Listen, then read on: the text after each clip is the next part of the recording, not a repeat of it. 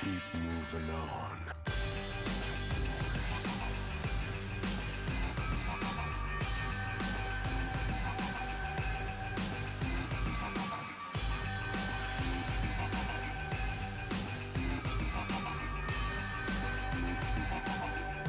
Keep moving on.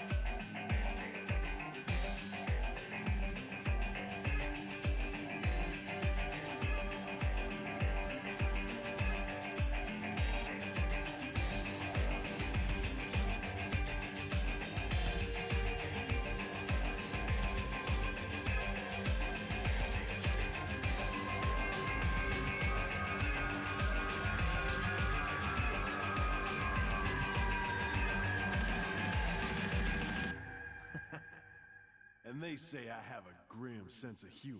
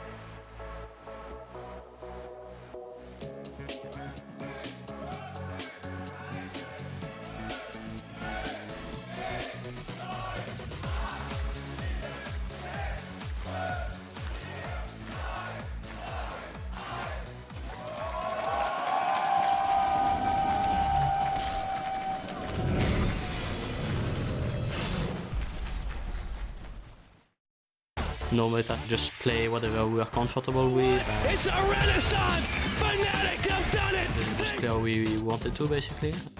We still have issues. We only played one style. Cannot get onto Max, so it's an ace for the Misfits as ROCCAT fall to the winds. We are better mechanic than other LCS teams. Their attention over to Jay as Llama Bear takes a bite out of his health bar. Strategy didn't change. We will try to look for team fights, show more fun to the audience. I want to join LCS for sure, and I just didn't know which team. It's a turnaround though. Swipes have got more. They've got another. Onto Cavershot. Joko, run for your life. They didn't have the best performance last split. I believe it can change.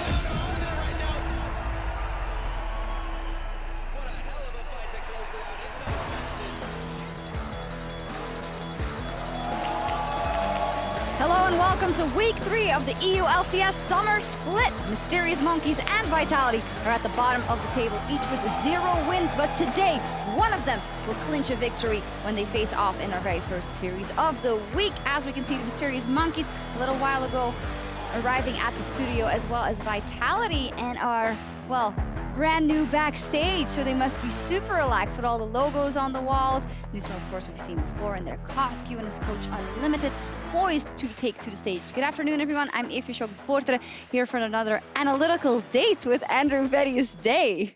We're going to be looking at all the fun League of Legends that will be happening today, and people can enjoy it. Absolutely. All right, well, we saw 2 thrilling top-tier matchups last week as Fnatic and the Unicorns of Love. They got an important win against their group rivals. Unicorns of Love, as we see here, managed to beat out H2K. And what was actually interesting about both those top matchups, Fnatic G2 as well, is that it went all the way and it was very competitive. Yes, we saw a lot of exciting series between all of our top 4 teams, and it's really fun the fact that we're seeing so much competition, because last split it was very much that G2 seemed to be a cut above everyone else. And while sure, G2 seemed to be underperforming a little bit right now, trying to return to form, we are definitely seeing other teams step up to the plate as well, especially the likes of Fnatic and Unicorns after their bootcamping career. Well, there you say it, and Fnatic and the Unicorns of Love with those wins have earned themselves a lead at the top of their groups. For the Unicorns of Love, it is familiar territory, that's where they were, but for Fnatic it must feel good to now, at least for now, feel like the best team in Europe and be at the top of the table. Oh, for sure, it's got to feel great to sit at the top, and G2, they're likely going to be a little bit annoyed that right now they've lost their throne, but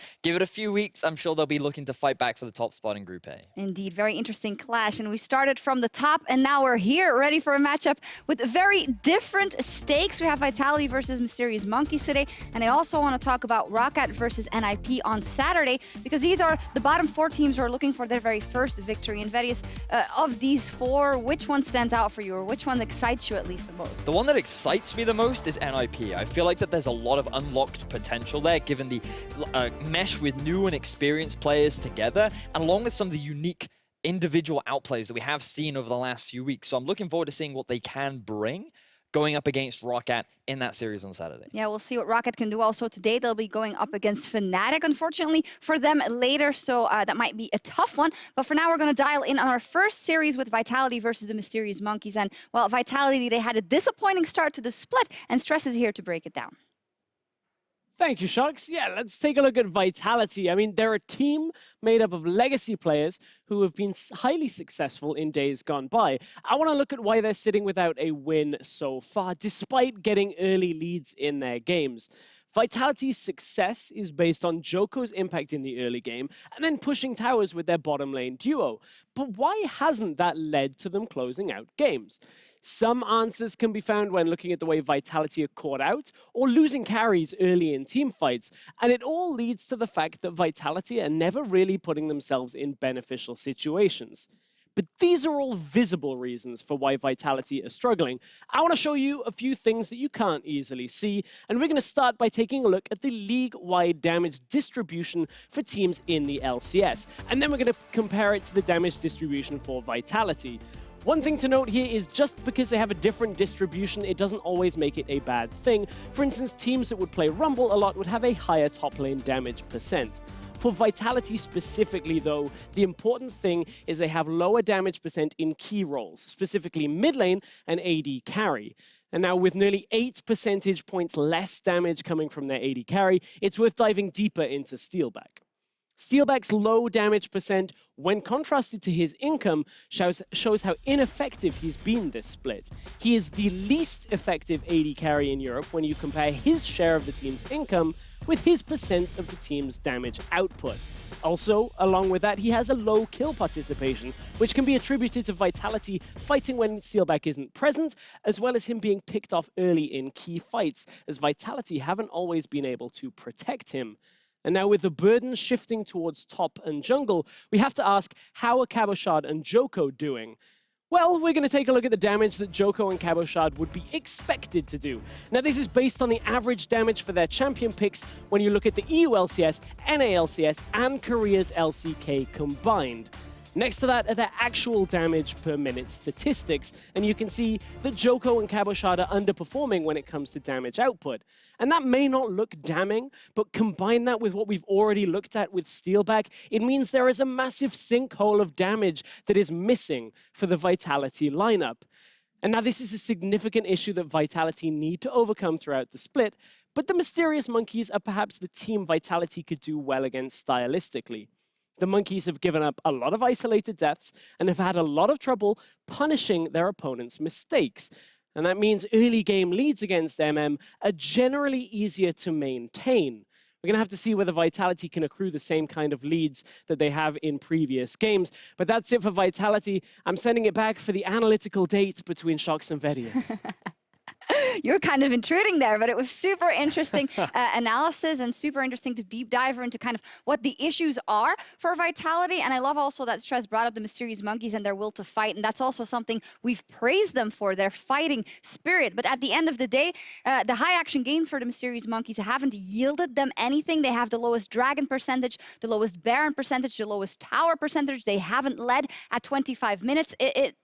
There's not a lot of good there, unfortunately. So my question to you, Vedi, is, well, is it okay that we keep praising them for their fighting spirit when it's not bringing them anything? The bright side of this is it leads to fun and exciting games. You're always going to get a lot of kills when you watch the Mysterious Monkeys, but the problem is, as you rightly said, they never have enough in it to be able to smash that Nexus, to be able to get themselves the win.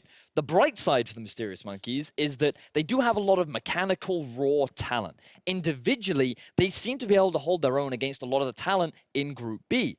We saw it as part of them coming through the Challenger Series, and we're seeing it again here. The problem is they just need to grow upon that. And that's the thing that I look forward to seeing, how they develop over the next few weeks. And I think a team like Vitality is a great testing ground for them to develop new strategies and perhaps become a better team. So who are you looking at specifically? Which player for you can step up and make the difference for them? I feel right now the best performing individual is Yuki. I feel like as an individual, he has been around the League of Legends scene for a very long time. He's a very mature player, and he's actually pretty smart in the way in which he plays the game. And if the team invests a few more resources into setting him up for success, I think that could be a good avenue for Monkeys to get a win. All right, so prediction-wise, it feels like it's one of those where we'll probably go 3 games with 2 teams that are struggling to find their form, but do you feel that one or the other has the edge? I feel like Vitality will be the ones to come out on top in this series, largely because they do just have a lot more experience. I think that right now we're seeing too much raw talent overshadowing the macro understanding of how to play the map for Monkeys, and I think that will be the key difference, giving Vitality the win. Well, we are about to find out. Both Vitality and Mysterious Monkeys are looking to climb up the standings. Pyra, take it away. Thank you very much, Shox, and welcome to all esports enthusiasts out there around the world. I'm Devin Pyrotanks Young, bringing you this series. Alongside me, of course, is Martin DeFicio. Linga, you ready for today?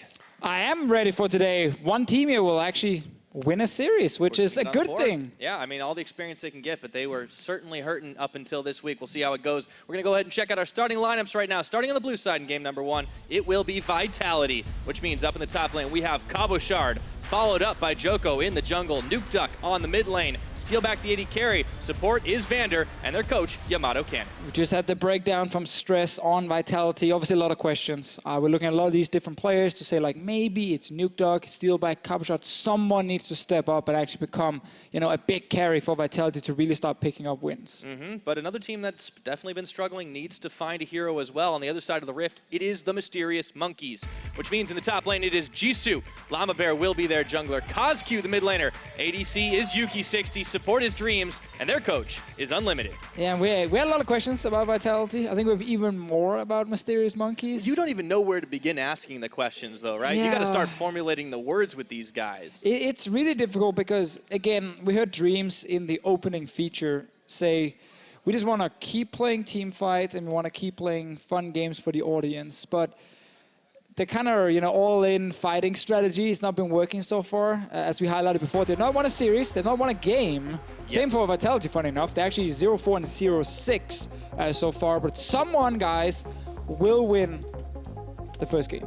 Well, we'll certainly find out who it's going to be as we enter pick and ban. It's Vitality starting off with the bans. It's Galio and Elise. Mysterious Monkeys have banned away the Zac. No surprises there. Standard so far. Vitality not been huge on Galio. Rakan from Mysterious Monkeys, same as last week. I actually think Rakan is getting better and better as a pick even without Xayah. I think synergy with like Started Kalista. to see him come up a little bit more without. Yeah, exactly. I think actually Rakan is super good here. So Twitch being removed, Pyra. This is a big one right now. It's been Yuki's most played champion. He's had a lot of success on it relative to what the team's been able to do. It's followed up by a Thresh ban. That means Kha'Zix's insta-lock and loaded for Joko. Oh, interesting. So Syndra is open right now. Kennen is also available for the Mysterious Monkeys. Xayah, obviously, also open, but she's good, but less valuable when Rakan has already been removed, but she's still an option to take. Well, Yuki has only played one other champion in this split so far. It was the Varus, but this time he gets his hands on the Ashe. So one of the narratives, for in-game that I wanted to talk about was how some teams in Europe are not making it easier for themselves to pick up early wins because they draft very little engage. But I like the fact now that Mysterious Monkeys already in the first pick and ban phase actually lock in the Ashe.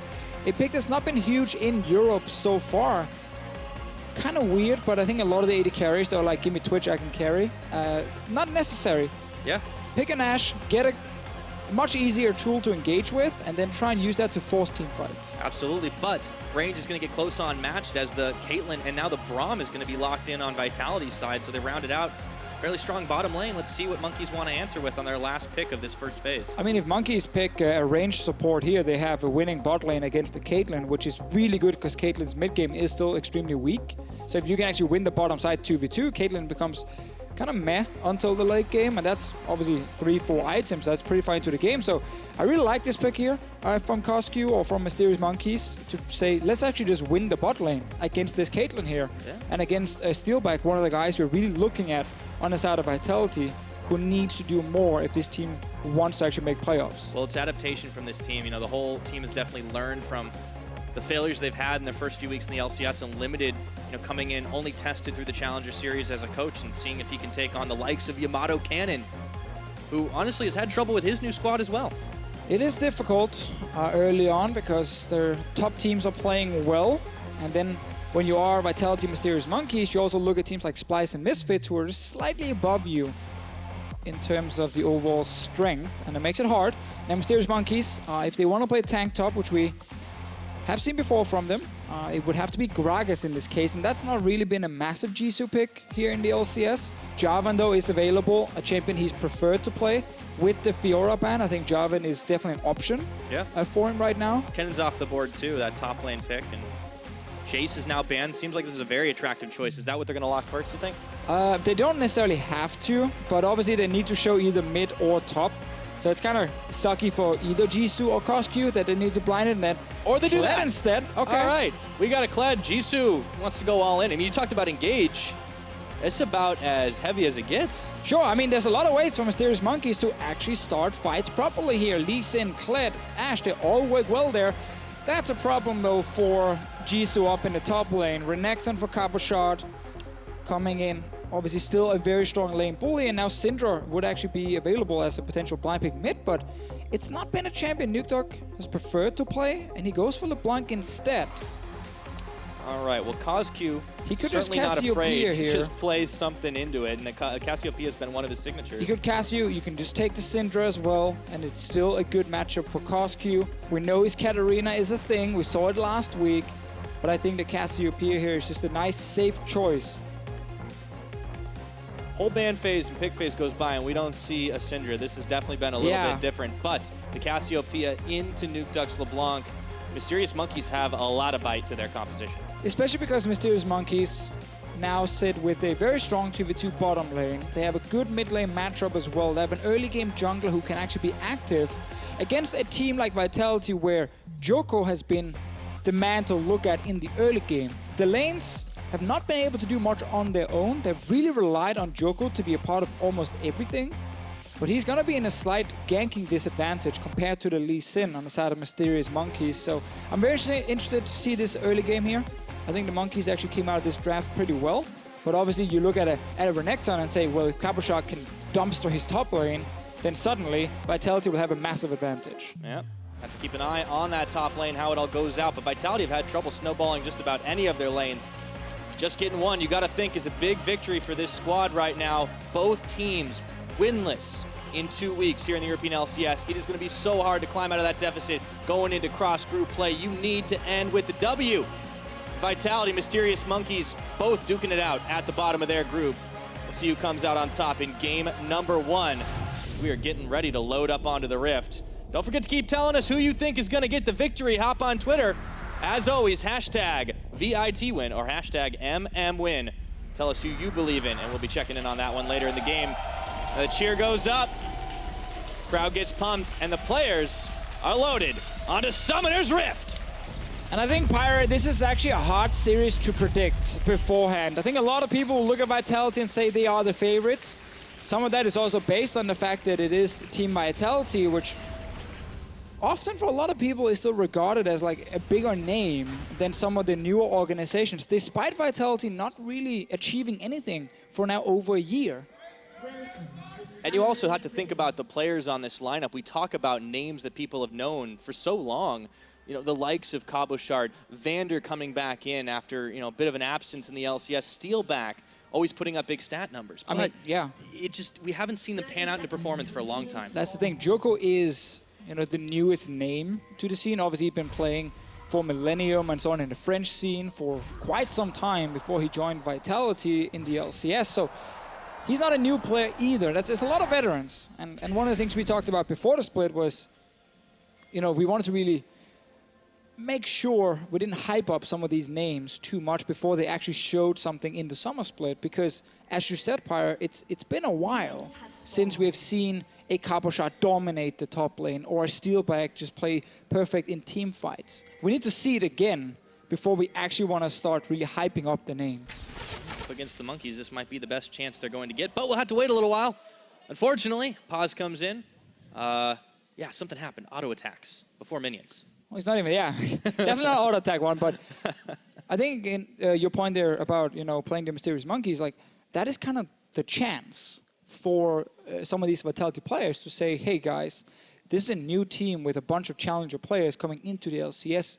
We need to show it that we are better than they are and that we can actually get the upper hand, especially in the 1v1s, but also as a team.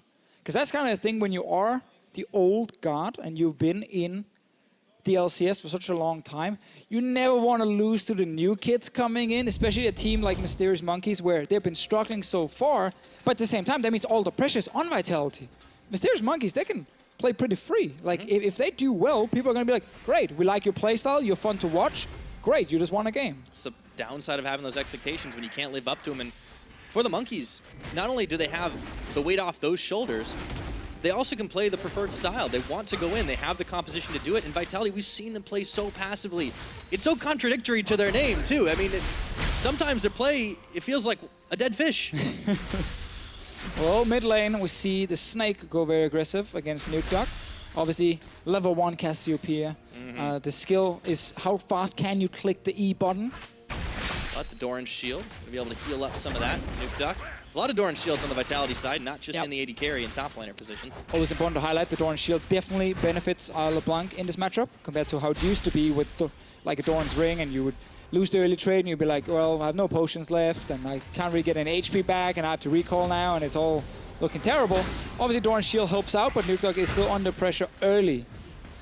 This might present a ganking opportunity to Joko. However, you said he was going to be a little far behind Llama Bear, but Llama Bear has also been fairly slow starting in the jungle in the games we've seen from him so far. Maybe that's going to even out. We'll take a look as it goes down. Steelback and Vander trying to push Dreams back away from the Glitterlands of Harass. Fairly even on the farm game, but we're only 3 minutes in. And I'm just happy, Pirate, we see someone pick Ashe. Because, man, she's still such a good pick. Yeah, a little top lane trading happening, nothing too fancy. Cabochard should be able to control the lane early. Oh, jeez, that was... He wanted to go way in. He lost Skarl. Oh, that was an aggressive move in, but Ashe in the LCK has been picked in 66% of the games here in the summer split. So for her, like 31 picks, it's not fully updated from today's games, but still 66%. Very high number, very high number. Only Varus is above her. In the EULCS, Ashe has been picked 21% of the games only, picked or banned, I should add in. Above her, we have things like Caitlyn, Varus, Kalista, Kennen AD Carry, Twitch, Xayah. All these champions have been above her in terms of pick and ban. And yet she's still considered such a power pick in the best region in the world. So I'm glad to see her, because again, if you are a team where, oh, it's a top lane. Point back in just a second as Jisoo hops right back on top of Skarl. Low health bars, but Joko incoming. Oh, flash for flash. Or dash for flash, I should say. Yeah, I like that play from Joko here.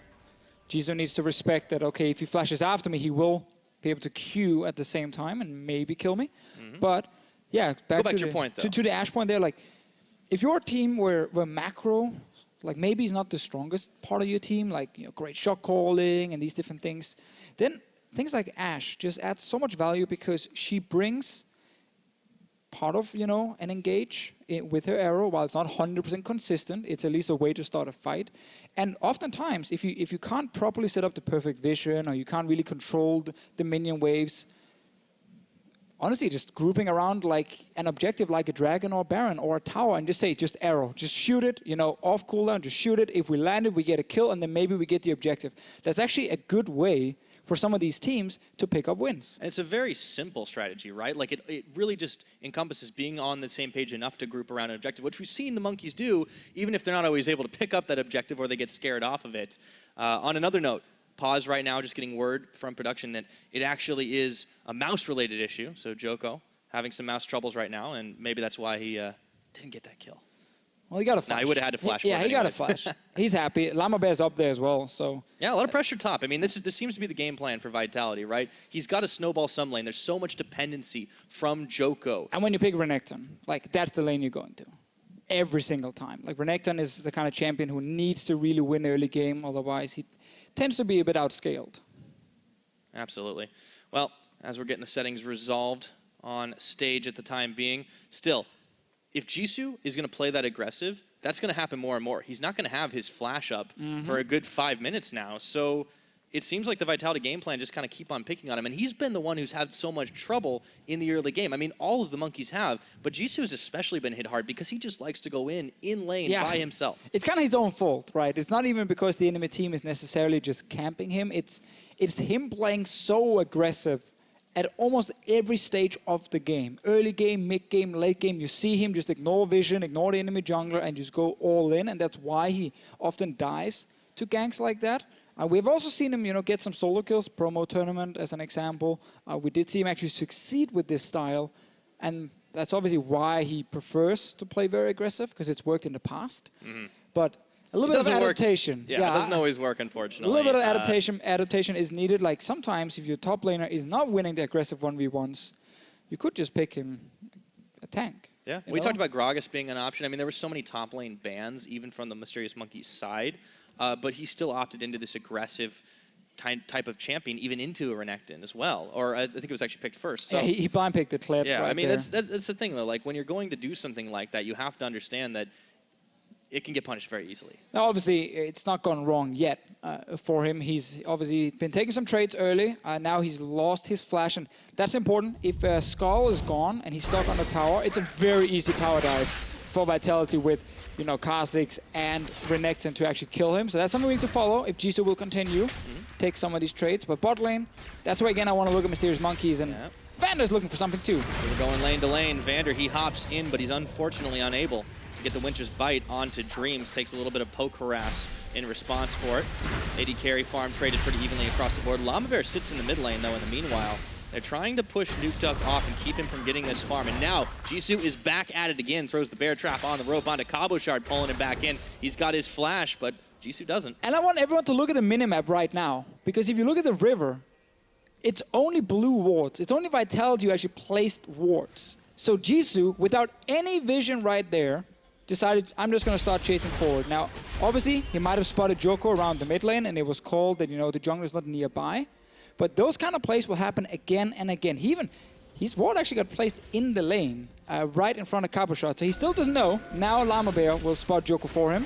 Lands a Sonic Wave, able to clear away the placed control ward. Now Jisoo knowing junglers are both up and operational there, but he's got some cover from Llama Bear. Checking back in on the bottom side, Yuki and Dreams continue this push right now, punishing Steelback, pushing him back, and keeping the farm from evening out exactly the way they want it. And obviously before the good ward from CosQ on the Raptor camp spotted Joko, allowing Jisoo to play aggressive. But the reason I highlight it is just because it's something we need to keep following. As it's not stopped him in the past that he didn't actually know where the jungler would be on the map, and now finding some good vision down for him up on the top side to protect the Kled. Yeah, well, if he's going to go forward, it's kind of in the Monkey's best interest to make sure he's got the cover right now. It is level 6 versus level 5. It's Dominus, and Jisoo is out. A Cowardly Lizard. This is going to be close enough to it. Not quite first blood as Skarl hops back into the action. Yeah, very important to highlight there that as Kled, when you lose Skarl, you need to just keep fighting to get him back. And he actually managed to do that. Nice stun from CosQ. Nuke Duck turned to stone, grounded right now. CosQ going forward, getting the Twin Fangs, and Miasma. Oh! Nuke Duck hopping back in, but I don't know if that's what he wanted. He does force the flash out of CosQ. Joko was on the way towards the mid lane. That's why Nuke Duck went all in. Forced the flash now. Still with Jisoo top lane. No panic. Took the fight. And now, once again, his summoners are ready, or at least the flash. Joko returning to the scene of the crime. Jisoo's got a little extra in his bar right now, but not enough to survive. Sustained aggression. Will Joko go all in for the dive? Also, that flash is not up, by the way. That flash, that's just a spectator bar. It was just a bait! Joko getting turned back around by Llama Bear, and that's going to be first blood to Jisoo. Pays off in the end. I guess in the end it paid off. Nuke Duck TP'd in as well. Very late and didn't get anything. Just to highlight once again, the flash from Jisoo is actually not up. It is still on cooldown. It's just after the pause, it showed as being available. Just saw it and said it, and as soon as I said it, my brain was like, wait a minute.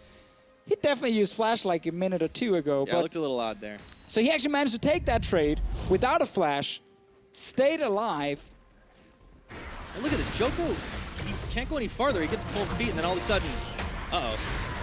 Yeah, that play is fine if Llama Bear is not on top lane. If he's not near the top lane, you go in, you try and force out Skull, and you set up that tower dive we mentioned earlier against the no-flash Kled. Great. As soon as the enemy jungler is there, you just dove in, and you're not really getting back out. So, aggressive play from Joko, punished. Bottom lane though, Pyre, that's where we really want to look at one guy from Mysterious Monkeys, which is Yuki. And now a lot of his numbers obviously come from him playing Twitch, which was banned away by Vitality in the first phase. But I actually think he's been the best performing member on Mysterious Monkeys, especially in team fights. That's where we've really seen him shine. It hasn't come out of his laning phase, that's for sure, but a lot of that is he's picking these champions like Twitch. They're going to shine outside of that in the team fights where he can open up. But on this Ashe, you know, as you said, it's kind of a key initiation tool. It can still output a lot of damage. In Yuki's hands, this could definitely be the difference maker. But obviously the fact that his laning phase has not looked that great in the past is something we got to judge in this game when he's playing the Ashe Lulu. And it is currently dead even in CS once he actually picks up the few minions just around him, meaning that Mysterious Monkey is not being able to get an advantage on the bottom side yet. And top lane is going in favor of Vitality due to some of the ganks. Even with Jisoo getting a kill, it's Cabochard with the pressure, with the CS lead. And we might see a return gank against the Kled. Very possible, but Jisoo's got some faster shoes on here now. Nuke Duck looking to go in onto CosQ. Flashless, but Llama Bear is there. Joko and Cabochard, they aren't able to follow through on that one, but they were sniffing for it in the river. CosQ playing it cool right now. Last week, fell a bit behind early game. Actually said on Twitter that there was some tilt involved after things kind of went wrong. It went downhill. Not that surprising to hear, to be honest. Yeah. CosQ is still very much adjusting the LCS stage, even though he has extensive history in Challenger. It's a different caliber of player here. It was a rough week for him, and we want to obviously see him bounce back. We know he is a skilled player, but it's been hard. The European mid laners are very strong here in the LCS, and obviously CosQ not really been able to dominate any games yet. And he's still got something to prove, that's for sure. Let's see what CosQ can get done here. As 10 minutes tick on the clock, the Rift Herald is going to spawn up and available. Although pressure still in favor of Vitality. You can see Llamabear hanging around this mid lane means that CosQ can't get jumped on as easily by NukeDuck. Bot lane as well. Everything kind of looking like a fight might happen. They're just kind of poking at each other a little bit, and then everyone backs away. We're kind of waiting for the junglers to join in once again, but Joko, after that failed attempt in top lane, no flash, already died once, and you don't want to fall behind on a Kha'Zix because then you are not a very useful pick. No, certainly not. We've seen a lot of Kha'Zixes not be able to do a whole lot when the rest of their team has fallen further and further behind. But it's just going to be the laning phase for a little while as the LeBlanc clone tries to scare away Yuki and Dreams, but they aren't having any of it. Llamabear's everywhere right now. Ash Arrow comes on in, they find Vander, and that shield doesn't look too unbreakable. They're gonna knock him up and pinball him away as Yuki claims the kill. That's why I love Ash. Like, things like this, where either you get a flash or you get a kill from Vander. As soon as Vander steps forward, you can just engage. Here we go, flipping the switch right now. CosQ, he tries to get the stun off, but in the end, he's gonna have to cleanse away from the root. Joko now being jumped on by Llamabear, follow through on the Sonic Wave engage, and that's going to be Dreams getting a wild growth on top of him. NukeDuck trying to go in for round 2 right now, but he's unable to get that much done. Joko didn't manage to actually step or sidestep or turn around against CosQ's ulti right there, which cost him an opportunity to maybe get something. Obviously, had he jumped forward, he might have died to the four members. Oh, that was a mistake, my friend. Dreams is even able to clean it up with the lance. He didn't know Dreams was actually nearby due to the control wards in the river from Mysterious Monkeys. Joko thought, okay, one single guy, isolation damage, I will just one-shot him. And then there's this little annoying Lulu on a control ward right behind. Well, you got to be careful. You never know when Lulu's going to be there to back up the jungler. A lot of wards, though, placed for Mysterious Monkeys in this bottom riverside. They have a lot cleared up, as you were saying. And this means they're going to have better objective control, honestly, than either team usually does. These guys have been really, really behind in the objective game against their opponents. Yeah, obviously very hard when you are a team that falls behind quite a lot to get objectives. But as you can see here on your screen down the bottom, guys, Mysterious Monkeys are last in all of them, and Vitality is second last. And let's be real, though. We did talk about Mysterious Monkeys having a real hard time of it with the early schedule, but then facing off against Splice, okay, maybe you should have had a little bit better there, but this is the chance. Yeah, because in that Unicorns, H2K, you know, that's the thing. Whenever you play the top teams in your group, we can accept that you are falling behind and not getting big objectives or gold leads. When you then play the other bottom teams, you gotta really show something. Let's see top lane now, Llamabear's here. Kabashar wanted to take the 1v1, but he has to flash the wall, and Jisoo goes to charging with Llamabear right behind him. They get the kickback away from the tower. And looks like they're gonna rock the croc. Jisoo gets the kill credit. NukeDuck going back in right now, but he's jumped into 2. The chains are on. Sonic Wave is not gonna connect, and NukeDuck will finish off the charge. Jisoo following through, but Joko is there to taste his fear. Isolation damage, and that's a double kill for NukeDuck. NukeDuck getting some early kills. We saw the same last week on his Fizz, and I actually felt like he played pretty well.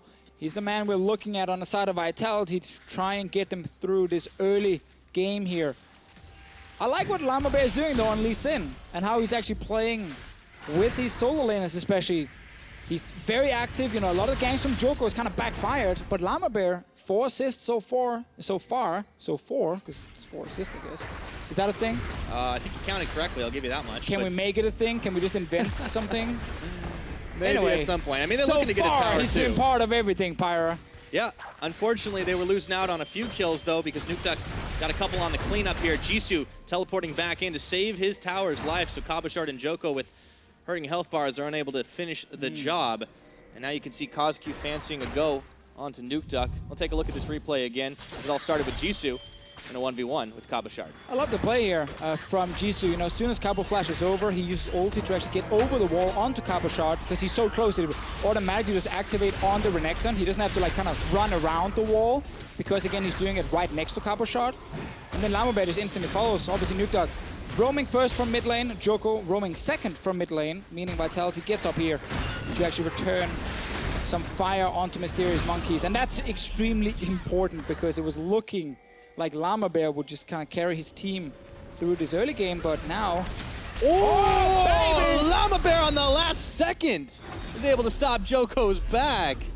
That would have been sick if he got that kill. Didn't get to use ulti. Sadly, Joko just went stealth and he couldn't actually see him. Llama Bear, though, once again, active on the Lee Sin. One thing actually from the pick and ban phase surprised me a little bit, we didn't get to talk about. Vitality and blue side banned Elise. And I would feel like a jungler like Joko, who literally just plays so aggro every game early on. To me, Elise should be his #1 pick. That should be the champion he wants to play. Because again, Joko is known for his aggression and for trying to snowball his solo laners. Well then, why do you not try and get a first pick Elise? Because Kha'Zix is a pick where you have to be careful. Because you are extremely squishy and your ganks are not that strong. It's actually backfired a few times in this game, just obviously as a very quick, recent example. But that was something that stood out to me. Maybe he doesn't prefer the style of Elise, but if you are an early game focused jungler, which he is, go for it. Kind of something you want to have in your champion pool if you do want to play that style. And, you know, it could be punishing him in the long run. Joko has tried for a couple of gank attempts. Not been the most success compared to what Llama Bear has been able to bring, but you know, 16 minutes into this game, it's not translated into a huge gold lead, right? Mysterious Monkeys, they've got 600 ahead of their opponents. That is mostly off the kills and maybe a little bit off CS. However, Steelback is actually 20 CS up on Yuki right now. Yeah, that's obviously a bit of a problem for Yuki down the bottom lane, but the fact he is playing Ashe and he can still just use his engage tools to be useful is good for him, because there's enough damage on the rest of the team. When you have Cassiopeia, you have Kled, you have Lee Sin. Now, funny enough, for Mysterious Monkeys, the fact that they're actually not that far behind is a very, very positive thing, because so far in the EULCS, as a team, they're on average down 3,000 gold at 15 minutes. Now, obviously, it's been 6 losses, so it's natural you fall behind, but 3,000 gold on average. That means there's been games where you've been down more than that. We've seen the Mysterious Monkeys have quick games, but you're right, it has all been losses so far for these guys, so they're just getting snowballed on more often than not. However, in this particular situation, they didn't take the greatest of trades, despite the fact that they were relatively even. They gave up a tower. They can't claim the Rift Herald buff, though. So that's a little bit of a help for the Monkeys as they come charging on in. If we can't get it, you can't get it, no one gets it. Nobody's happy to fish but Joko, he can sneak in with his ulti. Try and snap it. He's still up there. Jisoo's guarding. He's still up there. Jisoo's just sitting on it, protecting it. He's going to keep throwing the bear traps. Oh, Joko, get in there with the stealth. It's only Jisoo. Oh, no, he's on his way. He's on his way. He couldn't be waiting this long. Oh. And here comes Jisoo. Charging on in. Joko goes stealth, and Jisoo goes out. And this is gone now. Yeah. No one gets the Rift Herald today, Pyra. What a sad day. I like the protection from Mysterious Monkeys. Cabochard, he wasn't actually near the top lane. Try to make something happen bottom side. Oh, insta-flash. Coscue's been really jumpy this game. Good reason, though. I mean, there was a croc coming straight for him. Yeah, I guess either you flash now, you take some damage, and then you flash. Might as well just flash instantly. That's what you do, right? See a croc coming straight for you? Yeah, I would probably just, if I could actually flash over Press a wall, F instantly. I would definitely. Probably wouldn't work in real life, and I'd just kind of stand there, look into the wall, and then I'd be pretty screwed. That's a good thing. Luckily, there's no crocs in Berlin, Yeah. from my understanding at least. I haven't seen one either, personally. But have you been swimming around the rivers? Definitely not. So, you never know, I'm not mate. saying I've checked everywhere. I'm just not going looking. The Berlin crocodile. The only one I see is on the Rift right now. With Cabochard, despite the fact that he's been trying to bully, you know, he's the one who's down a death compared to Jisoo, who's been able to pick up a couple of kills here and there. Out of the laning phase, this looks good. He's on a mission, Pyra. Yeah, he's been looking good as well. Looking for a Nukeduck, waiting and baiting, seeing if he can grab him in the brush, but curses. It's not over. It's not over. It's not over. It's over.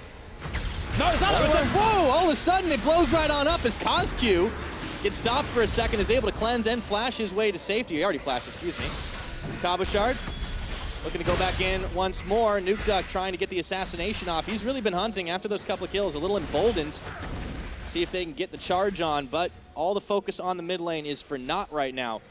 Mysterious Monkeys have been able to mobilize quick enough. But we just want to see Vitality return to this mid lane now with no flash, no cleanse from Koski, and you have LeBlanc, one of the best mages at setting up ganks, because you use distortion in their face, use your chains, and then suddenly this guy is not getting away. Joko is around, Vanda is around.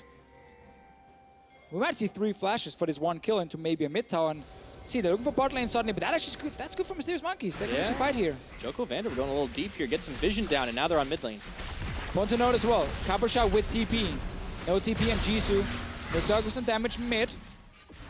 Bot lane tower going down as well. 2 steal back. So right now Vitality using the TP advantage and the fact that Koski sits without summoners to control mid lane, which forces Mysterious Monkeys to respect the fact that multiple guys can roam down to the bottom lane with the TP, so they have to back off bot lane as well. And back up mid too. Yeah, they back up mid, and a lot of lanes are being pushed in by Vitality due to, once again, cost queue and the TP advantage. All right, 20 minutes in. A few attempts by Vitality to try and break down the door in the mid lane, but while it's all happened, they've been managing to get towers top, get towers bottom. Jisoo is looking to answer on the top lane himself. The Monkeys, they've just not been able to get quite so many objectives, and this is costing them in the gold game.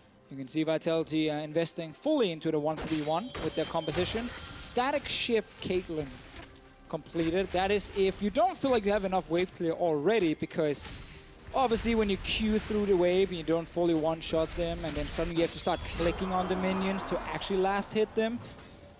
Much easier to just static shift proc on the first one, then queue through. Why waste Job's mana done. if you don't have to? Yeah, job's done. Yeah, just build the charge. Doesn't waste time, you can move away faster as well. Now, I personally prefer rapid fire cannon on Caitlyn or PD. However, I get the value in the static shift from Steelback, because his job, this is every AD carry's dream.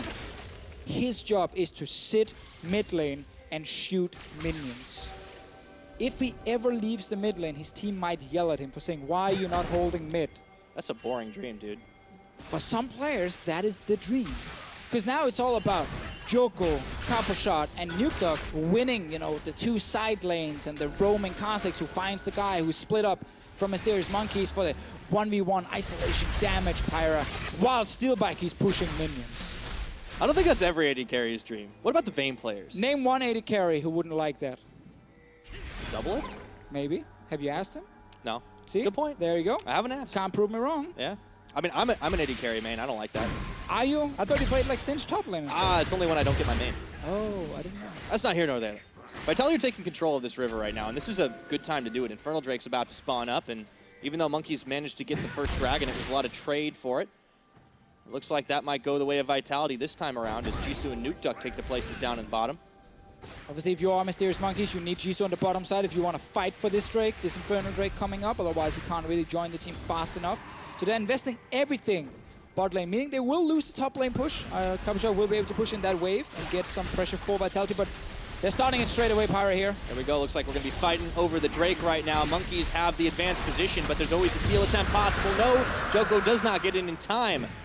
Monkeys are able to stay together, grab themselves the objective, and get out. Well, Vitality needs to at least get a mid tower. They even used TP right there. Might get an Ash Arrow, though. Ash Arrow. Gonna land on to Cabo Shard, and now they go with charging in. Jisoo wants to take the fight. Wild Growth is on, looking for Cabo Shard. Koski is able to get a massive ultimate off, and it sends Vitality reeling. Steelback able to limp away just barely. No one's gone down in this fight, but the Monkeys defend, and they push Vitality back. Yeah, Vitality, you have the pressure in so many lanes. You have double TP, and yet you allow the Mysterious Monkeys to rush down an Infernal Drake. That might be more. Baron, that's risky, though. Yeah, it is. Jisoo's at half his health bar, but look at how fast they're churning through this Baron, and in comes Vitality. Joko around the backside. Can they spot him? Can they stop him? This is gonna be messy. In comes Llama Bear. The spike goes down. It's stolen away by Joko, and now it's time to clean up.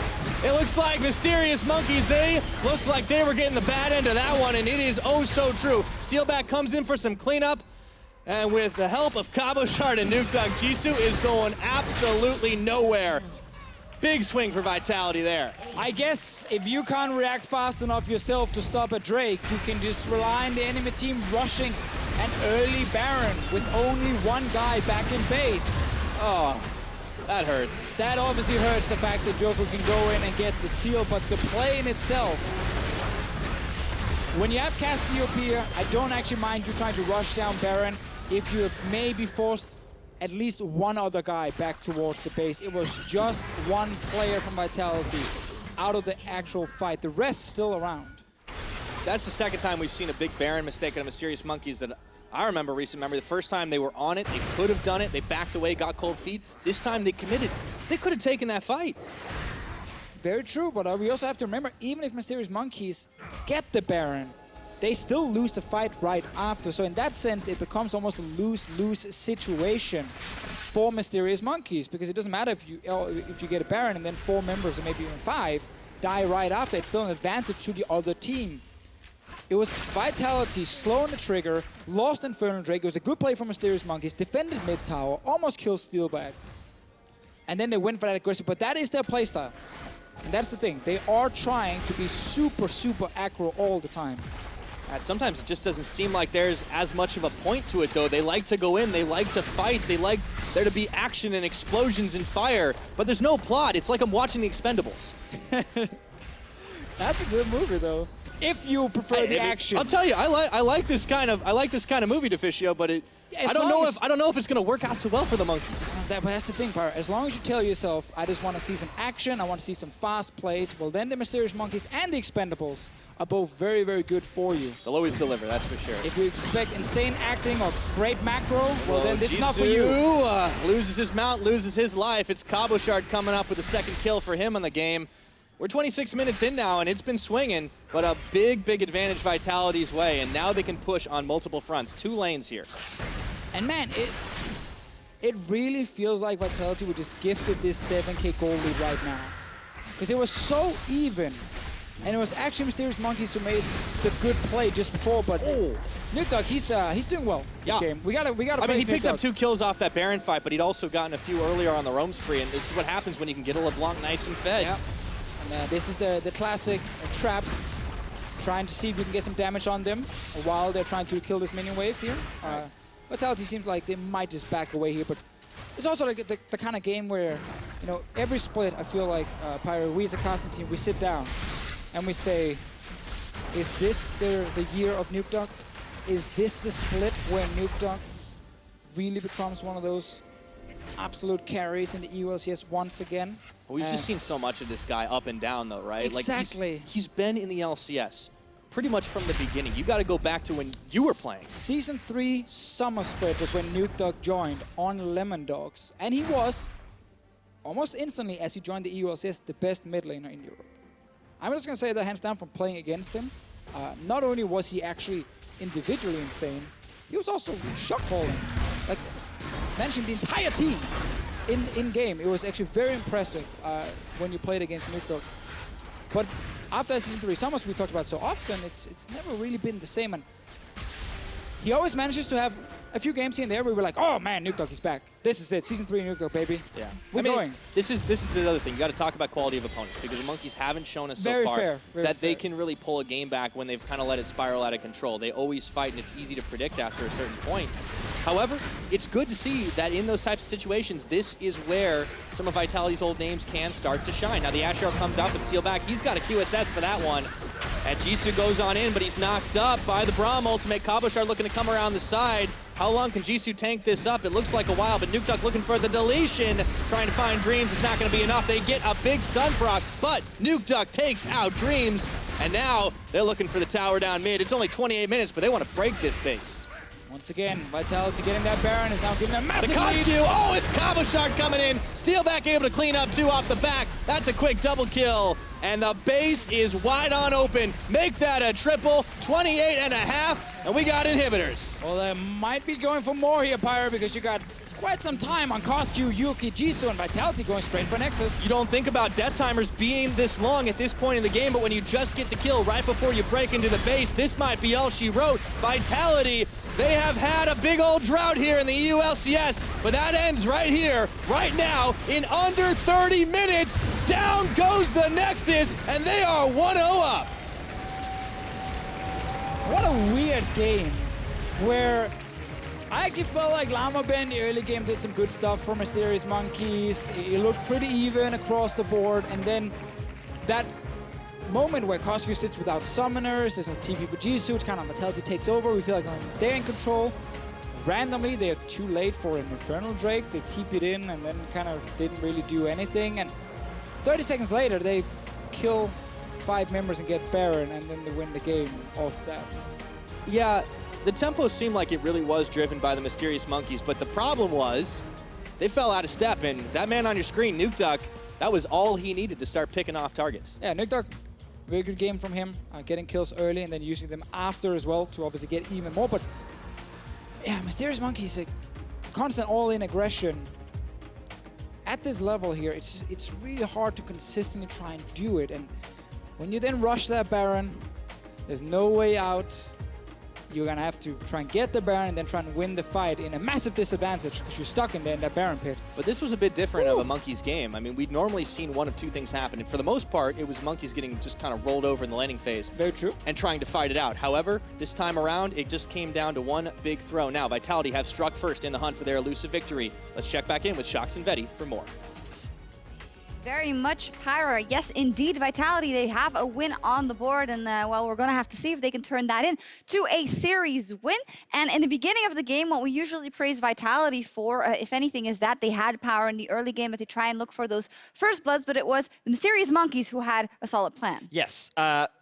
What I really want to highlight with this first blood play is the lack of communication that you have with Vitality. So you can see this vision that Vitality have set up in the early game, right? This is the amount of control that they have, and they can see where Jisoo is, because Vitality, they want to get Cabochard snowballing, they want to shut down the Kled. Coming to this early gank top not only is a very classic Vitality move, but is also the correct play, because you start getting control over the top side of the map. And if we just keep rolling out the clip, what you'll see is Jisoo has an inkling that this play is about to happen, but he doesn't know exactly where Joker is going to be coming from. So he wants to move down to the bottom side of the map. Llama Bear is hanging around as well, and just watch where he puts this ward, right? This is a bad ward because he has vision of the river, and he's got vision in the anticipation that Joko is walking up, but he has no idea of what's going on inside this brush.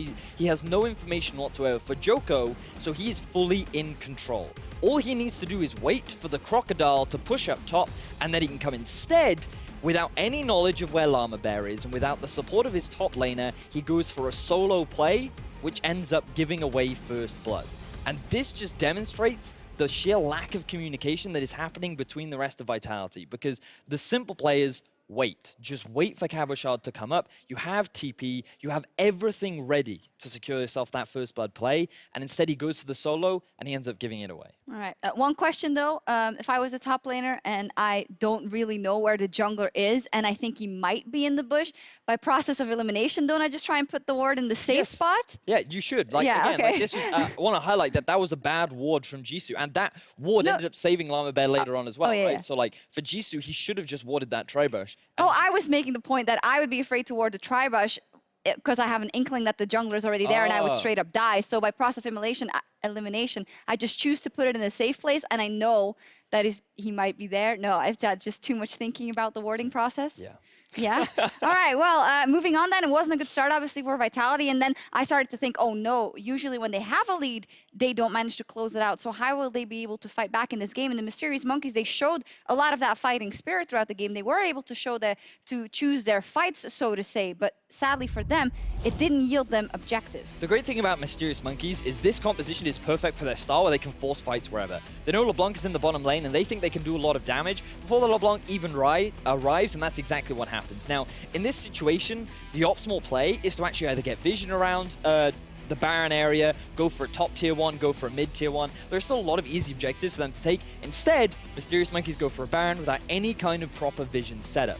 Not only does that allow Joko to come in from the flank, but it also allows the rest of Vitality to just cut Mysterious Monkeys off. They're too tunneled on this Baron, even in a 4 versus 5, when they had so many options available to them. And this just demonstrates, again, the lack of experience and the lack of understanding of how to play around these objectives for Mysterious Monkeys. Yeah, and that's also the reason that they've only gotten 1 one Baron in all the series preceding this, and I thought, yes, they are going to double their number, but this is also exactly showing what kind of is the problem. Maybe running before they can walk, before setting up the proper vision to get where they want to be. But on the side of Vitality, though, fantastic turnaround, and they capitalized on it quite quickly and had a huge goal too. Yeah, I'm definitely being super critical of both teams right now, but it's also, the reason for it is because for both these teams, you want to be getting points on the board. You're now at the bottom of the group, and you need to be trying to beat these other teams if you want to stay ahead of the curve. And right now, both these teams are making such big mistakes that the other team could capitalize on, that they're missing opportunities to do so. And I think it's important to highlight these so that hopefully we can see growth from these teams in the future, because that's the most important thing, that they develop over time. Yeah, and very much so. And your prediction was also full on for Vitality. And actually, in a way, it makes a lot of sense because Vitality had early game leads or leads in general and wasn't able to capitalize because they were up against teams who would take objectives and have the macro counterweight. But the Mysterious Monkeys are not able to deliver any of that. Exactly that. And things look promising. Again, you can see the Mysterious Monkeys mechanically, they're doing superbly, right? They are still being able to match or outplay their opponents. It's just about transitioning that. It's about taking your time to think about what is the next move, what is the best thing for our team to do. And it just feels like rather than taking that extra couple of seconds to think about what the next best move is, they kind of go off gut and they say, this is what we're going to do. I'm going to go for the Baron. We can do it. We can rush it. And it just, Vitality read that and they're like, no. At least the thought was there. And they did take a dragon as well, so they made did. their Their total dragon control is 5 actually now. very good this game. Yeah. Perfect. Wow. We'll see if the Monkeys rather can turn it around. But Vitality, they are on a mission to take their very first win of the split. Game 2 is coming up right after the break. The cheer goes up.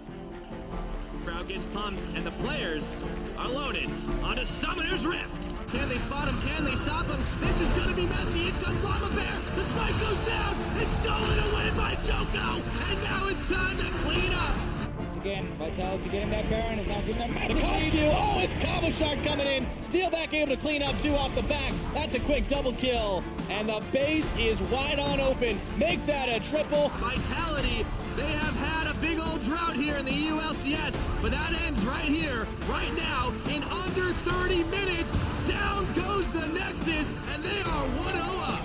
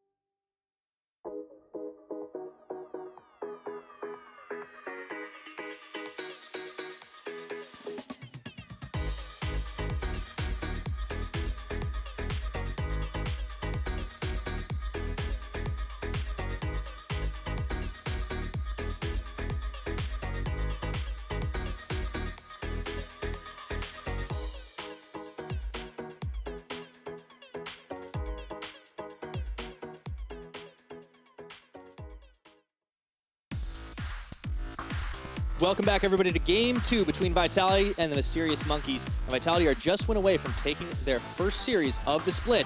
And if you missed it, don't worry, there was nothing too mysterious about that game, and you should probably go back and check the VOD, especially if you're an old fan of Dignitas. Nice little North American burn. Not even here, Pirates. Your own country. Sometimes I gotta send it back across the Atlantic. I know. I know they're doing the same. They're definitely doing the same. I saw some of that this week, obviously, or last week in the LCS. Happens in Europe as well. Vitality, Mysterious Monkeys, obviously 2 teams fighting to get the first series win. And last game, it was a bit strange because it was actually pretty even, and I felt like Mysterious Monkeys made some pretty good active plays. We saw the engages work out with Ashe, we saw Llama in the early game on Lee Sin, and yet Vitality managed to win the game with like a massive goal lead due to one play around Baron. Yeah, and it just was unfortunate to see that the Monkeys controlling reasonably well, you know, it just all go out the window by the end of it. We'll see what they can do in this game. Their draft phase, or their draft from game 1, honestly looked solid for what they wanted to do, and they had set themselves up some winning lanes, so especially they're going to be back on red side once again. They might not need to change up too much in that regard. No, I think they can try and do exactly the same, and then it's all about just removing, you know, mistakes in game. It's always hard to base, you know, the result of a game like this purely on draft when you actually lose the entire game basically at that Baron. So I think overall they can definitely try and do the same. Nukdog is a man though we want to look more at in this game because he was really good in the last one. Success on LeBlanc. Well, we will see if he gets his hands on something like that once again. I still want to see Vitality Pyro here. I want to see Vitality not ban the Elise. First pick in a step, but they're probably just going to ban exactly the same. They're going to ban Elise now. They're going to ban Twitch and say we don't need to change anything because we already managed to beat Mysterious Monkeys. And nothing that Vitality picked in the first phase are actually ban-worthy either. Because it was Caitlyn, Braum, and Kha'Zix. Like, you can give them all 3 picks. Thresh is a higher tier champion than those guys, so you should just ban Thresh again if you are Mysterious Monkeys. Yeah, Twitch banned out one more time, still taking that into consideration up against Yuki, following by the Thresh. Yeah, it's the same stuff that we've seen before. So now, once again, insta-lock that Kha'Zix. And then we might just get the Ashe and, once again, their Lee Sin for Llama Bear. Those both worked out well. Yeah, exactly. I think you should just go for it. Once again, no reason to change it if it actually worked for you and it wasn't the reason you lost the game. And I think both teams seem happy with the first phase of last game in terms of drafting. Braum and Caitlyn were the 2 answers for Vitality. Funny enough, here they are again. Now, only thing for Mysterious Monkeys is they didn't actually win the bot lane that hard with their Lulu Ashe combo, so they might say, you know what, that's not what we're looking for again, but it's still a safe choice. Well, there's a lot of attention being paid last game by Llama Bear up to the top, and he spent some time mid too. I like this. This might be the adaptation. It's going to be the Zyra instead of Lulu. I think that's a good adaptation because Zyra is a stronger laner right now. Not really open to these all-ins as we see before. Fiora ban, just like last time, it was then a blind pick Kled for Jisoo top lane. Obviously, Renekton was the answer by Cabochard. So far, same bans in the second phase once again.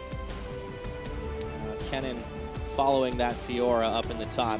Question is, will we see the same matchup in that top lane as last time with LeBlanc now banned away? There's an adaptation for Mysterious Monkeys, so Nukdog will at least be going on a different champion. Yeah, and if you are Cosq, you don't actually want to blind pick Syndra here because Nukdog plays a pretty good Fizz. You don't want to risk that counter matchup for Nukdog, so it might just be the Kled pick again. Even though I kind of want to see Jarvan from Jisoo, because I just think it adds even more skirmishing power in the mid game, where Vitality obviously not really looked that good and you can actually punish them. But I could also understand the blind pick Kled once again, but honestly, give me some Jarvan. We'll see. They still got some time on the clock to see if Jisoo's going to pick up J4. I've seen it a bit out of him, and against a composition like this, if they can find and squish on, they could be able to take out that Caitlyn or the Kha'Zix early. But no, it is going to be the Kled one more time, which means we'll probably see that Croc. For Cabochard again, obviously the fact that he died early on was mainly due to jungle interactions. Oh, the Shen's been left open though. So Shen was banned last time. They obviously replaced that Shen with the LeBlanc here. Vitality, they have played a lot with tanks top lane. Shen obviously being one of them. And it comes back in. It is a fine pick against the Kled. Now I think still a pick like Syndra here is perfectly fine. And I think it's a good choice for Nukdog. All right, back over to Mysterious Monkeys. KazQ will get his counter pick. Fizz, Echo, traditional counter picks for Syndra. Not a guaranteed win by any means, but traditional picks. Katarina is the other one for KazQ. You always got to talk about it. You have to. So I was late last time to bring it up, even though I was about to say it because Medic was just kind of blah, blah, blah, blah, blah, blah, blah. And then he actually locked it in, and then no one believed me. When I was like, oh. Well, I'm sorry. But this time, something completely different. KazQ decides to pick up the Stoneweaver. It's Talia locked in. Nah. I don't know, KazQ. I think Talia in itself is very good, but it's a tough matchup for you to play against Nukeduck in this mid lane, and KazQ, as a player, has not looked very good if he falls behind early. But obviously, he's playing for the team right now. You can try and snowball top, where you have your Kled, who will outscale the Shen as a split pusher. And you have a very strong bot lane pirate. I really like the bot lane matchup for Mysterious Monkeys. I think it's smart drafting from Unlimited. If KazQ can survive his laning phase and actually go and help these two sides, then I can see a lot of value in the Talia pick.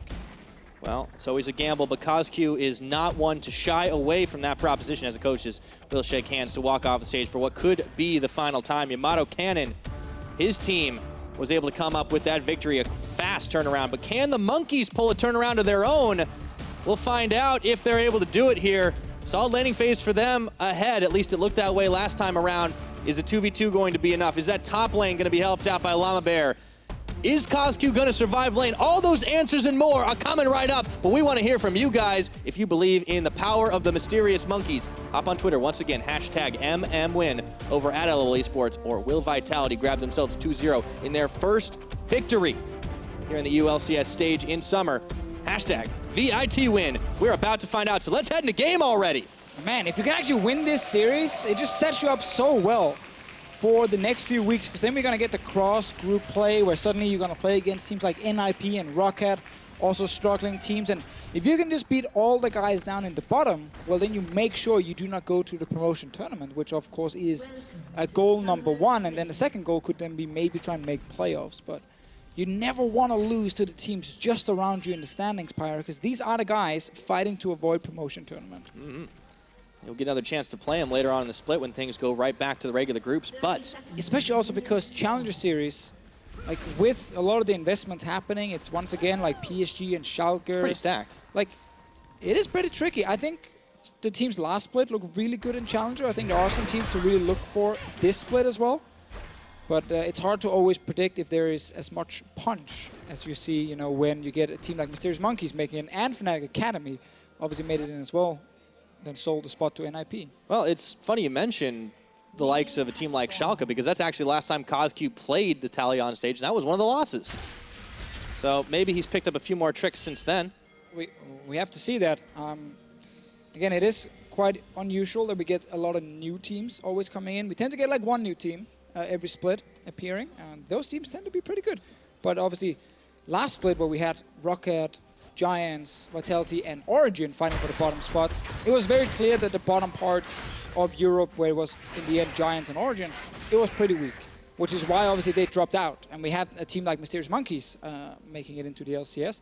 Cabochard getting a good early advantage here by hiding in that brush, and you get the early trade with the passive. Always a very, very good start on the Q, I mean.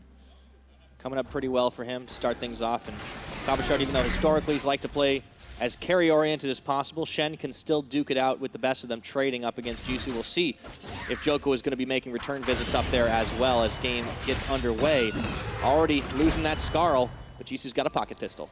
Jisoo last game didn't care if he lost Skarl or not. He just went forward anyway. He didn't care if he died, man. That guy's a madman. Yeah, he just took the fights anyway. But the reason Shen works well against some of these physical carries of top lane is just it's very easy for Shen with his W to obviously counter a lot of the auto attacks. But he's a level down now, which is why he can't do it. But Shen W is fantastic against these auto attack based champions. And obviously going early like Ninja Tappy into like an armor item. Like it's very easy for Shen to just get enough resistances plus his W to say you're never going to kill me 1v1. And I'm just going to play with my team, mid lane, bot lane, and that's how we're going to snowball the game while you're busy up top lane trying to farm to your 2 items. So that lane is just pretty much going to be locked down. Where do the Monkeys look to build advantages right now? CosQ has roam potential on this Taliyah if he survives that lane. Exactly. Like, I think bot lane is definitely an opening for Mysterious Monkeys to try to play around the first tower with the Zyra Ashe lane. Top lane as well, even against Shen. Like, if you bring more people to the party, you can obviously kill the Shen. Especially if you start bringing magic damage as well, if he's stacking armor. So I think CosQ can go to both side lanes, and they are both very, very viable options if it comes to snowballing. Especially because often against Shen, as we always talk about, you want to attack the global itself. Because if you go bot lane, well, Shen is going to follow. If you go top lane, you can't ulti yourself if you're Shen. Well, CosQ getting some vision cleared out here. I was going to say if he headed down to the bottom lane, Cabochard would have a harder time following right now. He did have teleport, but only level 3 on the Shen as we're underway. No big advantages being broken open just yet. It took a little while before First Blood started to come in the last game as well, despite the fact that it ended up being a sub-30-minute affair. Slamabear goes on a roving through the enemy jungle. This time he will not find Joko. Well, he will know that Joko is not on top side and the camps are dead, so he can kind of tell his team he's not top lane, which means there's only one other place he could be, which is bot lane. And appropriately, Yuki and Dreams are backing off. Exactly. They're like, oh, okay, there's a chance. Also, they got good early wards, Mysterious Monkeys on the bottom side. Taliyah mid lane Pyre, early on, fantastic push. Love it. Spam Q and that stuff. Get the minions pushed in, but you don't really trade that effectively against the Syndra. You got to be very careful. And once a few levels get under the belt of Nuke, he will start taking over in terms of trading, especially level 6, because one champion gets an ulti that is build a wall and fly down to another lane. Doesn't really help you in a 1v1. The other champion gets an ulti that we like to call, one of these ultis where you really got to master the champions to really use the ulti. You mean press R? You need to press the R button on them. Obviously with a few balls down first, preferably. Well, so yeah. Nuke already proved last game that he was able to press all of his buttons and do a lot. Which so is I very feel like this impressive. is going to be kind of right up his alley. Yeah, it's going to be easier for Nuke to obviously fire his ulti here, and it's going to give him an advantage in the 1v1 against Taliyah. Last game, I think he played it extremely well, getting early kills, and I just want to see that more and more from Nuke because when he's playing well, he's actually a fun player to watch. Something that Vitality has needed, a breath of life in them, since it seemed up into this game so far, up into the series, that it was really all on Joko to try and get things going in any portion of the game. Vitality were kind of laying back and losing these games against some of the stronger teams in their group, but against the Monkeys, despite some mistakes, we can see the explosive potential that some of these players still have. And also we have to remember Yamato Cannon when he joined Splice all the way back last year in spring. The first split wasn't great, they didn't really manage to do a whole lot. They didn't make playoffs, played in promotion tournament. However, that's standard when you get a new coach who really wants to try and change the way a team is playing. It's also a new team, too. I mean, those were a lot of untested rookies. Of course. I know they're all Danish, Deficio. I know they're good at League of Legends. Back then, all Danish, and then they replaced one of the Danes, Nisbet, and got Mickey instead, which obviously proved to be a very good change. But the point is, like, it takes time to kind of build up a lot of the basics in terms of how to play the overall macro game as a team, and I think Yamato Cannon is asking for time as well. He's not expecting Summer Split to be the split for Vitality. Well, the Monkeys are looking to speed things up right now. They sent Yuki and Dreams up towards the top side. Cabochard does not see them, but now he will. However, Llamaberry is waiting in the wings. Is this going to be the 5-man top dive, I should say? It looks like it. They can dive the tower, Pyra. Yeah, tower can't go anywhere. Shen is gone. He's out of there. All right. Classic lane swap against Shen. Shen hits level 6.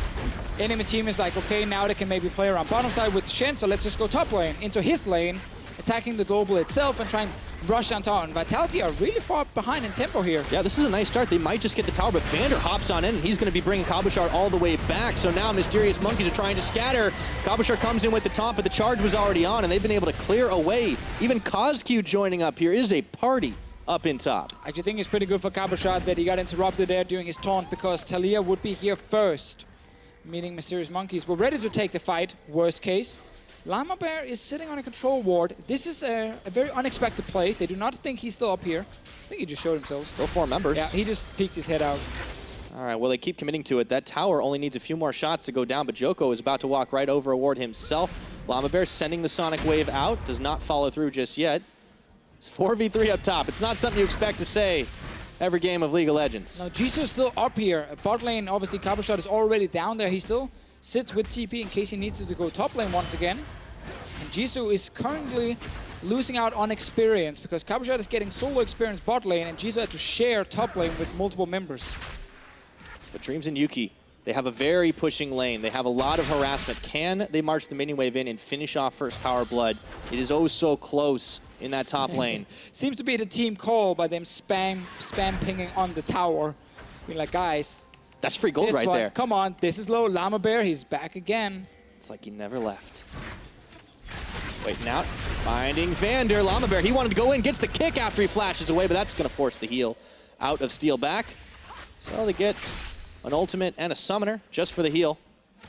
Ooh, I really want to see Zyra I want to see Zyra always save the root.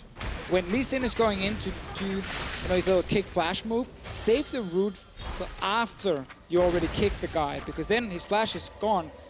Right now, Dreams used the root at the same time as Llama Bear jumped in, which meant the flash away from Vander actually managed to negate 2 effects at the same time.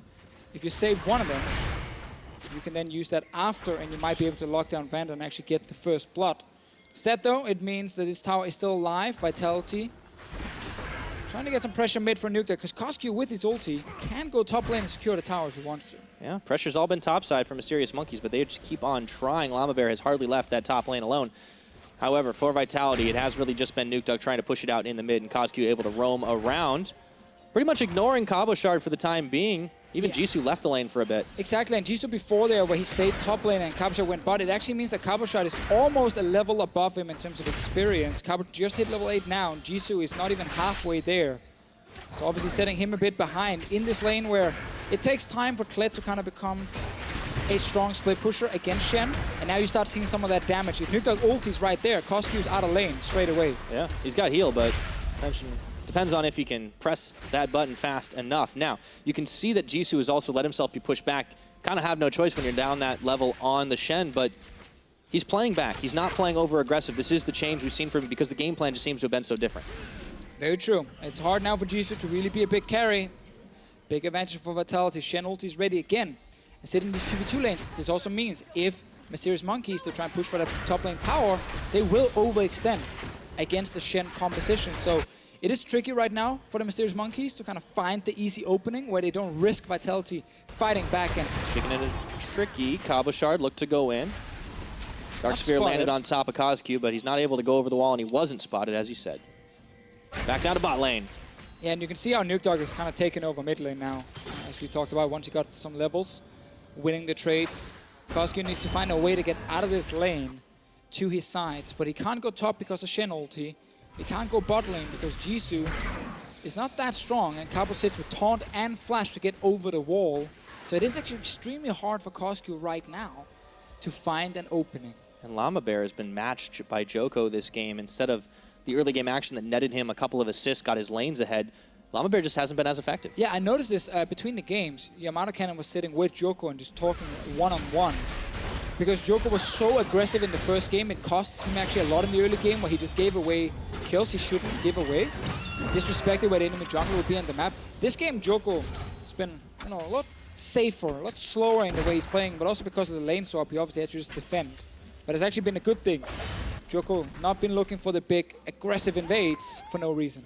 And that's part of the job of the coach, right? Like we oftentimes will see the coaches on stage talking about the effect they're having on the pick and ban phase and monitoring the games as they're in progress. But being able to get your players onto the right mental headspace is a very important aspect. That's something Yamato Cannon definitely has some experience in.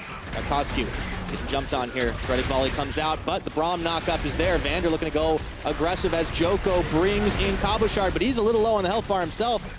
Able to just eke away from the Stranglethorns, and Joko's got to flash that wall. He almost got pinned. Oh, Vitality, they are not actually respecting the fact that Dreams and Koskyu were in a very good position to still get out of this fight. And once the call was made by Vitality, it seemed like they just said, nope, we are not stopping here. Ooh. We are going all in, and that meant Shen ulti, Joko moving forward despite being low. Like, they could have just said, you know what, guys? We're not going to get anything here. Step away, save the Shen ulti, but they just went all in, and it actually backfired for them. Flash and Shen ulti gone. Koskyu did use his heal, I believe, after the fight, seemed like. I didn't see actually if he used it in the fight, but it is the only thing they managed to get. Yeah, well, Banshee's Veil's already back off a cooldown in just a few more seconds, and those changes, it makes it easier for him to get out of harm's way for sure. Still holding on to his flash, so if they try to go back in, might just end similarly. Remember, no Shen ulti now. This actually means Mysterious Monkeys might be able to get that top lane tower. Yes, there's TP and Shen, but still, that's a long channel Yeah. Without a shield being added in, and Jisoo can follow. Exactly, he can always follow. Yeah, but it has been a little bit of a slower game, right? Vitality were able to stop the tower from going down up top. They build themselves up a small gold lead, but that could all vanish if the tower top does eventually go down. And Mysterious Monkeys, they've kind of decided to pull back a little bit and defend against some of this aggro. Oh, Jisoo mid lane. As I say it, they change it on up. Jisoo going to charging, but just into the tower. He found the tower. So what Mysterious Monkeys have done now, if we just pan the camera up a little bit, they put a control ward here in the brush that Coscu just walked into. Oh, actually, let's talk about it after. Yeah, Joko, he wants to go in, threaded volley back onto his face, and Coscu keeps on moving, unperturbed, following Llama Bear. They want to go diving. Yeah, what's been happening right now is Coscu goes in, he looks for the play top, he just wants to get tower. That's all he wants to get. All right, that wall gets stopped just short, but they will get the tower, and they're on top of Vander looking for first blood, and they are gonna get it. Just shy of 14 minutes in, and Cavo even starts his TP only to cancel it out. I guess if the enemy support wants to give you a kill as well, then you take that kill for free. A sloppy play by Vander trying to defend without really being able to do it. But I really like that setup because Mysterious Monkeys, by putting that control ward near the mid lane, whenever Coscu went out of vision in that ward, Nukdog had to call. He's missing. He could go top lane. I have to try and follow him. This is just a play. I don't even know what Vander's trying to do here. He might have wanted to let that wall finish. Then he would have been on the other side of it. Yeah, he obviously tries to stop him from killing tower, but it was never really going to happen. So, first tower falls in favor of the Mysterious Monkeys. They find themselves in a gold lead, courtesy of that and the first blood onto Vander. And it went to Llama Bear as well, who's still got a lot of relevancy in this game. And it all started, Pyra, because Vitality tried to force a play mid, where even after Mysterious Monkeys had disengaged, the Shen ulti came in on Joko, which meant as soon as Shen ulti was on cooldown, you could just see Coscu and the rest of Mysterious Monkeys say, top lane, this is the opening we need. Llama Bear went up there, Coscu had his control ward down, he kept hovering towards top side to maybe force like an ulti. Nukdog had to constantly try and follow him a little bit, lose pressure mid, and that all snowballed into now Mysterious Monkeys getting first tower and even first blood. Small things like wasting an ulti sets stuff like this up. Now Cabochard's under fire once again. He has to taunt his way out. This frees up the bottom tower for Mysterious Monkeys to try and take a bite out of, and they're pretty close to being able to finish it off. Honestly, it's reminiscent of one of the few slow games we've seen out of the Mysterious Monkeys up against the Unicorns of Love. When things weren't going very quickly, they seem to be able to keep their heads, and this is happening. It's very true, actually. Like, the slower Mysterious Monkeys has been the best Mysterious Monkeys we've seen, where we just want to fight all the time and be super aggressive. It's just led to them get outplayed in skirmishes, make wrong calls, and then fall really far behind. Maybe they just want to play slow, but they panic when they get fallen behind. Or maybe they think they have to play aggressive to consistently win games, despite the fact that the slow style is actually working better for them. Yeah. As you highlight, even against Unicorns Love in Game 2. So sometimes you don't know if you've struck gold, even though it's right in front of you. Maybe the Monkeys, this is the game plan for them going forward. However, there were a few trades. Mysterious Monkeys got themselves a tower down bot, but it was traded for a Rift Herald.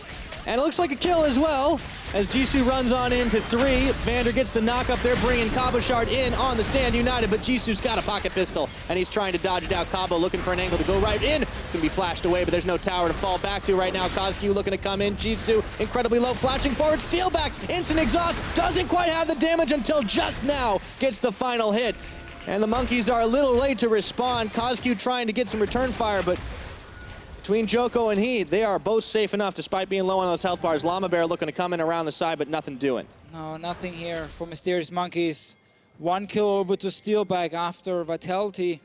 Setting up a little trap top lane. Jisoo, I felt like he kind of knew. Oh, let's see mid. Nope, Nukdog, he's out of there. Oof. But it really, like, it was like, Jisoo kind of knows, okay, they're probably up here and the team is on the way. Coscu. Ooh. That was a tense moment there, but Nukdog did not press R. Heal is available for Coscu, would probably have saved him. Didn't want to get baited into that one. But and a lot of MR as well on this Taliyah. They still got the push advantage right now, even with some wave clear here. They got a few more pot shots off on this tower. Nukdog and Joko aren't able to fully defend. They clear the wave away, but there'll be another one soon enough. And they once again get the Shen ulti. Cabochard obviously used it to get that one kill. So it's like Jisoo kind of knows, okay, there's a high chance they're up here. I'm just going to see if I can check the brushes a little bit. His entire team is also kind of calling for it and on the way. So when the fight breaks out, you can see how Mysterious Monkeys, except for Llama Bear, they're all actually around topside because obviously Taliyah can use her ulti. Jisoo in the end steps back in to get a few hits onto Cabochard, and that it's just him trying to get Skull back. Again, he needs to be aggressive, actually hit people to get it back fast enough, and that obviously in the end means Steelback gets a few hits on him, and then he can't get Skull down. And Joko, this time around, Pyra, we actually get Rift Herald. Oh yeah. So long investment into this mid lane, and it looks like this is where it's going to fall. However, the Monkeys don't want to give it up without a fight, but they might just have to. It goes on charging in, and there's not much more you can do about that one. Nukeduck waiting in the wings here, see if he can get a pick off onto Yuki, and it looks like he just might do it. The power's unleashed, and down goes the AD carry, summoners and all. CosQ comes and builds a wall just a smidgen too late. Vander is even there to block it out once again. And Vitality, they start to swing the gold once again their favor, and they're in a lead. Yeah, it looked pretty good for Mysterious Monkeys a few minutes ago, but then that play top lane into now mid lane tower with the Rift Herald suddenly means Vitality find themselves slightly ahead. It's like 50 gold. But I wanted to talk about Jisoo because while that was a big mistake up top, not only was his team able to react fast enough, that was his first death this game. And we've been keeping an eye on this guy because in lane he has been feeding unnecessary kills that has set the team behind. And it's why we've had some of these snowballs get out of control where players like Yuki can't do anything about it. It's improvement is the point. Very true, very true. We're looking for the small things. Yeah. I agree. I like that. You can't climb up a staircase in one go. But you can try, like down on all four. You kind of try. I mean, you're a tall guy. I don't know how you manage it, but I can skip a few steps. I have to go one at a time. Yeah, I can definitely skip some steps, but skipping steps in League of Legends is a big no-no. You do not want to do that. Follow all the small steps.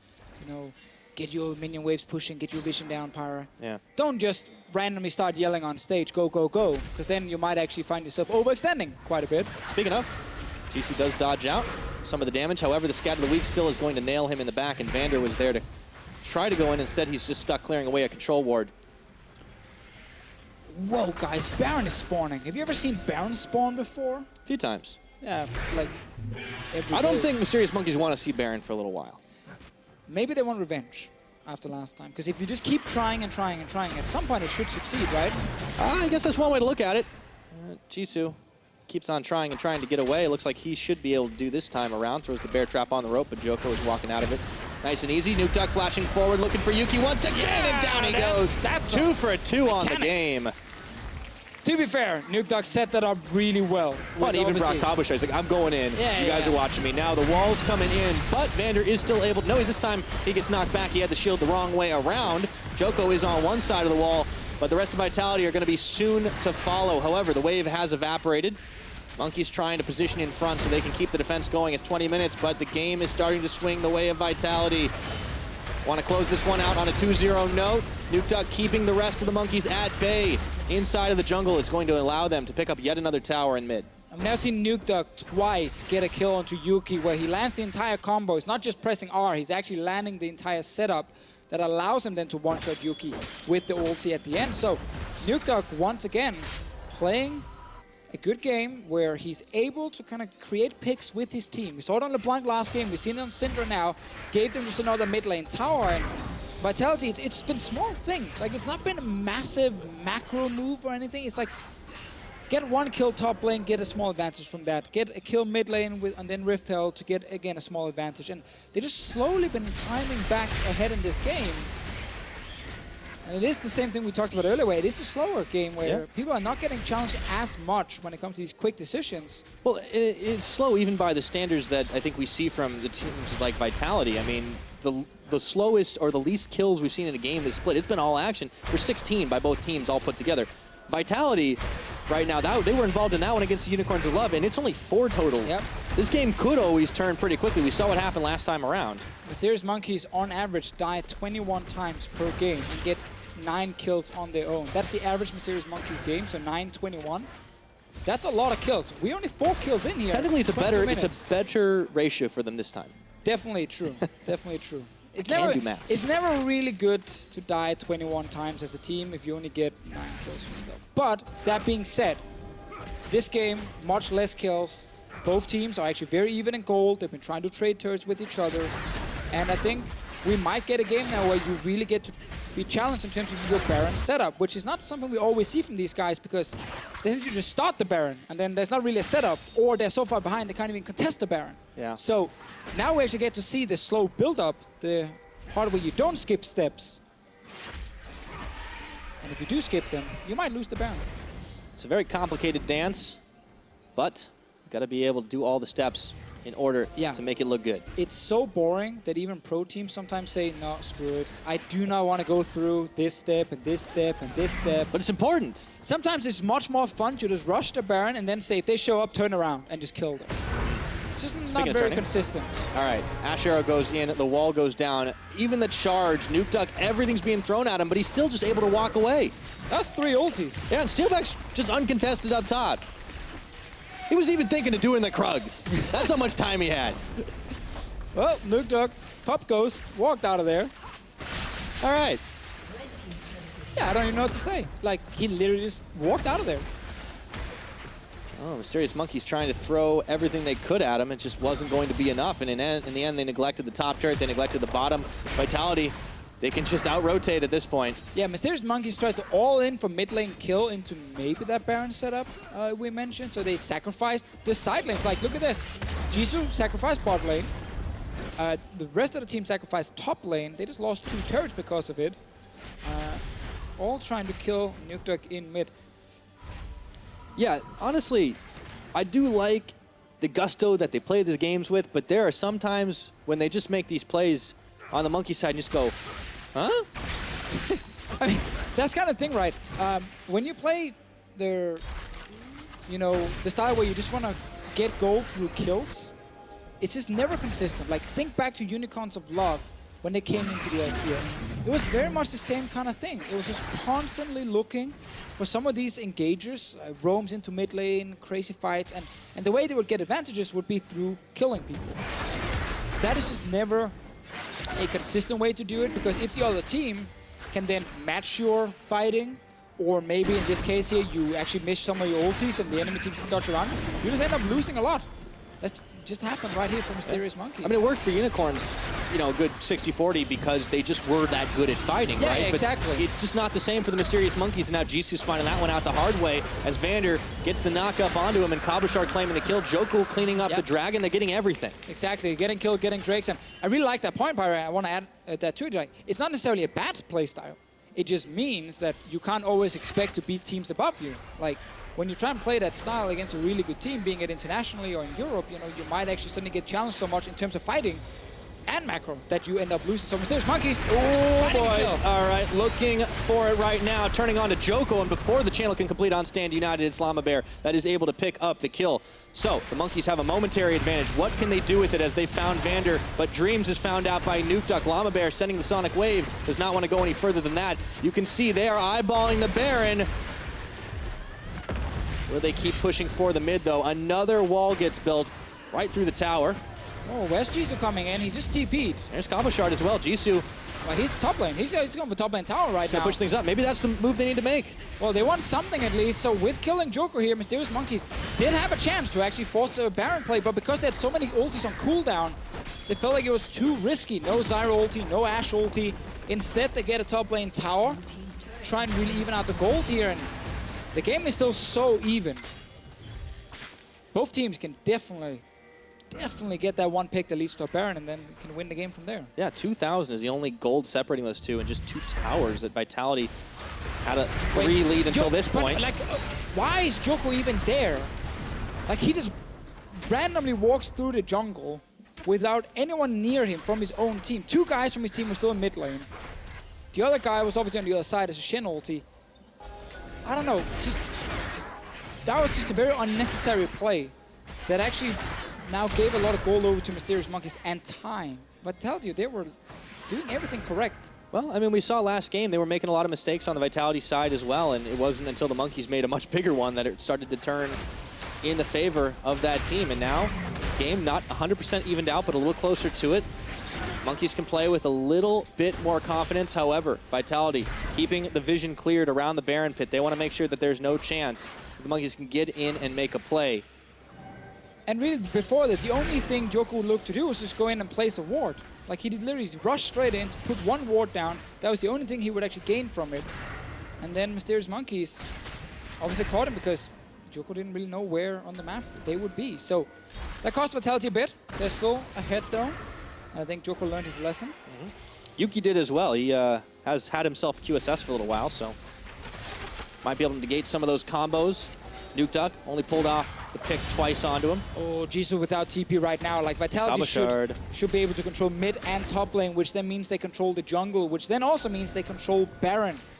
Just because Jisoo is sitting without a teleport, this should be a golden moment for Vitality to show some of the stuff they've been working on in scrims in terms of Baron setup and how to execute it properly. Cabochard is even winning the trades here. Yeah, he's just going right under tower, knocks away the Scarl, and he's even got the taunt off under inhibitor tower. Cabochard does not care. And he picks up the Kled. Jisoo down for the count for 40 more seconds. And now let's see what the Monkeys can do, trying to cut off Nuke Duck. CosQ puts up a wall, but it's down almost immediately. Joined by Cabochard, they've still got a half-health turret here, but Yuki, the rest of the team, they're all mobilized. Yeah, now you see Vitality thinking about it. I mean, they should just straight up go for it because Jisoo is dead without TP, and they just saw two guys bottom lane. You can just start it. You have Shen TP and ulti. All right, there we go. Teleport coming in now. Looks like Vitality will have the jump on this one, but here, Llama Bear and they waited so long that Talia is actually now she's in mid, she's close to Baron. There's 5 seconds on Jisoo here now. They've gone over the wall. Cabochard looking to pick off Dreams. CosQ's coming on in. He does not have his ultimate up and available, but Llama Bear will have his smite. Cabochard getting 1 kill now, but it's gone really messy. It's a double taunt as Nuke Duck picks up CosQ, and the Baron was a long con. All of them but Yuki will fall. All right, they wanted all the Mysterious Monkeys members to get all the way over there near the Baron and then just jump them instantly. It took some time, but they're on it now. Jisoo, he popped his ulti. Here comes Kled right now. Vander going low, and Jisoo goes bowling on in, but he cannot fight against all 5. Plus the Baron. Steelback says thank you very much. And it's back to just Yuki here trying to clear it through, but there's no way to contest a big purple worm. Vitality get it on everyone. Worst feeling ever. Kled jumps into a fight. There's a Shen with W down, and your auto attacks do nothing. Your W is useless. All right, so this is after Mysterious Monkeys. They make their way over. Let's see what actually happens here. Dreams, I think, just dies. Oh, Cabochard just got kicked right into him. Thank you, Llama Bear. Yeah. That was pretty unfair. Obviously, Zyra also dies with Flash and Sauce, then the carry next to her had heal, but, you know, apart from that, he did get kicked into Zyra. Dreams probably didn't expect it. Yeah. Yeah, we didn't even get to see Jisoo going on in there. Use your summoners, those next time. Definitely helps, but man. You just missed that, but Jisoo did 0 damage. Does that include him charging in? Well, that's because he jumped in, and it was Shen W down. You don't hit anything with your autos when that W is up. You just stand there and you're just like, I'm not doing anything. I'm actually hitting the screen right worse. That's like worse than Sion ulting into a wall immediately in front of you. Yes, that is definitely also a. That is a face plant. Or the classic flash straight into the wall, which is also the worst feeling ever. Because not only do you die, you also use the flash. Yeah, but here's the gold swing again, right? I mean, it was a Vitality lead that was small but steadily growing. Now it's started to go out of control. It's 8,000 in the lead. They have the Baron. They have the tempo advantage on multiple lanes. There's an Infernal if they want it. I mean, it's Christmas if you're Vitality right now. We have learned today, Pirate, that Baron is definitely not Mysterious Monkey's good friend. Whenever anything has happened around that Baron, it's gone horribly wrong for them. And Vitality, they've used it to get massive goal leads in this series. They certainly have. There's been a bit of assist from the Monkey side, though, and no matter how this game goes down, they'll have a lot to think about, a lot to ponder in those VODs coming up for their next matches. Jisoo has also learned that blind picking the Kled, maybe not the best idea. It's tough, especially with Shen being open. Cabochard locked that one in pretty fast. Remember, it wasn't banned this time because they banned the LeBlanc away from Nuke Duck. CosQ! Yeah, out he goes. Nuke Duck is able to pick his 3rd kill up of the game, and Jisoo goes charging in the other direction. As Cabochard, Nuke Duck, Joko all opening up his base, looking to finish it off. It won't be as fast as the last game. They're certainly looking to make it close. Just over an hour of total game time between these two. Still the lowest kill game on par, but not for much longer if they're able to pick a few more off to end it all. 1 inhib will fall. They have the minions working their way on the 2nd, and Steelback is there to follow up. And there's not much the Monkeys can do as their base is in ruins. Well, they're trying, Pyro, but no Jisoo. Oh, Downey's going out, actually, but that's going to be Steelback getting an ace in the hole, intercepted by Dreams, but there's not a whole lot left to defend here as Nuke Duck just keeps on throwing the Dark Spheres out.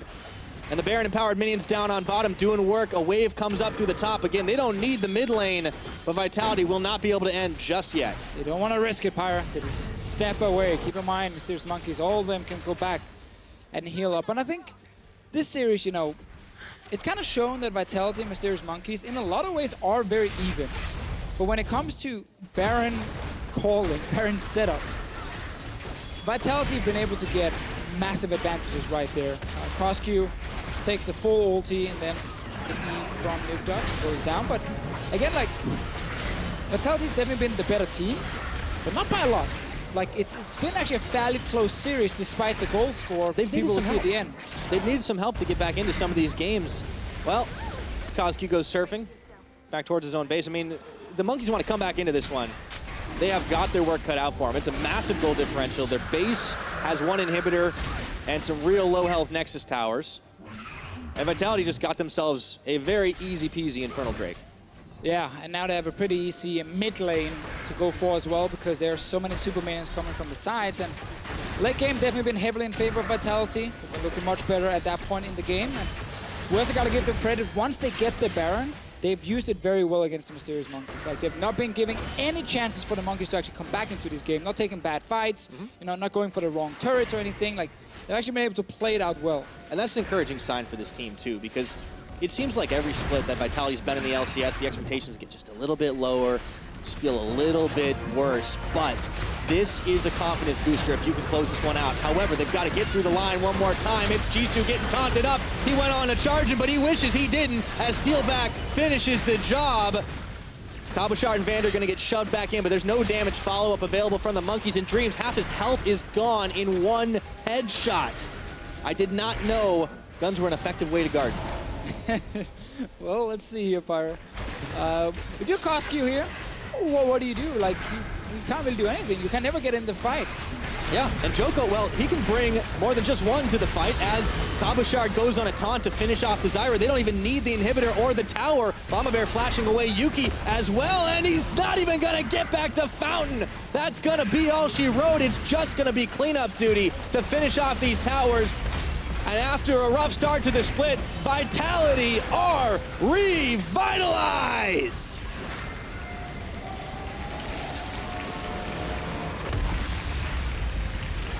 You gotta start somewhere. Yeah, I mean, I guess that's true. You gotta get your first win somewhere. They got it now. Important. Funny enough, it's the same kind of thing as last split for Vitality, where they don't really pick up a lot of wins, and then they face the one team under them in their group. And they managed to beat them. They secure that number 4 spot. Obviously, they're aiming for the Splice spot, 3rd place.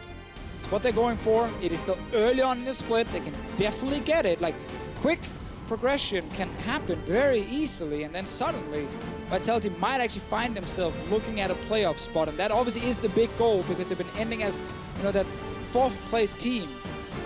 They've got the possibility, but there is a lot of work to do next, and you know, it doesn't get a whole lot easier for this Vitality team. You've got to go up against H2K on Saturday.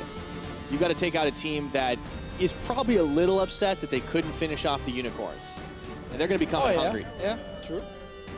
But, I mean, that's the thing, again, if you are Vitality, like, you can only look at yourself and say, what do we need to improve on? What do we need to work on? It doesn't matter what everyone else is doing. It doesn't matter how HK plays, how Monkeys plays. Like, you need to focus on yourself. You need to realize, okay, what are some of the things we're not doing well? How do we improve it? What are some of the things we're doing well? How do we make sure that keeps happening? I'm looking at Nukeduck as an example in the mid lane. Like, he had some good games last week, good series right here as well. So you know right now that you can trust in your mid laner to perform. Now you just gotta make sure he's actually set up to succeed. Steelback as well managed to pick up a lot of kills in this series. Absolutely. I mean, this was big for them from an individual performance standpoint because they did exactly what they needed to do. Up until this series, it seemed like it was all on Joko trying to set them up, and when he faltered in this series, they were there to step up, to make the plays. Yep. And that's an encouraging sign. When you have more than one avenue of attack and you can use it, it's hard to prepare for that. And now if you are Vitality, you're also looking at some of the teams in the other group that you're going to play very soon, like ROCCAT, like NIP, as opponents that you might be able to take down. But if you're Mysterious Monkeys, it's tough. Now, it's your first split in the LCS for a lot of these guys. Unlimited, his first split as an LCS coach as well. Your organization doesn't really have a lot of experience at the highest level. So it's really hard, but I think also at the same time, they kind of expect it to be a team where it wouldn't be easy and it would take a lot of time.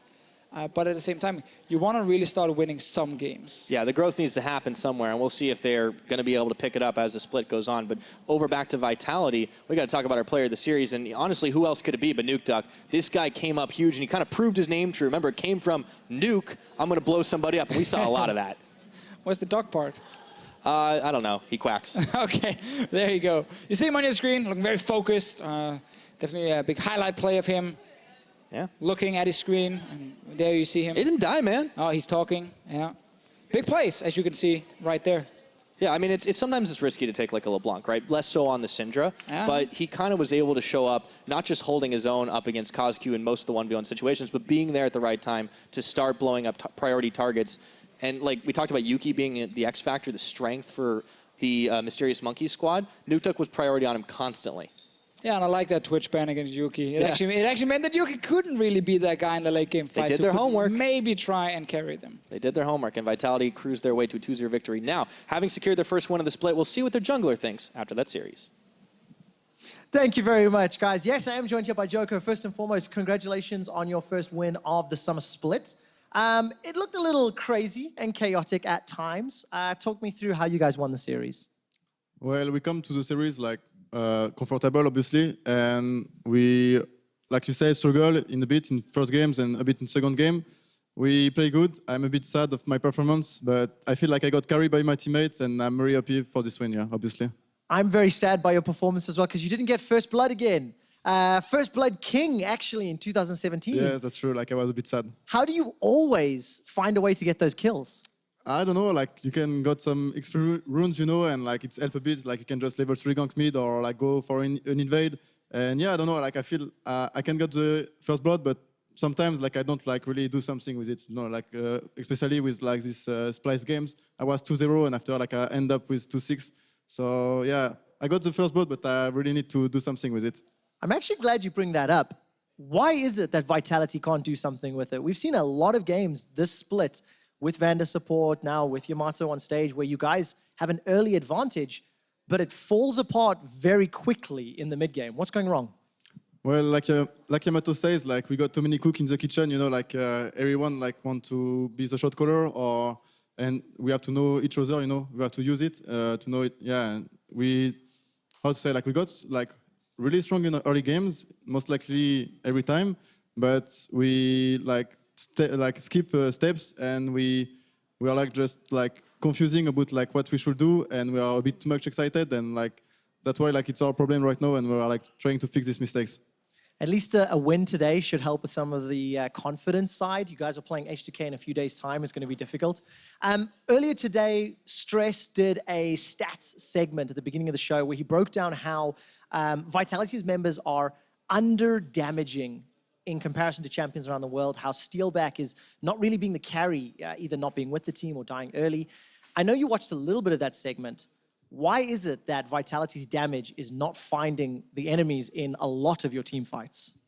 Well, I think like you said, like in early game we got good advantage, but after like it fall up in mid game and late game, so we can't really like do damage since like we are in losing position. So you can just like try to do this defensive play, but obviously like if you are losing, you can't really have the best damage. And yeah, I think it's come from this. Like if you just lose, you can't have best damage. Well, just lose. Of course, early game is your favorite. Let's see if you can keep it up later in the split. I have one last question for you, Joko. Is this version of Vitality going to break this downward curse that seems to be following the Vitality organization?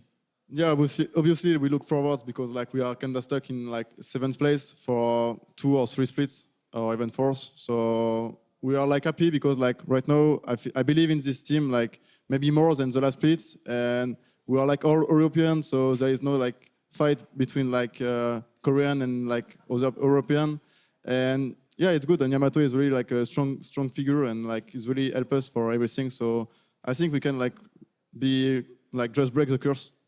Well, we'll see. It's still very early on the split, and hopefully you guys can continue to grow. Congratulations again on the win. Thank you very much. Thank you, too. Guys, we're going to head over to an ad break. When we come back, ROCCAT get a shot at Fnatic.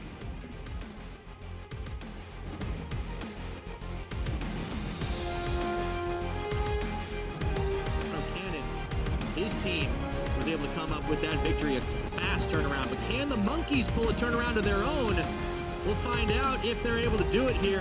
The wall gets stopped just short, but they will get the tower, and they're on top of Vander looking for first blood, and they are gonna get it.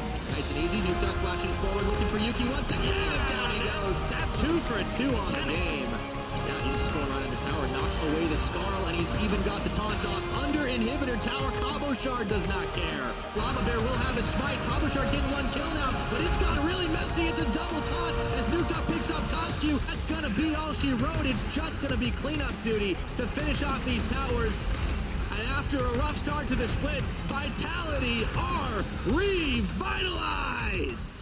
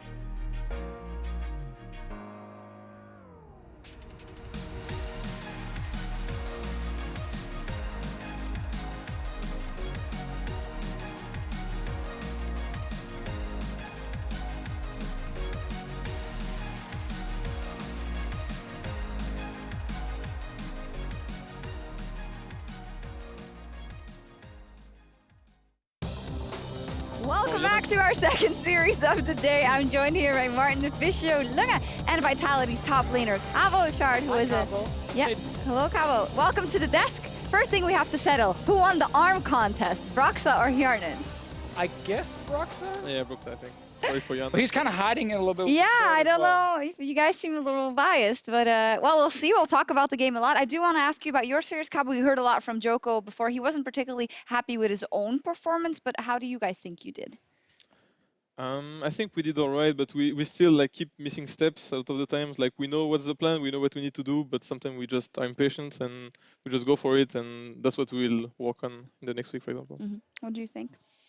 I mean, I think it's pretty spot on. I actually think both teams in the early game were pretty even. It was very back and forth. There were some good things by Mysterious Monkeys, good things by Vitality, other way around as well sometimes.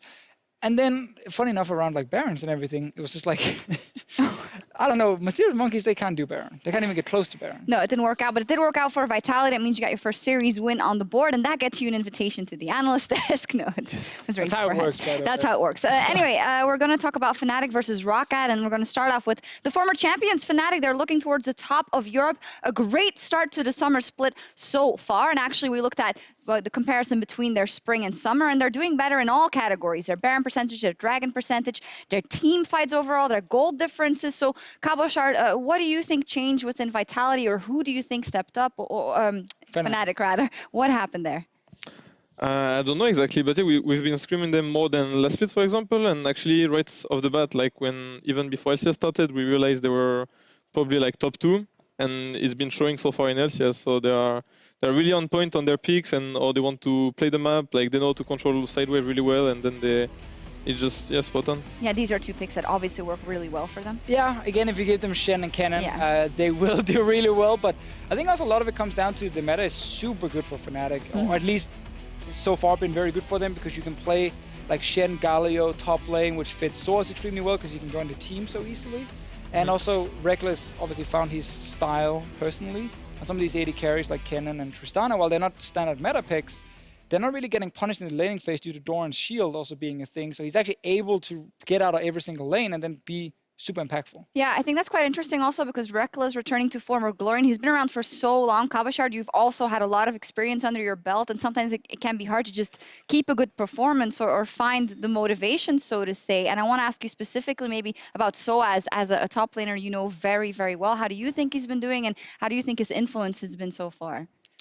I think, yeah, as the official said, he's been doing really well, and like one of the reasons is that he's playing those picks really well. Like sometimes when he's gonna play Galio, he's just gonna walk bot randomly, and no one will expect it, and he's gonna ult and then keep his TP for top lane. Like he's pressuring really well the map with like ult with like Shen, Galio that are really high pressure already, and then he plays pretty good Gragas as well, and Kled, for example, and it's great meta picks right now. Yeah, and I feel like we can just go down the list if we talk about Fnatic. It's like every player is actually performing at a very high level. Like Broxah is a guy where there's a lot of questions about him, but his early game impact has been fantastic. Caps on your screen right now in the mid lane. I think he's been one of the best performing mid laners in Europe this split as well. So a lot of the guys are playing at an extremely high level, and they have a lot of picks right now that they seem to like to play in the current meta. Yeah, we never mentioned Jess in his, but he's also been doing great. Jess is too. They've all been doing great. There's just not enough camera. The thing is, we were stuck on Caps right there. Yeah, for sure, for sure. Well, we do need to look at their opponents as well. ROCCAT, of course, not doing too hot so far. It's been a disappointing split. There's no way around it so far, Martin. No, definitely not. Before the split, I'm just gonna self-promote here. I put up my power rankings. Self-promote myself. Yeah, self-promote myself.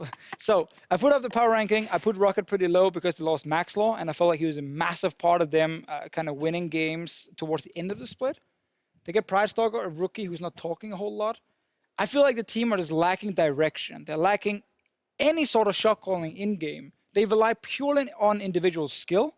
But if you look at the players, I wouldn't put a Foxy or a Betsy super high on the rankings in terms of individual skill in the EULCS, which is why they really struggle to win games. Do you agree it's the individual level for ROCCAT?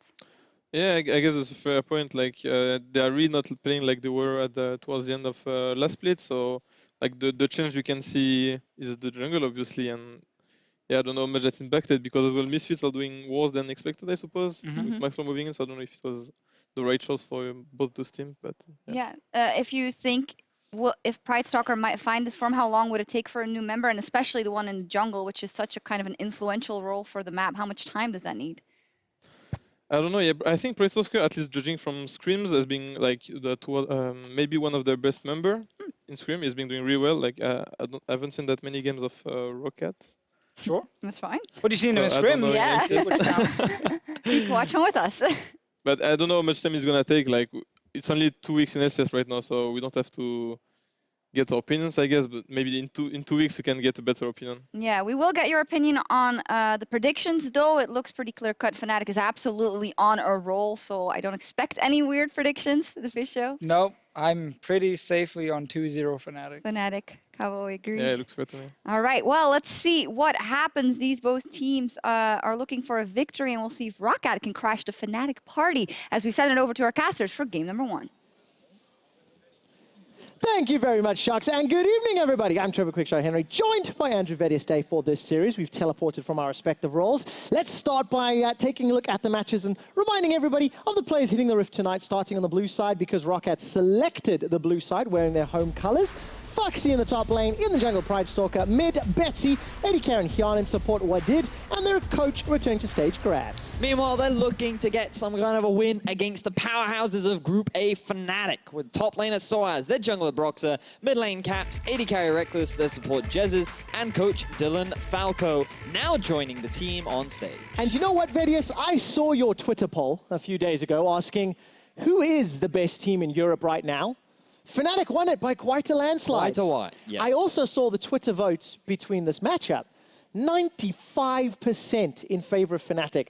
All statistics imply Fnatic are going to win. Yes, it definitely seems like a one-sided matchup, but if you're a ROCCAT fan, you should be expecting that, right? Like, Fnatic are looking extremely dominant coming into the summer split, and if you are a ROCCAT fan, your goal should be to how much can ROCCAT challenge that of Fnatic? Because when we saw the series of NIP versus Fnatic, Fnatic struggled in that game too. They lost a Baron, they were dragged out to 45 minutes, and what you want to hope is that ROCCAT can do a similar sort of thing. We'll see if ROCCAT can. Of course, remember they had a slow start to the spring split and ended on a hell of a banger.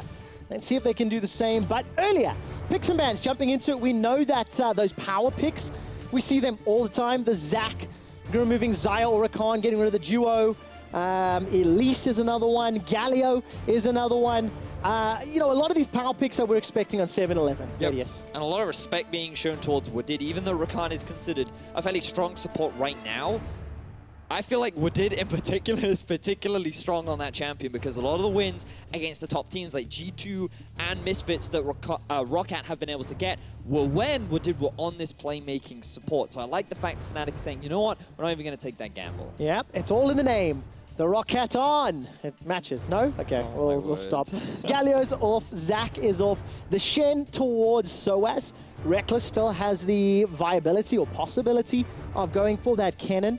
And of course, a Thresh for Wadid, another playmaking support. I'm disappointed it's not Blitzcrank. Yep. But I'll take another Hookmaster in Thresh. You know, I was just thinking of Hookmaster myself. Great minds do, in fact, think alike. But it will leave open Fnatic Reckless's favorite and most successful pick, the cannon.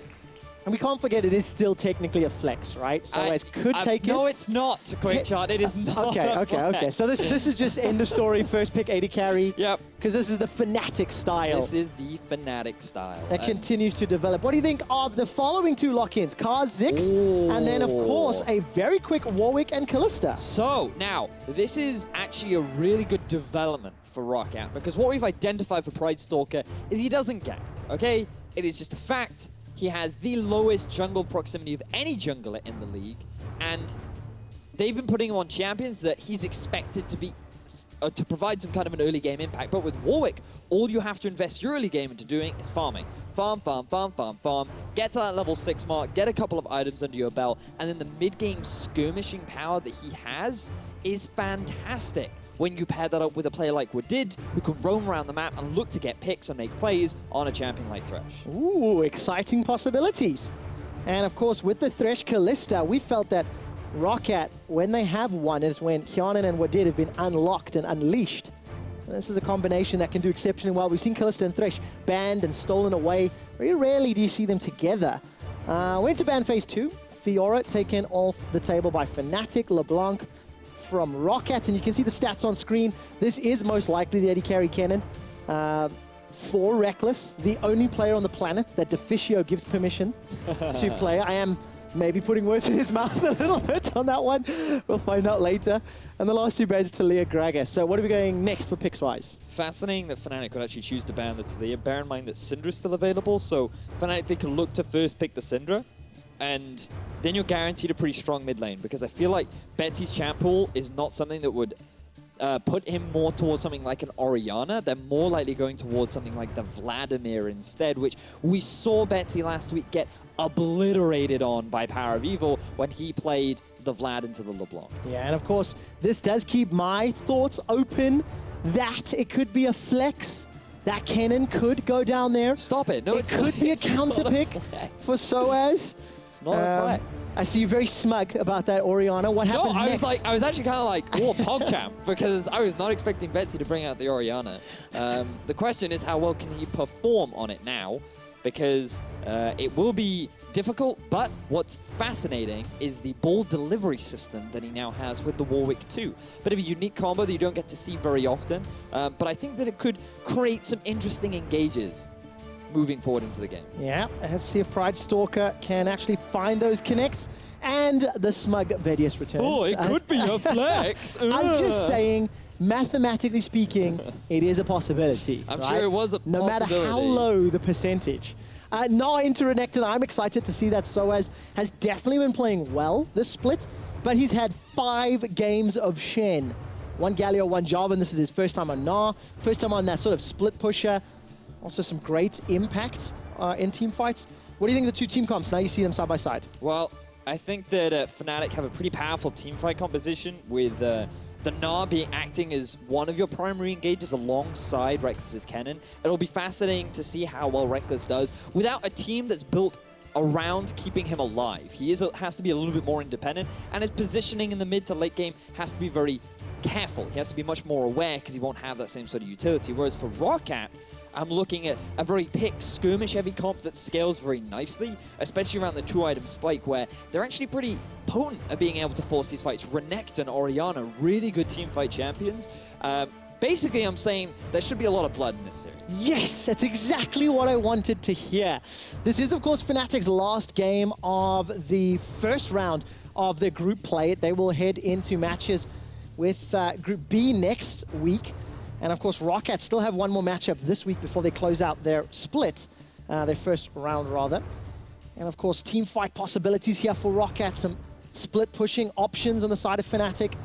Whenever Kennen is played by Reckless or vice versa, you know they're gonna have some split push. But this time round, no Shen for backup. This time round, no press R for safety. And the other exciting thing is the fact that ROCCAT's bottom lane have got comfort champions. So let's see how they do against the powerhouse of Fnatic. Comfort champions for Hyonin and Wadid going up against Reckless and Jezus.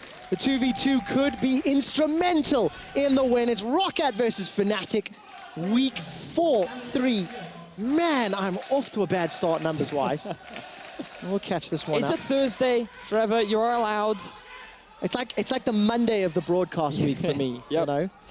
Sounds like there are some passionate ROCCAT fans in the crowd today, trying to compete with the ever so dominant Fnatic fans. But just looking at how the early game setup should plan out, bottom lane, heavy priority going in favor of Fnatic. Mid lane, priority going in favor of Fnatic. Top lane, priority kind of goes in favor of Fnatic. They have 3 very strong lanes, which should give them a lot of pushing power. And one of the big things that Fnatic have done so well is utilize this pressure everywhere else on the map, whether it be getting themselves deep vision, whether it be trying to set up for an early objective, or whether it be just trying to build that early lead. Fnatic are a team that demonstrate how well to utilize early lane pressure. And of course, Brock's the man on your map. If he's got 3 lanes that have the ability to push, he's unlocked as well. Let's see what frustrations he can cause Pride Stalker. Had a great discussion in Picks and Bans, Vedius, where you were talking about Pride Stalker, his preference to farm. Broxa could interrupt that. Looking at Hyonin's skin, by the way, SKT Callista. The new SKT skins are pretty sick. They look dope. Yeah, I really want that Echo one. Hashtag sellout, but they are awesome. Let's see how this lane matchup goes. Reckless and Jezus pushing for that early level 2. And Wadid is one of the more exciting players on ROCCAT because last split especially was one of the sort of the primary forms of engage. And I really liked his willingness to go in. My biggest issue with Wadid last split was very much that I feel the team put him on stuff like Karma and Lulu because he was the best champions playing support, but I don't think it was the best for him. And what we saw this split is when you do give him a champion like Rakan or Thresh, he actually becomes like a completely different player. He's roaming around the map, he's finding fantastic picks. Him and Hjanen feel like they're competing with some of the top bottom lanes in Europe. You're seeing a lot of impressive stuff from them, and it's all about comfort. And this discussion that we as analysts always have is that just because a champion is S tier can only really be fully unlocked if the person playing it can utilize it, right? And of course, the other direction, even if a champion's not S tier, but the player on it is S tier, in this case, Reckless and Kennen. Some interesting stats here, Vedius. Reckless and Jezzes have not given up first blood in 40 straight games. They just don't, right? End of story. In addition to that, that second stat line means Reckless and Jezzes have the lowest combined deaths of any duo in Europe. And finally, 19 games this year, Reckless has gone with 0 deaths. Now, admittedly, the team has played around him and facilitated that, but he's also one of the guys on the front line. So it's phenomenal stat lines that these guys just simply don't know what a gray screen looks like. But it's also worth highlighting how it's not just Reckless, right? Like, it's the bottom lane of Fnatic. Jez has been developing into a support that has really facilitated this superstar AD carry and turned them into one of the best bottom lanes in Europe. And it's very exciting to see how well they have come together as this bottom lane pairing, and how well they've avoided death. How well they've played. I'd love to know if we could track how many Stand Uniteds have saved Reckless's life. That would be an interesting thing. Okay, a better question to ask is how many Shenalts have been used in a game? Because I guarantee they've been nowhere else. I prefer my much more complex setup. Hjanen's going to throw the PS through the minion, tags Reckless, and currently even CS in that bottom lane. Taking a look across the rest of the map, I'm not seeing any shenanigans yet. Caps an early CS advantage over his lane opponent, and Soaz not yet able to really bully Foxy around, but Soaz and Foxy just trading blow for blow, teleports available as well. And what's cool about this top lane matchup is, I had a great discussion with Deficio about this the other day, because we were thinking, like, what are the really top tier, top laners right now? And then we got into this discussion about Na and how he's kind of underutilized, and some of the reasons as to why he might be underutilized in the current meta. And one of the reasons that we thought about was like how easy his ultimate is actually to play around. Because it's literally a bar that tells you when he has his ultimate and when he can kill stuff. Speaking of killing stuff. Let's see if ROCCAT can. The Flay connects, grasping roots, locks down 2. That's a great lantern. Defensive flash from Reckless. Not giving up first blood in 40 straight games. And so far, not 41. So good pressure being exerted from Hjanen and Wadid. This is the power of the Thresh Kalista duo lane. They have so much all-in potential that they're actually going to force both summoner spells out from Reckless. And this means that Pridestalker, working towards that level 6 mark, could look for opportunities in the bottom half of the map as Caps get some vision in the river. Infinite duress onto a flashless target is significantly easier to land. And Pridestalker is getting very close to that. Even game as far as gold is concerned, and we're going to go back to that top lane discussion. The Gnar bar is also a gigantic warning bar. Yep. And on the LCS, the majority of teams are able to sort of play around that. It's very much just that's a big no.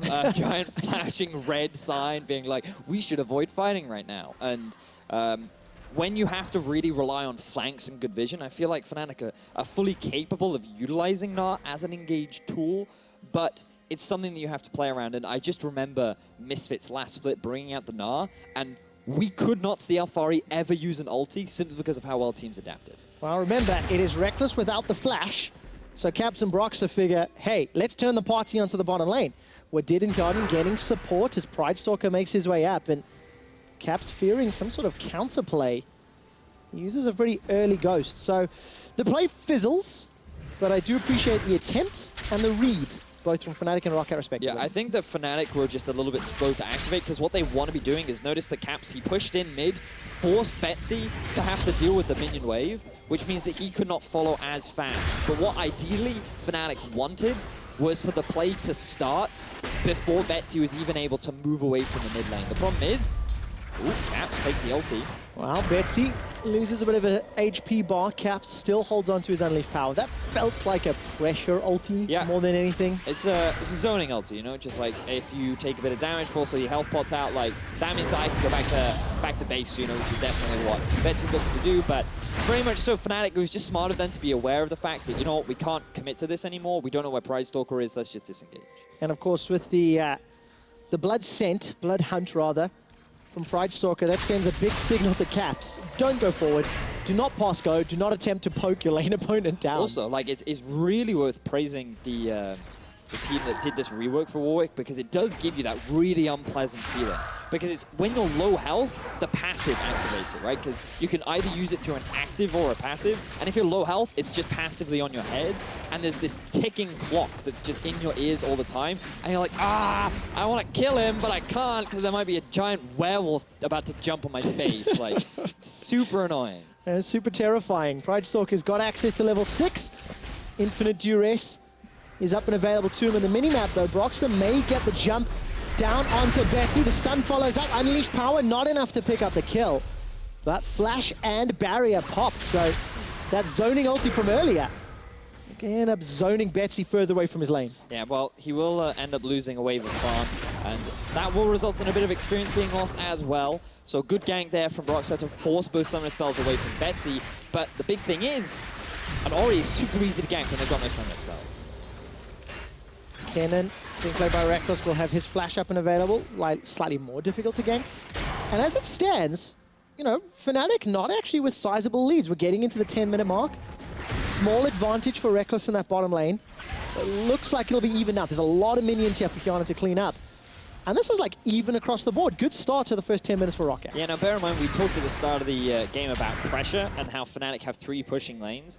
Faxi's done a great job of holding his own, really abusing the mini-Nar state to stay even in terms of farm. And in mid, because of the roam that Caps made down bottom, that's actually allowed Betsy to equalize some of the gold and farm difference, meaning he's been able to go back to base and get some magic resistance to alleviate some of the pressure from him.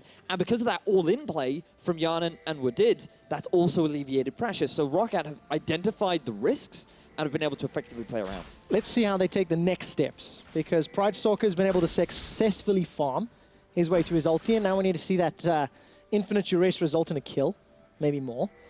In terms of the first buys, Lost Chapters picked up for those mid laners. Reckless has once again gone for those Berserker's Greaves, something he's doing more and more in the summer split. Gives him that ability to push those waves down quicker, and with some focus down the bottom lane, Reckless and Jez, as they paid their respects to a potential dive, backed away until Broxer came close enough for potential support. Yeah, the things you have to look out for is up in the top lane, Faxi has the push. In mid right now, it's very even. But the bottom lane had a massive minion wave as well. So simply because of this push in the top lane, and it would have been super awkward for Soaz to try and follow, both Reckless and Jez's had to respect the possibility of a dive, especially when they knew that both Caps and Broxer were only just now returning to the middle lane. But Caps, he's looking for a roam top. He is indeed ghosting up. Foxy's got Dominus and Flash available to him. Dominus is popped. The Ruthless Predator buys some time. Continues to chase, runs away. First blood, Fnatic. It was a really good setup from Caps. Notice that he started with the stun. He flashed over to guarantee it so that he could get the follow-up ulti. And all Soaz had to do was just avoid the kill pressure as ROCCAT, they're trying to respond with a play down bar. Now remember, jungler, mid laner rather, in the top lane, got first blood. ROCCAT will respond with a tower first blood if they can stick around, and they can. Easy objective secured, and that will give them the temporary gold advantage. I think this is absolutely worth it for ROCCAT. Again, time and time again, you have to remember that ROCCAT are a team that perform the best when Hyanan and Wadid are put ahead. When they get this gold in the bottom lane, when they open up the map and they can start moving around, that's where we start to see them succeed. And the fact that Caps roam to the top side, yes, you're punishing an overextended Renekton. And if you can shut Renekton down early on into the game, that will allow you the opportunity to have the advantage off in a side lane, but it's going to cost you that first blood tower. It's going to cost you a lot in the bottom half, and I think that this is still a good start to the game for ROCCAT. Yeah, that bottom lane, of course, Hyanan and Wadid for ROCCAT doing very well. You can see some of the statistics in the 2 games that they have won. This split 11-2-14, Hyanan really going off. The kill participation is what interests me. ROCCAT, they play around these two, or these two play around their team? These two play around that team. There we go. Yeah. And of course, that's really the key to victory for the squad. So for Hyanan and Wadid to have a pretty good laning phase, come out even or ahead, get the tower first blood as well. This is playing into ROCCAT's favors as we move into this mid-game videos. And again, for ROCCAT fans, you want to be seeing the growth of ROCCAT. We're only week 3 into the split, and while they've certainly had a rough start, last split, they had exactly the same, and then they were able to come back, and they were the ones fighting Fnatic for that playoff spot. Just a few games could have very well changed the outcome of our playoffs in spring. Yeah, of course, the 6-game winning streak, right? Capped off with taking down G2, the first regional European team to defeat G2 in over a year. That was a mind-boggling series. Yep. Now, they have already taken a game off G2 with subs. And of course, ROCCAT having taken a game of G2 with subs, they've got a few games under their belt already. And ROCCAT are looking a little bit more competitive this game. Admittedly, Fnatic are also playing relatively slow and steady, right? As a team, there doesn't seem to be any risky plays, and you would expect Fnatic's macro in the mid to late game to be better. They're going to have to test it because they're on even foot. Yes, that's the big thing, right? So the players you have to keep your eyes on. Number 1, Soaz, because he's going to get to a point where his split push cannot be answered by Faxi. During the early game, Renekton can punish the mini-Gnar form, but then as you get a couple of levels under your belt, once the item's complete, that mini-Gnar just kites you all day long, and there's nothing you can really do about it. And the other player you really have to watch out for is Caps 2. This guy has been performing out of his mind in the last few weeks of summer. And on a Syndra, a playmaking champion that is so good at finding picks, if you're even remotely out of position, this is the guy that will find you and kill you. And I mean, Caps last week against Perks was a matchup that we were extremely excited about, extremely interested to watch. Foxy takes a lot of autos from that Hyper. And Soaz keeps throwing out those boomerang autos. The Phage plus the Fist helping him out in those trades. He's got a 15 CS advantage, and this is now where Soaz begins to shine, right? That unlocked Gnar can now start bullying Renekton. And in Mega Gnar, also has the potential to teleport and set up a play. So I now want to see ROCCAT's bottom lane start moving around the rest of the map. They've got the push on bot. Faxi's being forced back. He wants to try and clear out this top tower or the minion wave as quickly as possible. And then they need to get Faxi out of this lane. He needs to start just avoiding Soaz as much as he can, just start soaking in farm to get to the 2-3 item spike, but he's just pure tank. And that's where the team fight value he can bring for ROCCAT starts to shine through. But what about the Fnatic squad? It's 15 minutes in. They're starting to get their first big items completed, almost better than King. For Reckless, where do Fnatic go to unlock their comp? We'll answer that question in a moment because Broxa and Jezzes, they're moving in to support Soaz in this top lane. Yeah, it looks like they've actually left Reckless by himself, and they're trying to move Jezzes around the map to help facilitate some of these plays because Broxa on a Kha'Zix is not the best tool for really making things happen. So you need that extra bit of CC to follow you up. But it looks like Fnatic, their investment will be in vain, as ROCCAT now finally make that move on top side. Vedius, I want to tell you something that's technically correct. Go ahead. At 15 minutes in this game, Fnatic were losing. It is their first gold deficit of summer. 15 minutes. You don't care that it was small? Even it's a technically correct in their phrase. series versus G2? That's correct. Wow. Our stats team buzzed me and they were like, Trevor, we think we've got a stat for you. That definitely sounds like you're trying to Technically speaking, they were behind in gold. Now, admittedly, there's only 500, and I totally am overhamming it. A value is a value. There we go. But I'm going to ask you to explain to me now, what if Fnatic wants? I think unlocking the map is probably a good thing for them, considering the Gnar, mid lane, Trevor, as well as the cannon. What's happening in the mid lane, Vedius? Looks like Renekton, he's actually tried to move in there to set up some kind of a gank, and he's going. He is indeed slicing, dicing, culling the meek.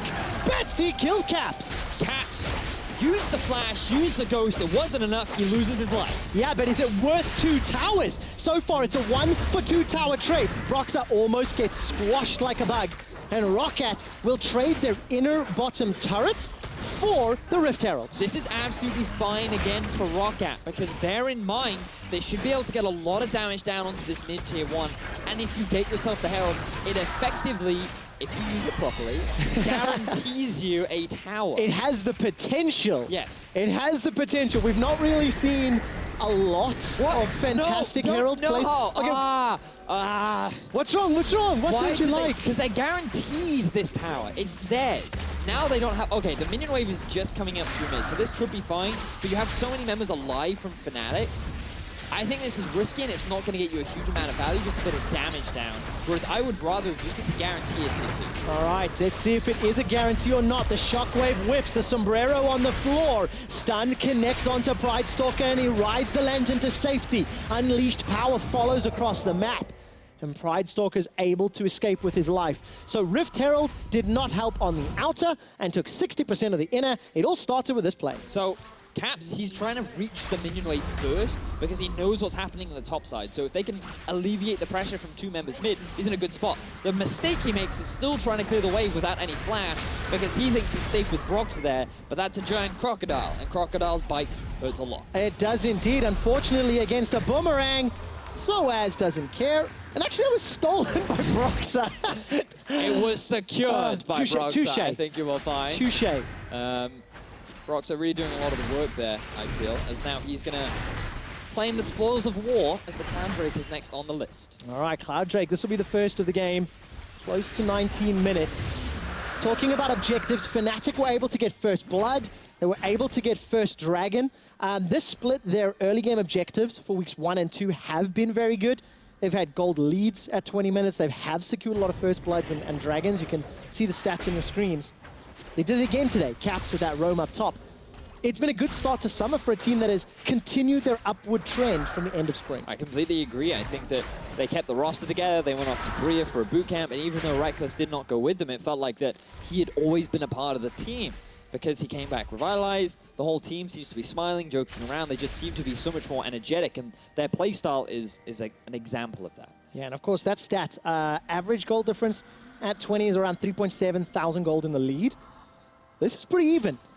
Trading blow for blow, Fnatic maybe getting the advantage on the map, it feels like, but it's not a huge difference. It's 3 towers already secured by ROCCAT. Just humor me, Trevor. I'll try. Remind me how many Shen games Soaz had.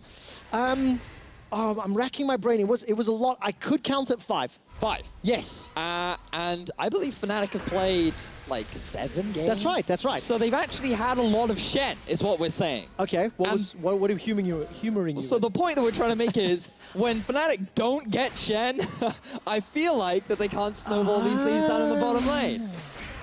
Well, just Shen, a theory, just a theory. Just a theory. G2, they gave Fnatic Shen and Cannon, opted into it twice last week, and that came back to bite them in the butt. As a thought experiment, imagine that I'm not good at those. Imagine the all-in from Hyanon and Wadid down the bottom lane, except there was a Shen on Fnatic's side Yes, instead. but you can't do that. Those are rose-tinted glasses, okay? You cannot simply imagine the past with different scenarios. Okay. We live in the present, and in the present, Fnatic are losing the gold game at 20 minutes. I am technically correct once again. No, you are correct. Numbers And do not lie. I feel like 5 minutes ago I asked the question, but we have not yet answered it. Yes. Fnatic, they've already got Soaz split pushing bottom lane. They've got Reckless pushing top lane.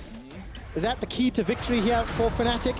Soaz is going to get stunned up as he attempts to run away. Goes Mega Gnar, a lot of ultimates. The 3-man stun into the crunch. Soaz is putting the damage down. He wallops himself forward, takes Hyanon down. Then turns his attention to Foxy. Another stun. It's a 1-for-1. 1 versus 3, and Soaz gets a kill. Fnatic are going to be able to get the top tower as well, and we talked about it. It is a giant red alarm bar that says, "Do not fight me," and 3 members of ROCCAT group up against a wall to enable Soaz the prime opportunity to get the turnaround play. So you can just see the rage bar is building. They want to get the collapse on. At this point, I think they're just happy with the flash, but the lantern drags he gets dragged into the wall to freely allow Soaz to just get that stun. I feel like they just, oh yeah, damn, he's really annoying when he's tanky. See you? Yep. Oh my god, indeed, Hyanon. Also, if you look at the summoner spells, Foxy Flash, Hyanon Heal, Wadid Flash and Ignite. All of that plus ultimates, and Soaz still slapped him in the face. Yeah, I mean, mad props to Soaz, because he played that fantastically, even being able to kill the AD carry too, because that keeps his chances alive as Broxa is a bit of danger. He is indeed, as a leap over the wall, gets to safety. I'm looking down the inventory, Vedius, and there's a tear brought to my eye. Why? Control wards are plenty. Oh, there are. Everybody's got them. I'm looking at the mini-map. Fnatic have got some good deep vision in the bottom quadrant of the jungle, but that doesn't matter because this is an early Baron. Let's slow down here. TP's coming in. Meganart is available. Remember, this isn't a 50-50. This is a 60-40 when you have Rend on your side. They get the teleport out of Soaz. A flash forward for the Force the Weak. Caps is not going to be able to find the stun just yet, waiting for the cooldown. Ooh. Unleashes on Foxy, and he's able to escape. Okay, so the goal here... Oh, hang on, Betsy. They're holding on. Betsy forced to flash. The Stranglethorns comes down. Shockwave catches too. Jesus is tanking the turret as Broxer, and Soaz run him down. Soaz takes out Betsy, teleports in behind. Foxy, that's too many. He's going to take the Tuxie back to base. Wadid's on the front line. The hop, the skip, the crunch, the wallop. It's a double kill for Reckless, and Fnatic are on the tower. Fnatic gets so much from that play. ROCCAT just needed to back off. This could very well be a Baron along with the mid-tier 1 for Fnatic. I did this once at MSI. I'm going to do it again. Foxy, that TP sucked. Why would you finish it? I don't know, Trev. I don't know. I feel like that you should have just canceled the TP, right? So the first mistake here is Betsy moving back up when the top half of ROCCAT have already been zoned away. He has no idea that he's sitting on a ward, and this is just a massive mistake from Betsy. He ends up going down, and you just have to accept the loss here, okay? You lose your wave clear, you're probably going to lose the mid tower.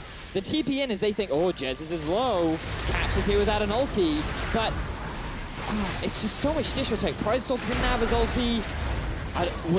He had his ulti but didn't use it. Just such a bad fight for ROCCAT, and things are looking so promising for them. They had so much, they had the early game that they needed, and they just get too overzealous, and in fact, he's going to die again. Gonna get run down. Soaz is just gonna hop over the wall, actually bounces twice. And that's it, 3, 1, and 4. A Fednar, Frozen Mallet, Black Cleaver, and starting to build up those resistances as well.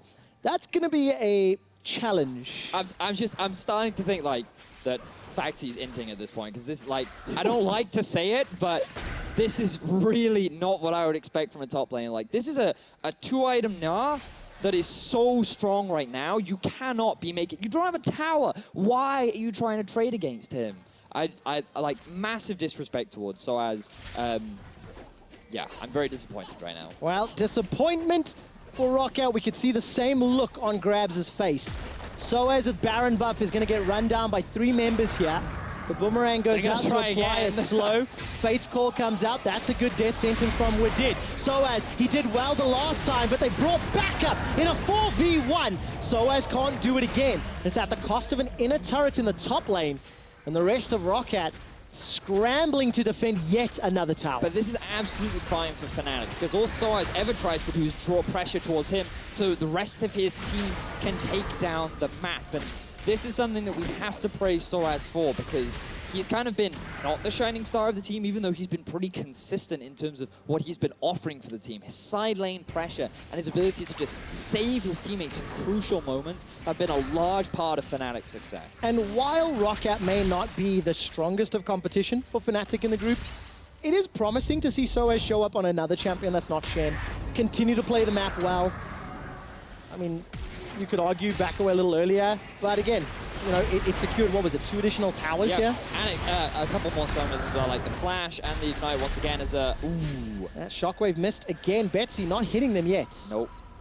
To be fair to Betsy, he's definitely improved upon his last performance against Misfits. Slight positioning error around that Baron fight, but aside from that, like, his laning has actually been pretty good. But still, like, in terms of control, it's heavily in the favor of Fnatic. And again, we're not really seeing much from Pridestalker. Yeah, where's he been this game? Have you seen an Infinite Duress? Well, away. We've seen him use his ulti, okay, I should specify running away that. from the Baron pit. But you're right, like, I thought that maybe on a scaling jungler, he'd have more of an impact, especially when so many of the summoner spells were actually burnt from the side of Fnatic. Like, remember, Caps had no flash, bottom lane had no summoners. A lot of targets for you to potentially go for, but instead... And it feels a little bit harsh being like, hey, Pridestalker, where were you and whatnot? But of course, for ROCCAT, they made one change between spring and summer. Yep. Max Law obviously going to Misfits, Pride Stalker coming up from Challenge, and we've talked a lot about the impact that Max Law had on the team and the leadership he brought to ROCCAT. Pride Stalker's not bringing that yet, nor is he bringing a huge impact. And again, we think it can grow.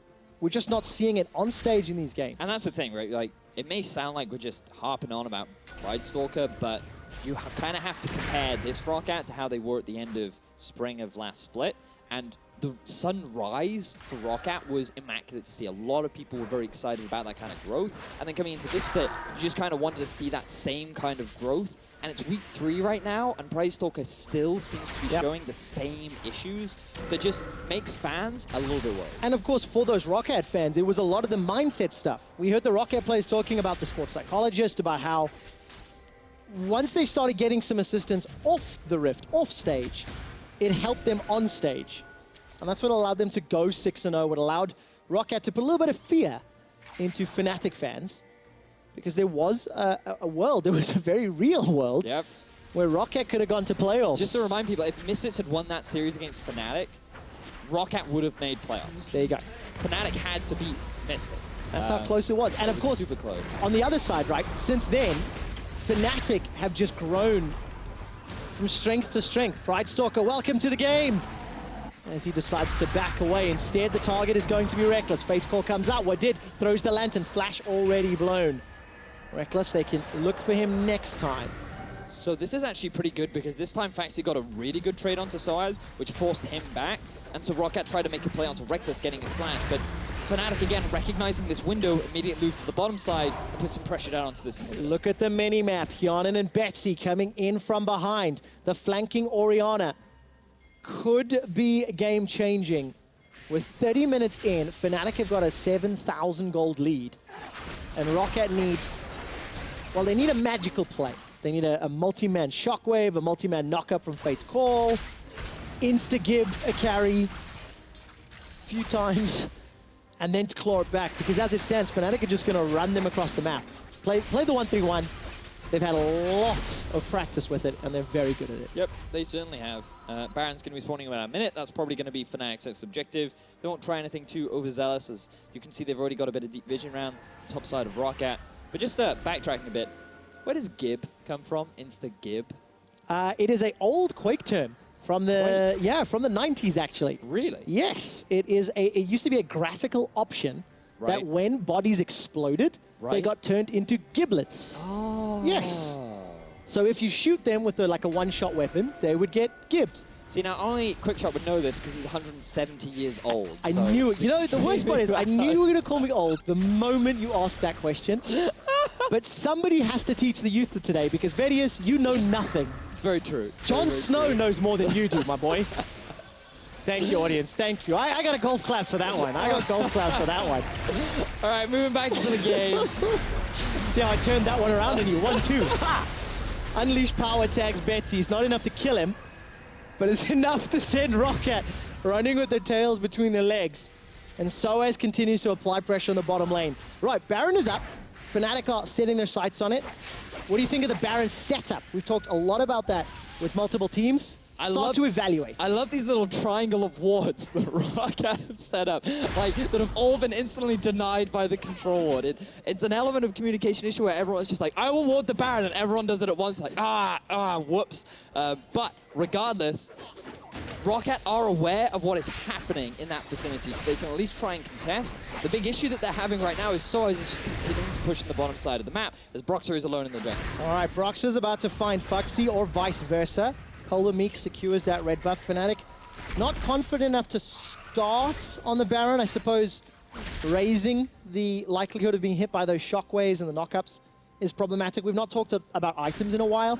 Guardian Angel picked up to go with that Gargoyle Stone Plate for Soaz. He is terrifying. Yep. Caps has had that Death Cap for a little while. Banshee's Veil, Morellonomicon, the typical Reckless build. Frozen Mallet thrown in there as well. Double Frozen Mallet, so it's emulating him, but it also makes a huge amount of sense into the Renekton matchup too in terms of kiting. Only 3 items done on Faxi as Betsy is running away. That's correct. Brox has flashed forward for this one. Tastes their fear. easily picks up Betsy. This should open up the Baron. Yep, very easily Safe too. and secure. That was just a very easy kill for Fnatic. They just ran it down mid. They saw Betsy overextended. They got themselves the kill. You might say that was an oopsie by Betsy. Oh. Another... I mean, some might say that, but I don't think many would. Okay. I did. I know. Thank you. Now look at back to Soaz rather down in the bottom lane. Again, continuing to draw pressure. Fnatic, they're just like, we're going to wait for you guys to go send more than one member down, and once we know you are almost guaranteed to lose a Baron fight, that's when we'll start. By the way, this is actually very good play from Fnatic, in my opinion. Not going for the risky all-in. Soaz is about to mega Gnar out. The crunch comes down. The wall of the Gnar! His GA hasn't even been popped. Soaz is running for his life as Foxy's Dominus continues to time out. Nothing gets popped. Fnatic starting the Baron. As of course, Betsy has just respawned. Not going to commit to it, and I'll finish that thought. Safe play from Fnatic, not putting themselves in a 50-50 scenario, not putting themselves in a situation where they could lose a potential fight. The issue that Fnatic have with the Baron right now is it's very reminiscent of what we saw against Misfits in their first week of play, which was that the vision around the Baron itself is solid. But they need vision in ROCCAT's half of the jungle, because the way in which you reliably take that Baron is when you make the enemy so afraid to come near the pit that you can either rush it down or you can find yourself a pick, which can then result in you having the numbers advantage to turn that into a Baron. Speaking of picks, Jesus, he needs to be very careful right now. He's got the flash available, sidesteps, just walks out of range of that shockwave. Caps has now come to support the rest of the Fnatic endeavor. And Baron gets taken down. Just clean, simple plays. So that's the alternative. If you don't need the deep vision, if you make ROCCAT feel like that they're comfortable with what they can see on the Baron pit, you can just go for a sneaky blast cone play, which will result in that same objective. And now the 1-3-1 of Fnatic will effectively be unstoppable, and ROCCAT's best hope is to try and force a play before Fnatic can get in position. Well, that's what they're trying to do. Hyanin and Wadid moving all the way forward. Reckless, by the way, still unkilled this game. He has 19 deathless games this year. Looking to make that 20. Exceptionally good play. Continues to play on the side lane, which, by the way, ROCCAT have attempted once to try slow him down, and it did not pay dividends. Nope, they got his flash, but then couldn't really translate that into anything else. And the other thing you have to look at is just the level difference between the two teams right now. Everyone on Fnatic hitting that maximum level spike means that you do have the ultimate base values all capped out, fully enhanced further by the 4 or 5 items in some instances that have been completed for the side of Fnatic. And at this point, you are just kind of looking for a miracle if you're ROCCAT, because if Fnatic play this smart and slow, there's no way in which they can really lose. They just have to kind of do something surprisingly dumb. And technically, at 35 minutes, Fnatic are insurmountably in the lead. No, technically, they're in the lead. That's very true, yes. It's just my little mini game. It keeps me happy. Unfortunately, probably doesn't keep everyone else happy. So as of that GA, they get hopped on here as he actually jumps on the Siege minion out. Continues to apply damage onto that inhibitor on the bottom lane. Reckless, by the way, does not usher the minions into the top lane turret. Instead, move to join the rest of the Fnatic squad middle. This looks like a committed fight.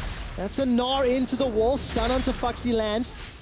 The crunch comes down from Soaz as he attempts to escape. Stranglethorns is available for Jezzes, and any potential fight in Fnatic, they've got the inside track on 2 lanes. Now bear in mind, ROCCAT, they still have a lot of ultimates left available, whereas Soaz's ulti is down.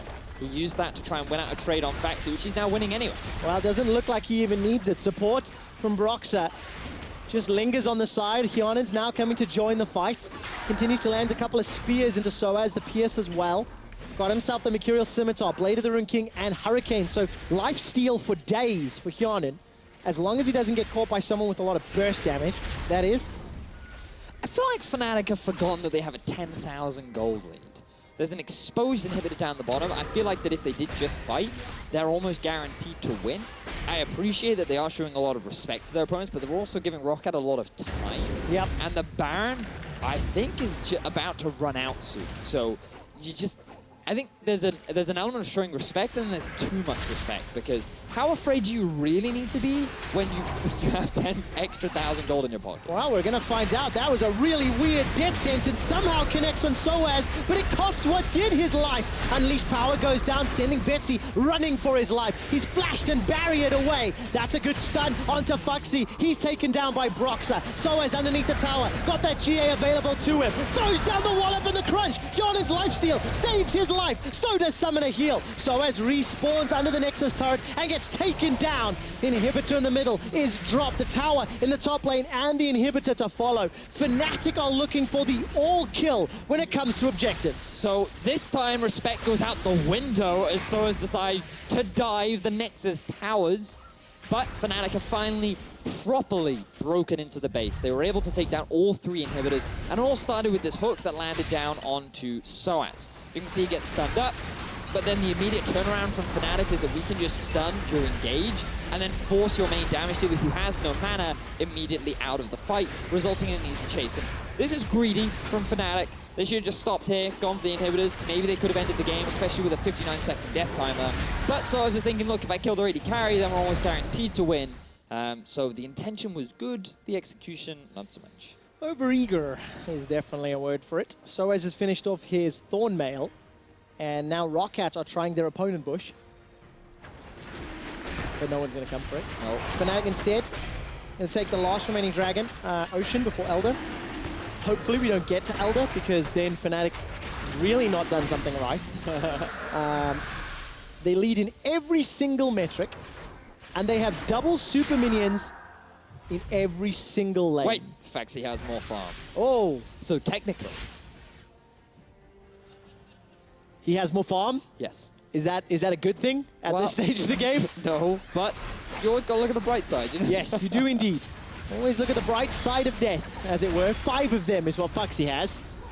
He's got a whole lot to his name. And Pride Stalker, 404 not found this game. Really have not seen that Warwick pay off. It was fairly high up in the draft as well.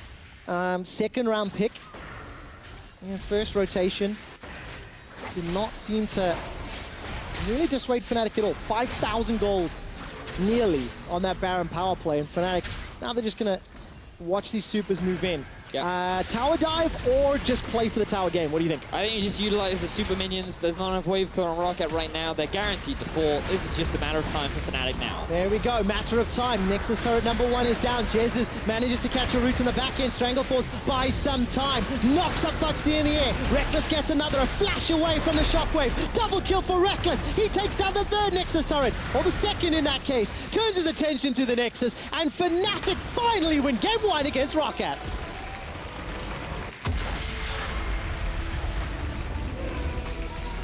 Things are looking very promising for ROCCAT for the first 20 minutes of this game. Yep. They were even in kills, they were a little bit ahead in gold. Like, their comp was doing what it was supposed to do, and you thought that come team fights, maybe, just maybe. And then they went for that Baron. They forced the TP out of Soaz, and you think, I like this play. Good, this is that's actually good. pretty good. I like this, because then you can maybe come back for it later. You alleviate the split push threat. This is all good from ROCCAT. And then the TP happened from Faxi. Yeah, in the middle of 5, and yes, again, you can understand the thinking, right? ROCCAT were nearby, they're like, we can fight, we'll be there, and then we're wondering why it wasn't cancelled. Maybe the call was don't cancel it. Perhaps. Maybe the team were communicating that. In the heat of the moment, I put all the blame on Fuxi, but it is a team-based game. He ended 1-6-1 on that Renekton. It was a last pick for ROCCAT, and it was countered by Soaz's Gnar. Yep. What do you think of Soaz on the Gnar? I was very impressed. I feel like that he died for the team. ROCCAT got 5 kills, Soaz had 4 of them. But every time he died, the rest of Fnatic were always getting something off of it. And that's what you should be doing as a split pusher. I never thought to myself that Soaz was dying pointlessly. Yeah. Like, he wasn't getting caught out and then the Baron was being wasted on Fnatic. It was always, if he died, Fnatic always got something. And that is a positive for Soaz. Yes, and a positive for the team, right? Because they were positioned in such a way that the moment he went down, they were instantly on an objective. That's something we have not seen from many teams. When a play is made and there's a cross map, if it is available, it is taken. Yep. Rift Herald Give me a rating out of 10. What did you think of the ROCCAT Herald? I mean, it was okay. I want a rating out of 10. And out of 10, Come on. I'd give it a 5. 5 out of 10? A 5. If they'd better used it with like a cannon minion, and if they'd had the siege set up properly, they could have guaranteed a tier 2 in the mid. I get so sad when I see Rift Heralds wasted, because I feel like there's so much potential with that crazy evil crab. There is. And we just... Yep, it was a little unfortunate.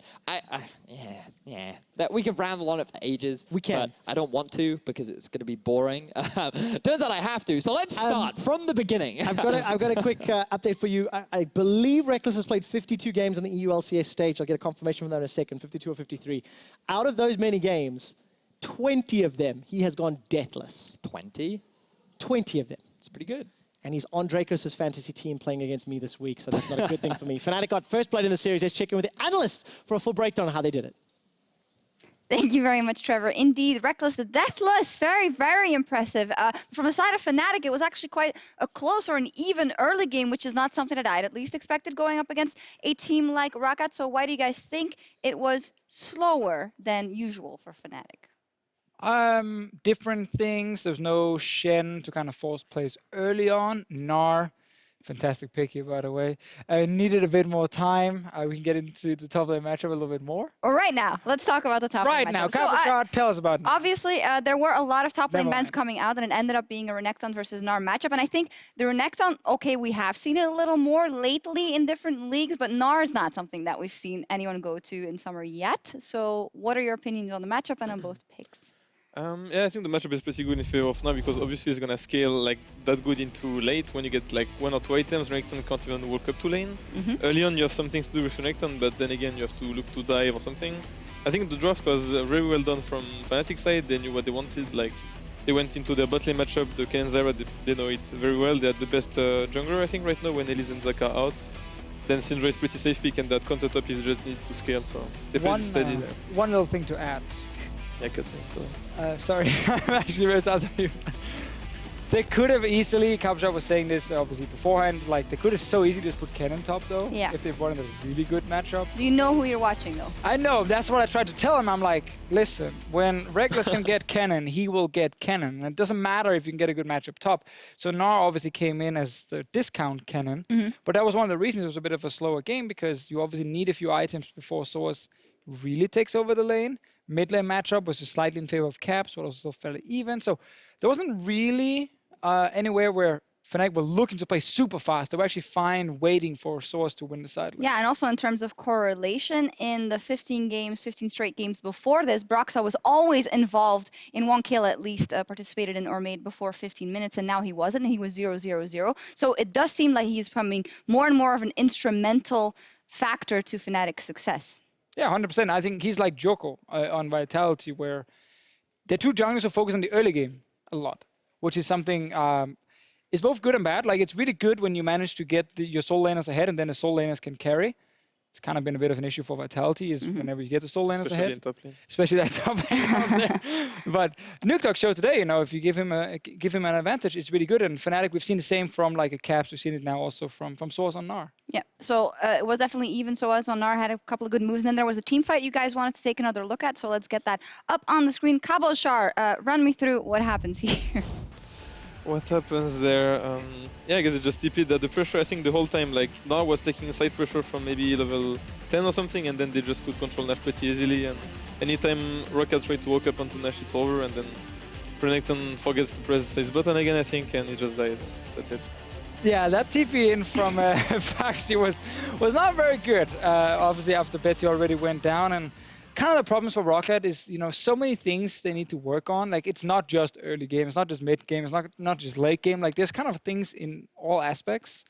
A call like this where it seemed like either no one called cancel or maybe they did call cancel and he just didn't cancel in time. Like, you just end up giving more kills. It actually resulted in a Baron as well, and then Fnatic used that to get the massive advantage. Talk to me about Foxy, because he was someone that we were looking at. Foxy Toxy, all the memes aside, but he played an instrumental role in ROCCAT's winning streak at the end of the spring split. Cabochard, do you think maybe that was just kind of the byproduct of the other teams or whatnot? How good is he, and who is the best, or what's the best chance for ROCCAT to win?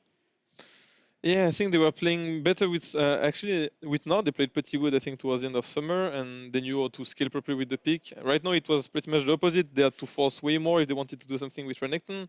Like, going even in this matchup is going to end up really bad, because you're going to always lose side pressure at some point.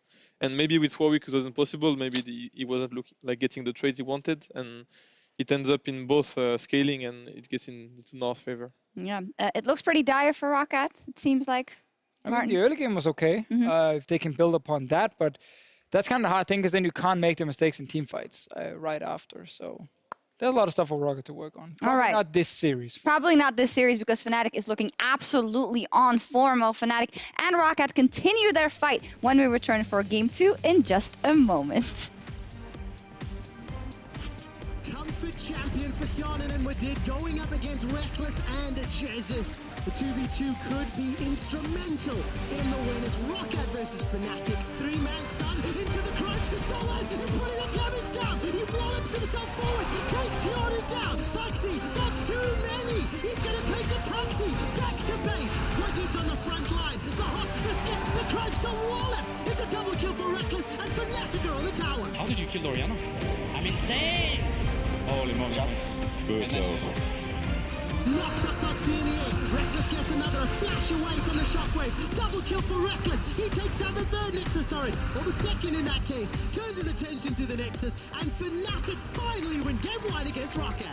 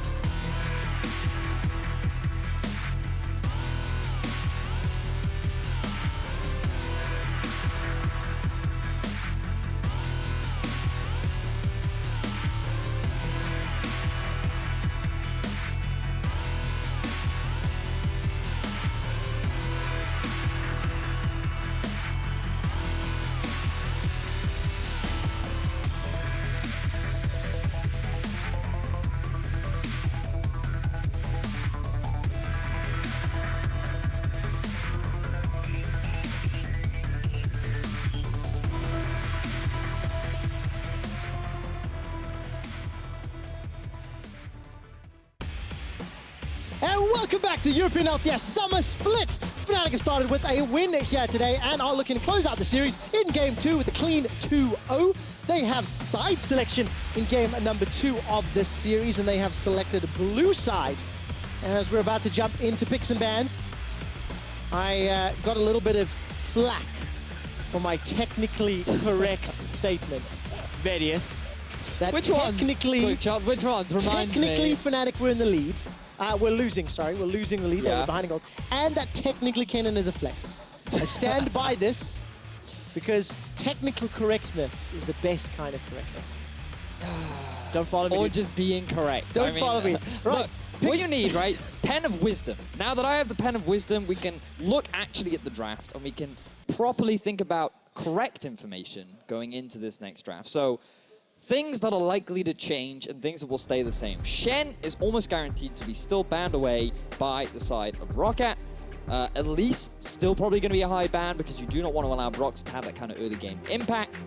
And the big question mark for me is, will ROCCAT still choose to ban away the...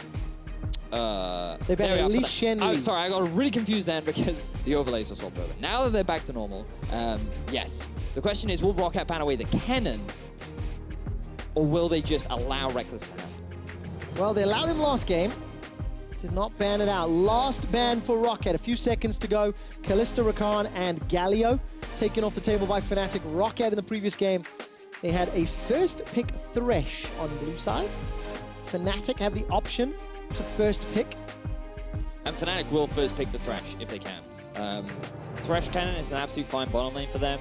The only risk they run is if they lock in the Thresh now, ROCCAT can take away the cannon, and so you can then give it to Faxi and hope that he has a better laning phase than he did in Game 1. Why would you ban the Xayah if the Rakan is already banned, is a question I have. Wondering where else that could go. It is Kennen first pick for Fnatic, and then once again Thresh, this time Elise. I'm fascinated by why they would ban the Xayah against... That's why I asked the question. Yeah, like, it's fascinating because you would assume that the AD carry would be the cannon. But perhaps they're relying on the fact that Kennen is a flex pick and it can be moved to both AD carry and the top lane, and so Soaz can play it if he so chooses to. The big concern I have for ROCCAT right now is that Pridestalker has locked in the Elise. The last time we saw him play Elise, he did nothing. His early game impact was non-existent, and the only way you can succeed on that champion is if you early game impact. Fedius, you say that. Do you want to know how much damage Pridestalker dealt in game number 1?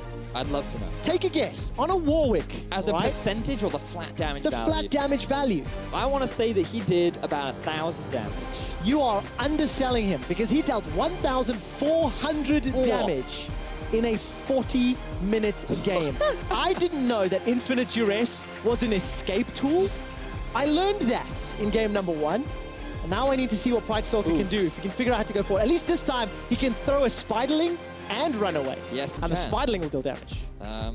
Yes, he did not have the greatest of games. Pridestalker, we want to see you gank. Yes. Because you're going up against Broxa, the man that became a bit of a legend when he joined in spring for his early game presence. His debut performance was on Lee Sin, and the play that made it to Reddit was his sidestep of the Cassio ulti. Not once, not twice, like three times. Like, this guy knows how to play the champion. It is often banned away from him. And right now, Fnatic are just continuing by focusing on their comfort picks. Absolutely. On the side of ROCCAT, though, they got the options available to them. Hyonin, looking at the fact that Xayah's banned out, Kalista's banned out, he's been a bit more willing to play some of the more interesting AD carries. He's got a game of Jinx under his belt as well. What are you anticipating as there's no AD carry bans in the second phase? See, for Hyonin, I'd love to see a Sivir. I think that Sivir is a little undervalued right now in the current meta, given the cost of Essence Reaver and Infinity Edge being reduced. It's much easier for her to hit her spikes sooner, which means that that 3-item teamfight powerhouse that is Sivir can actually have a lot of value. Now, bear in mind, like, the problem is when you cast a Fnatic series, you forget about the meta AD carries like Varus, Ashe, Caitlyn, and all of those 3 are available, and that's absolutely fine. There's nothing wrong with Yana picking up the Varus. I just think that in terms of his low mobility, it's something you always have to be cautious of because you are going up against a cannon itself. And of course, for Fnatic, they now need to reveal their solo lanes. We saw the Gnar last time round. They need to blind pick at least top lane. It'll be the LeBlanc into the Syndra for Caps. And Soaz has a couple of options available to him. Foxy was somewhat counterpicked in the previous game, then Gnaw into the Renekton. What happens this time? Just thinking about some of the other top laners that are available, our pool is very limited right now. I mean, right now I feel like the best decision is actually put the Kennen top lane, and then you pick a different AD carry like the Twitch or the... we should, you know what, like, Deficio made fun of me on the Analyst Desk for saying that. Vedis, don't buy into my silliness, okay? I said what would make the most sense, and then just as I was about to say, well, that's probably not going to happen. What do you think Kled gets locked in. Yes, Kled versus what looks like to be Jarvan for the time being. Skill matchup. So this is actually really fascinating because we've got a skill matchup in the mid with Syndra versus LeBlanc, and we've also got a bit of a skill matchup in the top lane with the Jarvan versus Kled. And based on what we saw last game, Faxi, not the best of performances, but that doesn't necessarily mean that during the laning phase he was suffering against Soaz. The pressure will definitely be on him, but the cool thing is that Jarvan is paired up with an Elise, and that is fantastic for getting early kills, especially with the Syndra 2. This whole composition is built around getting an early lead. You have so many tools. Jarvan, Syndra, Thresh, Varus ulti. Everything is poised and ready for the Elise engage or the Elise follow-up, or for Elise to kill you in the early game. And Fnatic are very similar in what they've drafted to. I did like what ROCCAT did in the first 20 minutes of the previous game. They stayed even. They actually were available to counter-gank and respond to Fnatic plays while also trying to set up dives. But it kind of felt like both teams were reading one another very well. So a lot of those plays fizzled. This time around, it cannot afford to happen. Grabs is about to shake hands with Dylan Falco. Dylan, of course, officially on stage on heads with the team from this week. This is potentially the last game of the first round robin for Fnatic. They're 3-0 undefeated in series. If they take down ROCCAT now, it'll be 4-0. Hashtag FNC win if you think they'll do it. Or hashtag ROC win if you want to go to game number 3. Fnatic lost a little bit of ground in the fan vote from 95% to a abysmal 86%. Let's see if that vote continues to drop, as everyone here in Berlin is excited for Fnatic versus ROCCAT. Game number 2. I'm looking forward to Kled versus Jarvan, because there's so many spells I love to yell. Yep. Bear Trap on a rope. The Dragon Strike, I think it's one of them from Jarvan. Is indeed. All I know them as is QWE art. And the common combo for Jarvan is E into Q, and then R, and then auto. Let's use this as an opportunity to talk about top lane matchup and the top laners in general, because this is a skill matchup. We talked about it in Champion Select. The thing is, the trading pattern for both champions, like, they're pretty all-in, right? Like, when you think of Kled, his whole nature, the way in which he was presented is about killing stuff. He loves to get in your face, really powerful engage tool, and Jarvan is very similar. He's very much about bursting, but in the laning phase, they're not much about burst trades. They're about small skirmishes, small hits, and when you are Kled, the thing you have to try and play around is the passive on your W, because you can't actually activate it, right? So when it's available and you use a basic attack, your passive starts. So on the 4th hit, you do a chunk of damage. So ideally what you want to do is walk up with the bear trap on the rope, fire it out. Once your passive is ready, hit him in the face. You're good to go. For Jarvan, you want to hit him with the Q, your Dragon Strike, right? Because it reduces their armor. And then because of his passive, he gets an empowered auto attack, and he wants to slap you in the face when you have that reduced armor. So you can see how the small trades are very much about relying on hitting a certain skill shot and very small windows to take advantage of. It also feels like the Jarvan is a little bit more up front, and then on Soaz is Kled a little bit on the back end. So I'm very excited to see the nuances of those trades, as you should expect. And of course, you add to this, discussion about top lane traders, early game junglers with Lee Sin and Elise. Yep. The shenanigans can go out. So Soaz, there we go, the bear trap on a rope, pulls Foxy forward. They trade a couple autos, but he doesn't continue to chase further. Trading a plenty is Caps, goes auto for auto into Betsy. Takes a couple of minions for his trade. It ends up being a little bit in favor of Betsy, I feel. However, the corrupting potion for Caps, refillable. It'll give him some additional money later in the game, as he's not going to be relying on that Dawn's Ring. And the reason why that mid lane matchup is a bit of a skill one is because Caps has basically abilities that are difficult to dodge, whereas all of Betsy's abilities can be dodged. So Caps wants to try and avoid all the balls, avoid the skill shots as much as possible.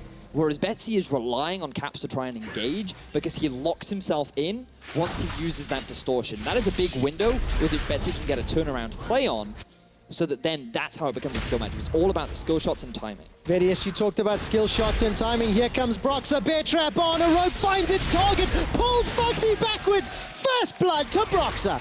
I hate to say I told you so, quick shot, but early game junglers, Broxah, this is what he was known for. Faxi overextended in the top lane, tried to get the push, tried to display an element of dominance, but instead he just overextends and allows Broxah to get that first blood. Pricestalker can't get over the wall either. Broxah's not done. Double buffs still available to him. And got the ability to ward hop behind Betsy. Betsy sitting with a flash barrier as far as summoner spells are concerned. And as I got very excited, it actually looks like Broxah's backed away. I'm looking at the top lane, and Foxy continues to push that wave in. He's at threat of a regank. Yep, there's a very high probability. He does have the flag and drag to get out of any sticky situations, and notice how he is positioning close to the wall as well. Pride-Stalker, I don't know if that constitutes as a gank. He's just trying to help Betsy push in so they can go back to base, because Betsy has in fact ran out of health potions. Well, Vedius, we are here in Berlin. There's a live studio audience, and the teams often go to meet their fans. You know, go take photos, sign some autographs, hang out. Pride-Stalker is getting some practice. He just walked by, took a little bit of a wave, getting warmed up. But he has to win to go out and meet the fans, and if he doesn't get any kills, it's going to be difficult. Like, because my eyes are on Pride-Stalker. If you're playing this champion, you have to gank. That is what Elise is designed to do. Her early base values are extremely high, and her effectiveness comes from the early pressure that she is able to exert. And when you have things like Jarvan and Syndra, like, it's too much of a shame not to do it. Yeah, and of course with those laners that you've just mentioned, Vedius, of course, some pressure on Foxy and Betsy to set those plays up, to play the lane in such a manner that maybe allows it to happen. Something that you can start to talk about. Soaz, of course, got that first blood assist with Broxah. He's up 15 CS. Foxy using that Dragon Strike just to try and trade back and farm under tower. No teleport, no flash. And Betsy's gonna pop the Scryer's Bloom. Get some vision down onto Broxah. I'm looking at the CS numbers. Pretty much as expected to a degree. Betsy's small advantage in the mid lane. First blood top means that Soaz has a pretty big advantage, and as even as you can get at 80 carries at this stage. Okay, so I have to put my Dad Deficio cap on for a second, because... Oh, okay, this is positive for Soaz, because he has gone back. Now? Yeah, because he's bought himself a control ward. Whereas Caps, he went back to base, and he only bought 2 amplifying tones. And look at how dark this top river is right now. Like, this is very risky, especially when you have 2 heavily pushing top laners. When you go back to base, you want to get yourself that vision as early as you can. Because when you have vision, you know where the enemy team is, and you can make decisions based off of that information. So we did see this control ward coming out from, I believe it is Pride-Stalker.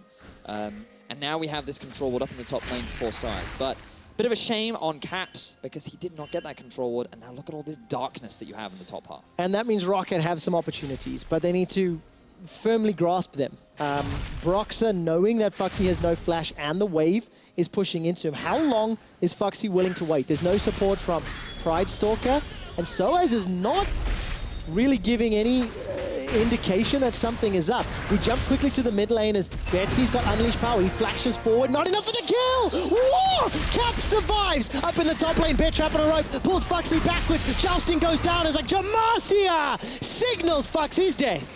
ROCCAT, they tried so hard to make things happen, but it is Fnatic that are able to come out on top. Not only does Cap survive in the middle lane, but Faxi ends up dropping once again, and Soaz is continuing his snowball, even though he didn't get any of the kills, which is a little unfortunate, but the pressure and experience that he's gaining is everything that he needs. So I think that Soaz actually waits for the level 6 mark. You can see this is just a bit of the early trading that we missed thanks to the all-in that happened in the middle lane. And then when he gets 6, I expect him to go in. Also, the fact that the E was used is the big pain point for Faxi, because now he's lost his escape. You can't get out, especially from the ultimate from Soaz. Ends up in an easy kill for Fnatic. Yep, nicely done. So Broxah 2-0. Lee Sin is becoming, in my mind, a Broxah signature champion. Oh, for sure, yeah. Every time I see him play Lee Sin, he makes very good plays. What I really like about this particular game, not only the first blood, but the repeated attempts. Hang around in the top half of the map, set up some vision, and is punishing Foxy in what is a very difficult matchup. And of course, if Foxy can't go into the mid game with the ability to put those cataclysms down, well, then Fnatic are going to be sitting pretty comfortable. And remember, we talked about both these teams are looking to get an early snowball. When you have Lee Sin and an Elise, and you have these two solo laners that are all about being able to set up kind of early power, you need that early pressure as... Oh, gets a flash already. Death Sentence finds Broxah to buy some time. Broxah now flashes himself away. Chain of Corruption tags down Jesus. He flashes to safety. Foxy completes the TP. So does Caps. Caps takes down what did. Down in the bottom lane. Reckless kills Foxy, and Fnatic are 4-0. Soaz isn't done yet. Looks for the tower dive. Scarl will help him out. Tanks up a lot of shots. Oh, tries to get around the corner. Ring around the Rosie. Pocket pistol for Posey, and that's a kill onto Soaz. So well played from Hyanin. He's able to get something back at the very least for ROCCAT. But even after that play, it is still Fnatic that come out on top. They have the pressure across the map. They were able to get the turnaround kills onto ROCCAT, and they are currently sitting at 4-1 in the kill score. And it is one of those situations where you have to giggle. Running around the tower at full HP, and Hyanin gets the damage to make it stick. So let's backtrack. So you can see that mid has been pushed in by Betsy. That means that both him and Price Talk are moving to the bottom side of the map. The thing you have to keep your eye on is, number one, the target focus of ROCCAT. Look at the amount of damage that Wadid takes. He gets popped down immediately from the TP, and now because Caps is focusing the backline, two members of ROCCAT are trying to keep their AD carry alive. Syndra gets zoned away by Broxah, and that means that Faxi is all by himself diving onto three members. Like, this is very entertaining. He literally runs around the tower and says outplayed. He doesn't even die in the end, which is great for ROCCAT, but like, this is just a demonstration of communication issues within ROCCAT, proper understanding of how to set up, and it's just very similar to what we've seen over the last 2 weeks for ROCCAT, where they cannot act upon what they have in their mind. I wish I'd seen an emote spam there from Hyanin. That was such a cool play. Well, Hyanin, the only kill of the game for ROCCAT. They're still down 1,500 gold. Soaz is going in the top lane, is engaged down in the jungle. Dragon's Rage knocks Foxy against the wall. He can't even complete the Cataclysm, and it goes on cooldown for what it's worth. Pridestalker is able to escape the jungle with his life, but Broxah 3-0-2? He's running away with this game. The problem is, it's going to be exactly the same sort of situation to what it was in Game 1, where Soaz was playing the Gnar that became unkillable at the very end of the game. He became this massive split-push threat, which Faxi just will not be able to deal with. Vedius, as we've gone past 10 minutes in the game, I have yet another question for you. Are you going to give me another technically correct no, stat? I'm just going to give you an information. Okay. How much damage per minute do you think Pridestalker has done for the first 10 minutes of the game? Damage per minute? I'm going to say 0. Let me tell you, 8 damage per minute. He's dealt a total of 80 damage to champions on an early game champion. Now, 80 damage? That's correct. That's a minion correct. does more damage than that. There we go. Unfortunately for ROCCAT, they are not playing well. Now, okay, that's super unfair, and please, please, please, I don't want this to sound like I'm hating on Pridestalker, because his lanes have lost around him. It's a difficult situation to be in. Caps, again, survives the unstoppable power. And Betsy will at least try to set up this tower. Now Pridestalker knocks down the turret. That's at least the first of the game for ROCCAT. Broxah lands the Sonic Wave, sends Pridestalker back to base. And ROCCAT, they're down a tower, they're down 5 kills, 2,500 gold. And Foxy is on 9-10 deaths already for the series. Yeah, I think it's worth highlighting that, yeah, sure, we have a few jokes, we make a, we have a few laughs around Pridestalker, but it's not just him that is underperforming on the side of ROCCAT. Like, Faxi has been really disrespecting that of Broxah, and he has been heavily camped. He's been disrespecting Soaz, and he has been heavily camped by Broxah. And Betsy in the middle lane, like, his map movements have not been the strongest. Even though he's had pressure, we're yet to see him make top lane plays like we did with Caps in Game 1, right? When you have this sort of push advantage and a 20 CS lead, you want to be trying to use that around the rest of the map like Caps has been effectively able to do. Yeah, the shining light for ROCCAT is once again Hyanin and Wadid. Even on CS, Hyanin with that weird outplay onto the man on your screen, Soaz. But unfortunately for the two of them, the top half of the map just starts to fall apart at times. This time around, Foxy and Brightstalker not really, I don't want to say paying respect, but not playing around the fact that they were flashless and that there was possibilities for dives. I thought he was going to ult him then. I was holding bated breath. Useless ulti ever. Bated breath.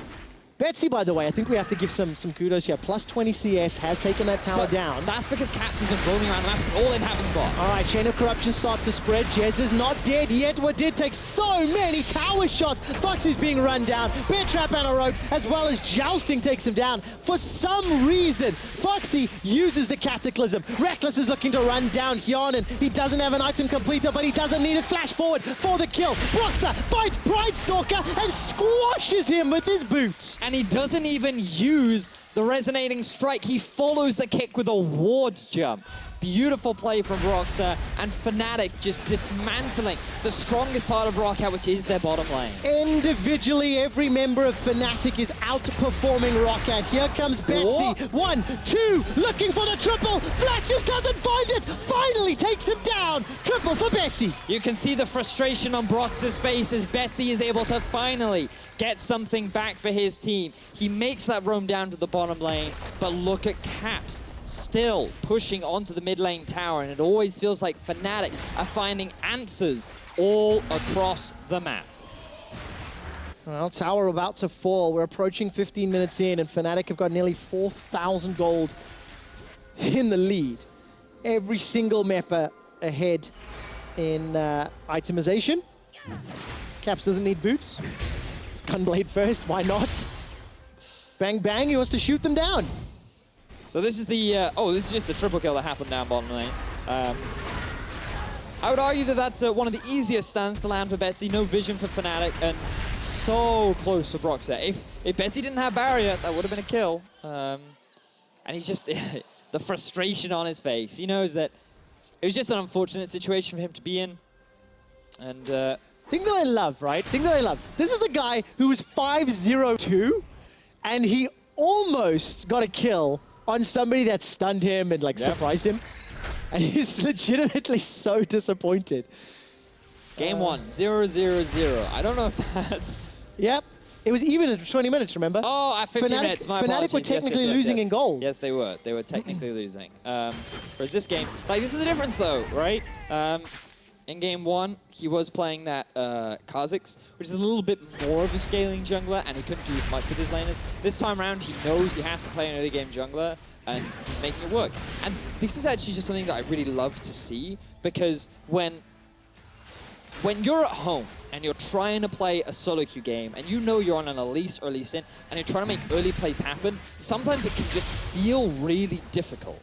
But then when you see a player like Broxah just come out with champions like Lee Sin, he makes it look super easy. It helps when you're gifted some positioning. No, but from Foxy. I mean, that's definitely true, right? But it's also like factoring in his pathing and the way in which he positioned and the way in which he was communicating with Soaz. Has Foxy used his ward into the top river? When is the there's a lot of logic that goes into it where he's planning ahead what his moves are, and on an individual level, he is just outplaying a lot of members of ROCCAT too. I think all of Fnatic are, and you know, individually we have talked a lot about the players over the last couple of weeks. They're likely to go 4-0, taking down every team in their group in the first stage of the round robin. Next week starts the cross-group play, so I'm very excited to see how Fnatic match up against the likes of Unicorns, H2K, and Splice. And for Fnatic as a team, this upward growth started when they crushed H2K in the playoffs. We jump to the middle lane, Caps gets caught by a death sentence, decides to go back in and burst down Hyanin. Here comes Soaz with a charge! Stranglethorns zones away ROCCAT. Brightstalker once again killed by Broxah. And tower number 3 falls. And just again, look at the decision-making from Fnatic. They're using the information that they have on the minimap in order to make plays, because Betsy was sitting in the top lane, Foxy had no teleport. This was all coming together to enable Fnatic to get the collapse down onto Hyanin and know that the rest of ROCCAT wouldn't be able to respond. They get themselves the mid-tier 1 kill, 2 kills rather, and they'll get themselves the Rift Herald. All right, let's see how Fnatic used this Rift Herald. Caps pops that Banshee's Veil, And of course, this Rift Herald will get picked up by Jez's. Broxer likes to use that trinket to ward hop. And I do have to correct myself from last game because I criticized the use of the Rift Herald, but we'll get to that in a second because, again, look at the positioning of all of ROCCAT. In the bottom lane, Faxi, push underneath his turret, he cannot join the fray. There's a Syndra up top lane, and ROCCAT are 2 members in mid just trying to wave clear. But Fnatic just know, you know what, they can't answer. We can easily force a fight mid because we have Kled, and they make things happen. And it's just really good awareness and understanding by Fnatic. And of course, I also have to apologize for misspeaking. I said there was a Stranglethorns under tower. It was not. It was a Pridestalker repel. Oh. So yeah, major We all make on my mistakes. part. It happens. But Yeah. yes, I criticized ROCCAT's use of the Rift Herald last game. It was actually because Pridestalker accidentally used it when he was trying to place a trinket down. He was trying to use that slot. For some people, it's 4. For me, it's T. But it was just a misclick, basically, which is why it happened. And that's not the first time. I've actually seen it happen all over the world. So I understand that some pros are still getting used to the fact that it does take up that trinket slot. I also like the fact that it was given to Jez's instead of Broxer and Lee Sin, who really wants to utilize those ward hops. Let's see where they decide to place it. We're approaching 20 minutes, still around a 5,000 gold lead. Looking at the items, Hyanin, the only guy that's kind of even on power thus far. Banshee's Veil completed for Betsy, Gunblade completed for Caps. And then an early QSS for Broxer, get rid of some of that single target CC, which just allows him to continue running amok on the ROCCAT front or back line, or well, just on ROCCAT. Yep, a lot of good items have been finished. So as very likely we'll go towards the Black Cleaver, followed by the Gargoyle Stoneplate. Very, very strong item, especially for teamfight top laners. And now we have to keep our eyes on Betsy too now, because he did get that triple kill down the bottom lane.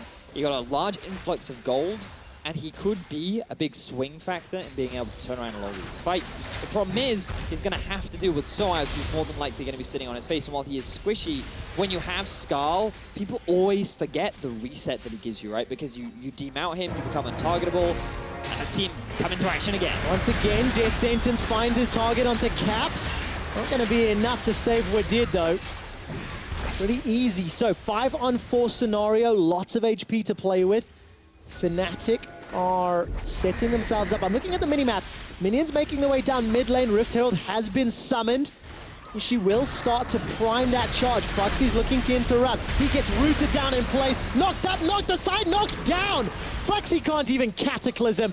Betsy and the rest of ROCCAT are running away again.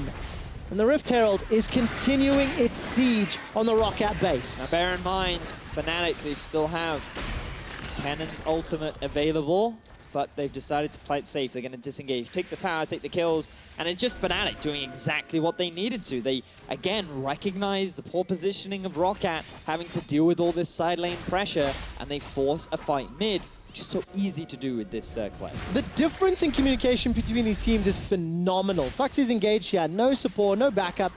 Didn't have what did either. Yeah, and watch how quickly they turn onto Faxi as well. The root from Jez's, the kick from Broxer. He doesn't want to allow Faxi to be able to get with the rest of his team, and then Reckless with the kill. And it was just really good execution, and it's just great to see the top tier teams here in Europe really level up, because this feels like such a different Fnatic to the beginning of spring. Because we're so early in summer, you just know G2 are going to return to form.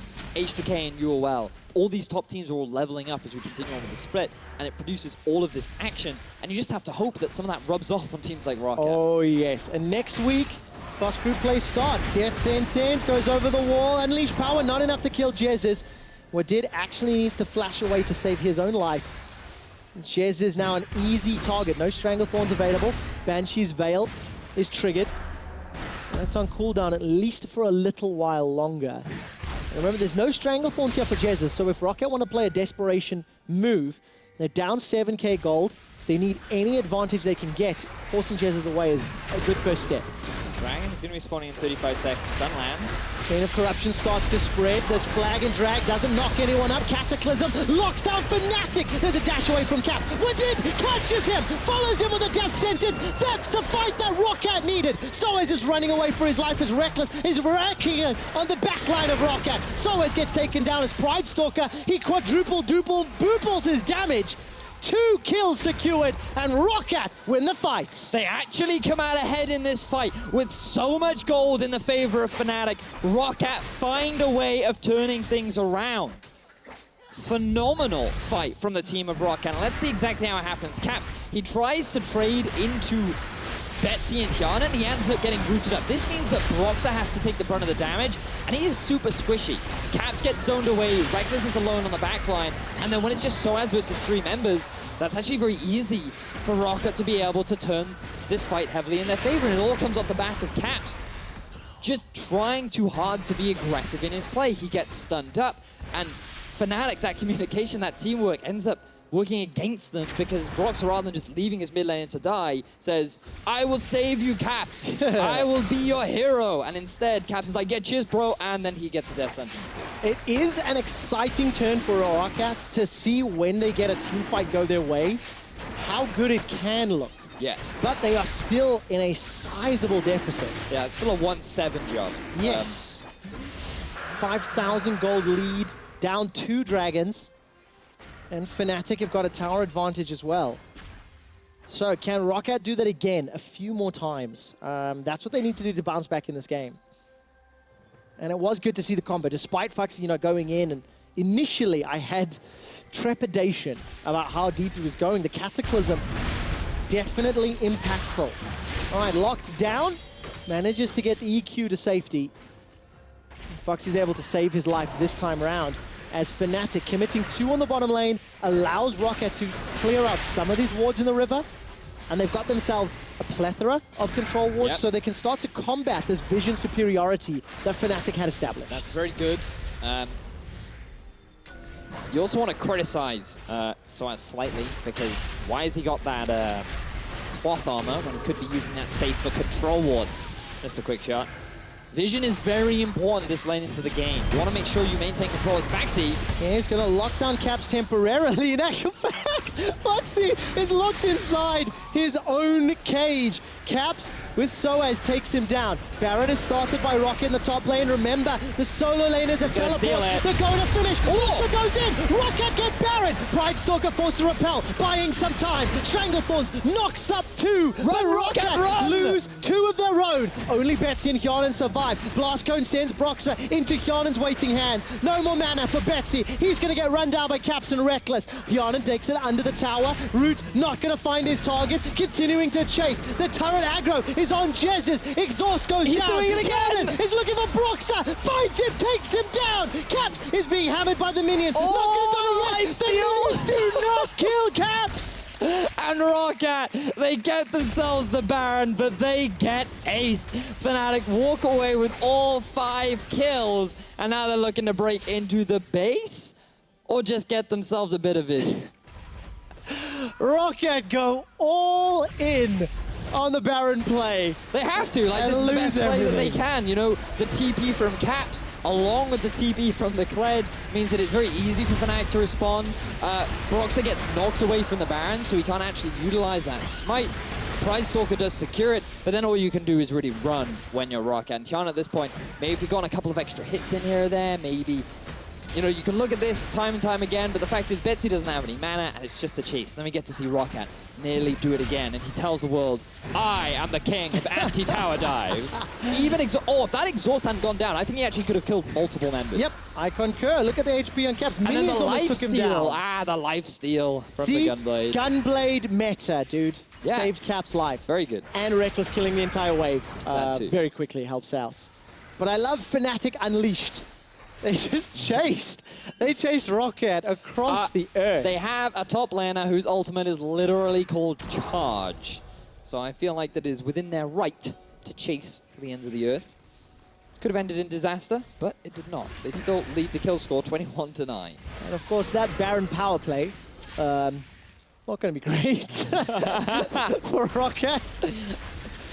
But they did get the Baron. It is an influx of gold. The question is, albeit how small, is it worse?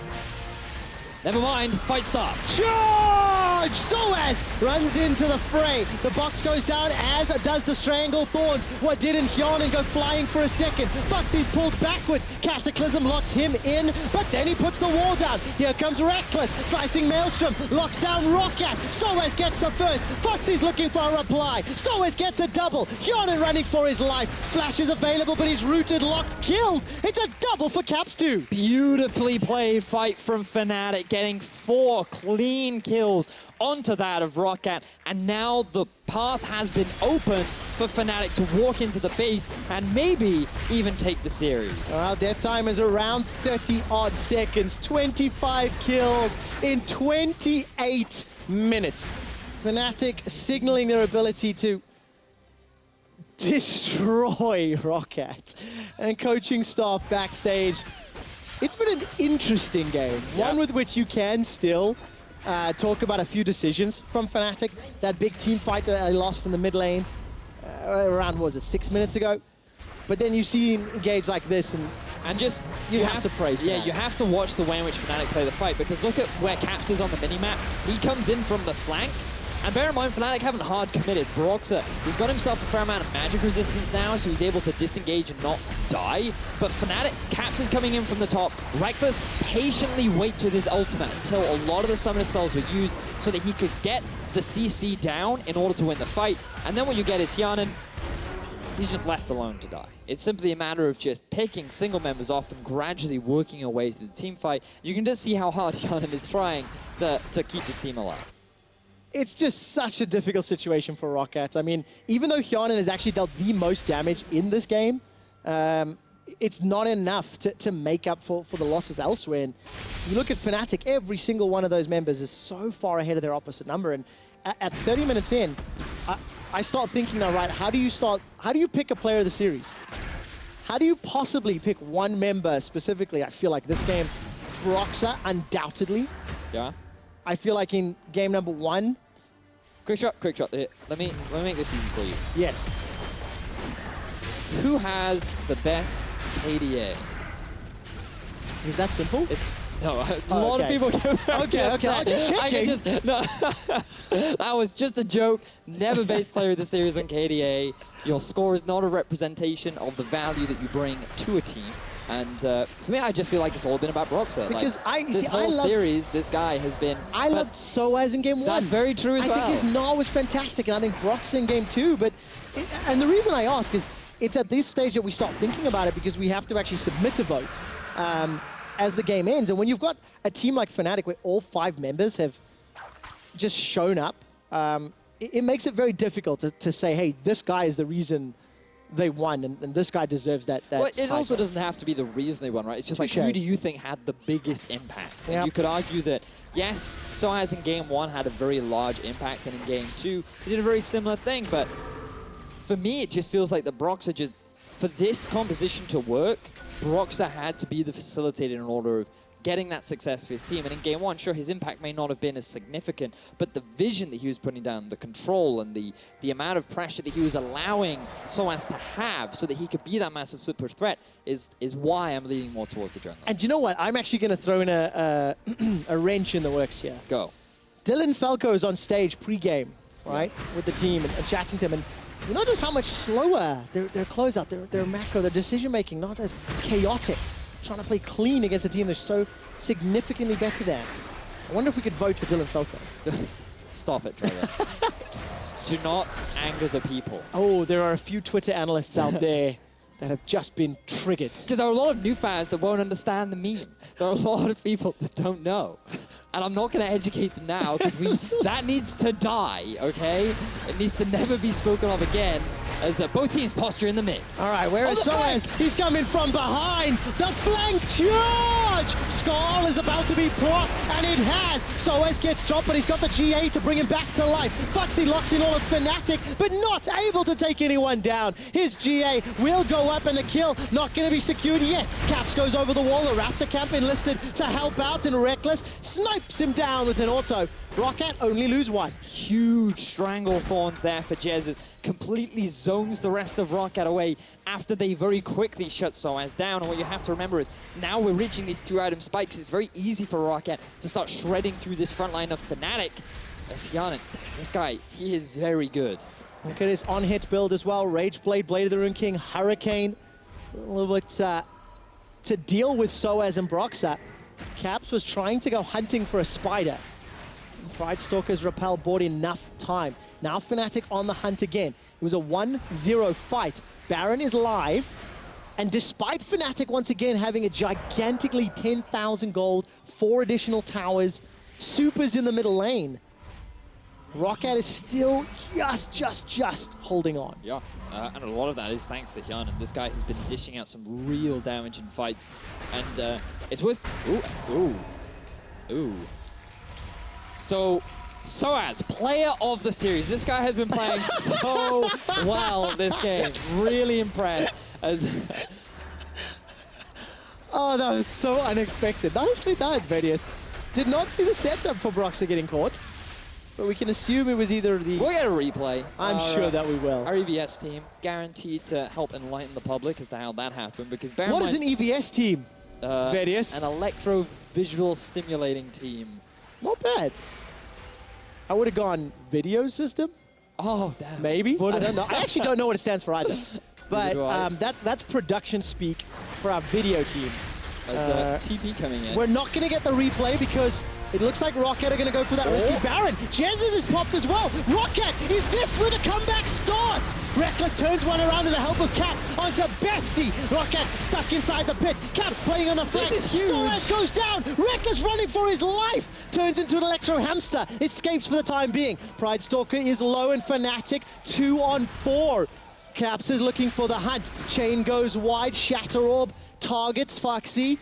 And Caps he's looking, he's hunting, he wants to go fishing. Once again, dashes forward with a distortion, gets caught by the flay. Death sentence from Wadid is available. Mana goes low. Caps unstoppable. He pops Foxy. Here comes Broxah looking for revenge. The man that died to start it all. Xianen looking to put the DPS down as Wadid is shut down. Reckless back at full HP and with red buff shuts down ROCCAT's hope, and it's a double kill for Reckless. And things look so good for ROCCAT.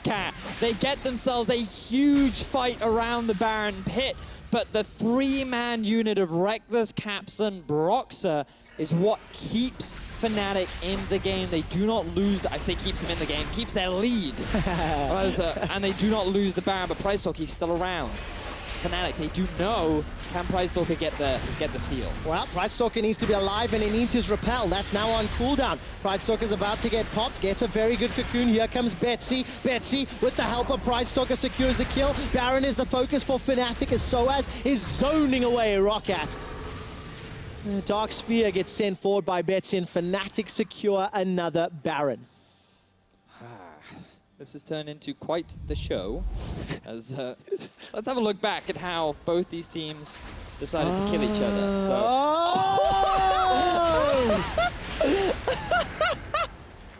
That is beautiful. So this is the fight. A lot of ultimates were used from ROCCAT onto just getting that kill onto the support. But you can see Caps, he keeps trying to come in from the flank, but his impact in the fight was actually very minimal. Reckless, very lucky to be able to get out of that fray, considering he was in a 1 versus 3 and very nearly got a kill himself. But then this whole chase was massive. It was indeed, because look at Foxy. He counts a few seconds and it's like 1, 2, 3, pop! Goes the Foxy. Go Caps, go! Now. Just waits for the passive. By the way, Broxah, I'm not a medical doctor. Medic is on the show last week. He'll be back soon. He would have diagnosed Broxah with a severe case of Lee syndrome.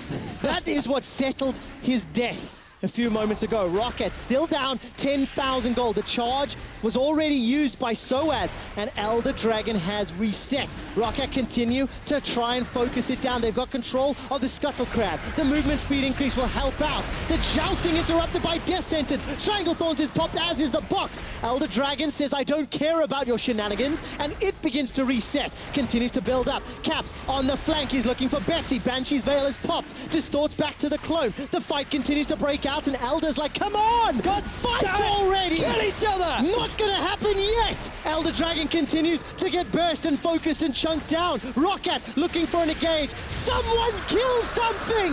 Brightstalker takes down Elder. The damage bonus is with them. Caps is running around ROCCAT as a Guardian Angel is popped in the river. Nobody has died yet. Foxy's running away. The objective goes to ROCCAT. But look in the top lane, there's a massive minion wave just hitting onto that tower on ROCCAT. They need to get back to base as soon as possible. Fnatic aren't letting them as a TP comes in. They're not at all. ROCCAT's trying to get away, and Fnatic don't want any of it. Caps takes down Foxy once again. Fnatic with the Baron buff minions are pushing down the bottom lane. Squirrel runs past ROCCAT, and that's going to be a kill onto Hjarnin. He's taken down, but takes Caps with him. Fnatic continue the pressure. 50-second death timers. How far do Fnatic go? Now there's still a minute left on the Baron for Fnatic. They still want to be able to break into the base of ROCCAT, but that big minion wave on the top side was not able to break into the base. Fnatic, though, they still feel confident. 30-second death timer on top of Foxy. And the action slows down. A very long time of a lot of excited Trevor, but not a huge amount happening. Not a lot of deaths in that fight. Like, considering being champions in this game, that was very surprising. I think Elder Dragon reset 3 times in one fight. No, we won't be able to track that because this is the latter half of the fight where you actually kind of get this sandwich attack from Fnatic as you have the top of the bread come in towards the bottom of the bread, and Caps just does so much damage this lane into the game. At the moment he lands those chains onto a rather, or makes him look like a squishy top laner, it becomes a very easy kill. And Hjarnin, he's rooted up for far too long to be able to get away from any of that. Does end up with 2 kills. No towers end up going down. Elder Dragon in favor of ROCCAT. For a game that has a 9,000 gold lead in favor of Fnatic.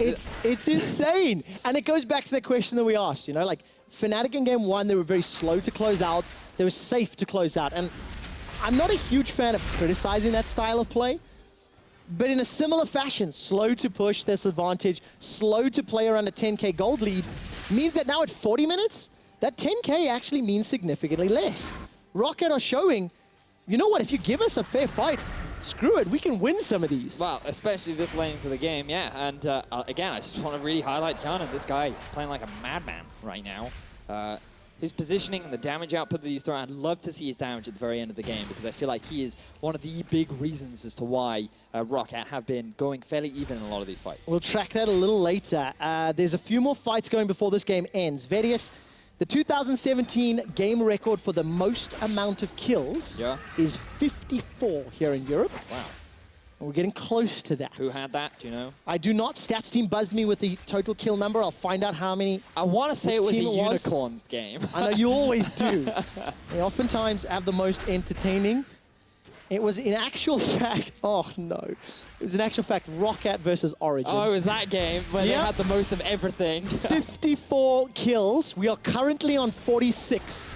So Fnatic and ROCCAT need at least 2 big team fights or a double ace, and we'll break the record. Well, I wouldn't put it past them, but Elder Dragon is proof. The Baron is proof. The 1-3-1 being set up by Fnatic, except Reckless is the split pusher rather than the Caps with the TP. Still classic Fnatic style, but now a lot of tension is starting to mount.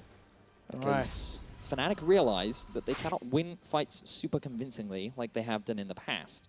There's a lot of really important crowd control that Fnatic has to dodge if they want to stand a chance.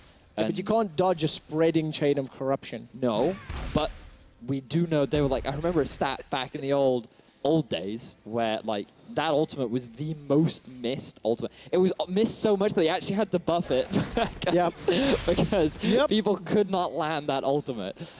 So, I mean, it's dodgeable, right? Like, it's still possible. But for ROCCAT to win the fight, they just need to nuke Soaz as fast as they can. Now, bear in mind, like, in terms of raw defensive stats, he does have more now. But in a lot of the previous fights, he's just had a lot of health and a lot of armor. And bear in mind, like, this on-hit build from Hjarnin does a surprising amount of magic damage, too. So now that he's going towards what I imagine will be a Spirit's Visage, it's going to be exciting to see what Fnatic. We'll see in a few minutes because Vedius, it's 30 seconds to Baron. And both lanes in the bottom and top is being pushed here for Fnatic. The traditional cannon, the traditional split push Reckless. is set up, and ROCCAT, they're waiting around a corner. Wadid has had pretty good accuracy with those death sentences. This game already is going to need it once more. There's the Baron in your picture-in-picture, bottom left corner. The gold lead means nothing. And if Fnatic this series are anything to be believed, they're likely going to play around that Baron before they try to win the game. Yep. Baron is always a big point of contention. Caps, though. Oh, Banshee's Veil gets popped there, unable to find his chains. And Wadid held on to the death sentence for a little while. Betsy now coming forward. Scatter the Weak is available for Betsy if he needs to. Total damage this game, Vedius. You were talking about it. Nearly 40,000 damage for Hyonin alone, and he's going to be the way that ROCCAT can win these fights. He's winning this. Soaz took a lot of tower damage on the inhibitor turret as Reckless. Here we go, here we go, here we go. Take the inhibitor turret up top. Baron secured by ROCCAT. Here comes a fight. Chain of Corruption finds a target, starts to spread. That's a kill to Jesus. He used the Stranglethorns but didn't find anything more. It looks right now that ROCCAT, they have the team fight advantage. Caps doing what he can to come back. It's a 5 versus 4. ROCCAT have got 2 exposed inhibitors. Foxy's looking for Reckless, but Reckless has got his flash available. Cocoon from Pridestalker finds nobody, and Soaz has teleported into the fight. Look at the base, though. There's a big wave in the top lane, big wave in the bottom lane, and Fnatic, they're still pushing even while they're being pushed back. Vedius, do you believe in miracles? Because ROCCAT sure as hell do. They are trying to come back from a gigantic deficit, but Caps, he's going for the backdoor play. Caps wants to try and keep Fnatic in the lead right now, while ROCCAT, they will be able to get a tower. Caps' pressure is still insurmountable. It is indeed. Foxy throws down the Demacian Standard, unable to find a target of Caps. The inhibitor is saved for now, but it's not done yet. Soaz continues to push down the bottom lane. Betsy's looking to cut off Caps. Good luck, though. Those distortions and flashes. There's support coming from the rest of ROCCAT on the minimap. Hyonin and Wadid making their way around. But there's also support for Caps. Brox is coming up, and the tension continues to build. Ladies and gentlemen, tell your family, tell your friends, ROCCAT are making the miracle happen. They might be able to bring this back against Fnatic. We have gone full fiesta, boys! That's it, Fnatic and ROCCAT at 45 minutes. All I need to seal the deal is ZZ Rot portals. Get me some ZZ Rots. Reckless must be sitting on a ton of gold. 3,000 gold and like full build. Come on, give me a ZZ Rot, and then we know we're full late game. This is pretty late game, to be fair. But here we go. Fight happened in the bottom lane. All right, Foxy's the target. Reckless and Soaz trying to run him down. ROCCAT, they're pushing in the base. Fnatic have lost an inhibitor turret. Fnatic have lost an inhibitor. Foxy puts down the Cataclysm. ROCCAT are turning around the Nexus turret. We need to look at the Fnatic base. ROCCAT are doing it. They're onto the Nexus turret. They've taken down Broxer. Caps jumps into the ROCCAT backline. The Nexus is the target, and ROCCAT take down Fnatic. I cannot believe that ROCCAT got that turnaround. 10,000 gold in the lead. Fnatic had that game in the bag. And so, ROCCAT, they do the unthinkable. Every time you count them out, every time the pressure is put on them, ROCCAT do it.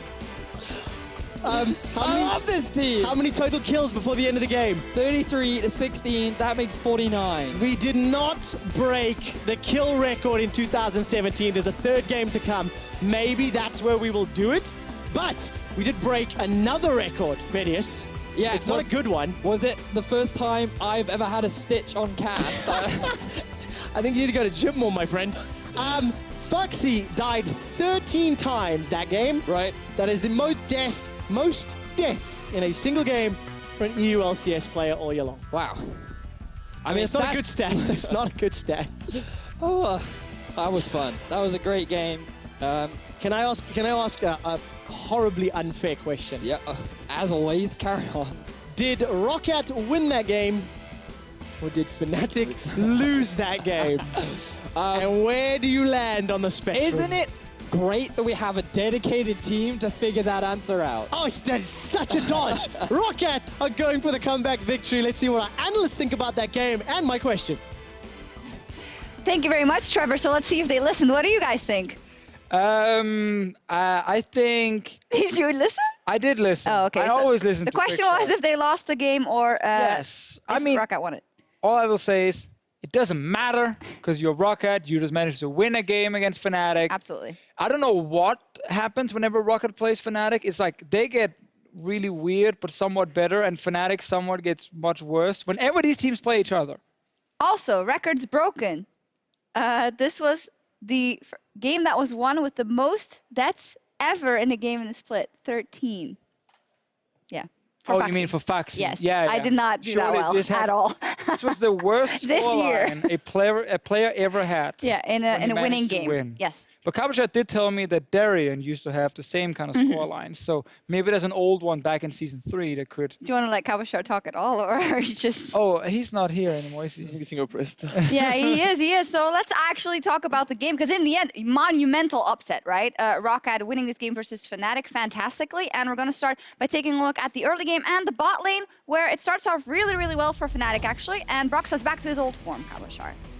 Yeah, definitely. I think at this point, Foxy died already 2 or 3 times, and right now they are pressuring bot lane pretty well, I guess. And they can just walk all over them. I think they had great control in the early stages of the game, and then they just started throwing like all over the map. I think ROCCAT got like 2 Nashorn and 1 Elder Drake, and yeah, then the base race at the end. What happened here, Kabashat, if you just keep going?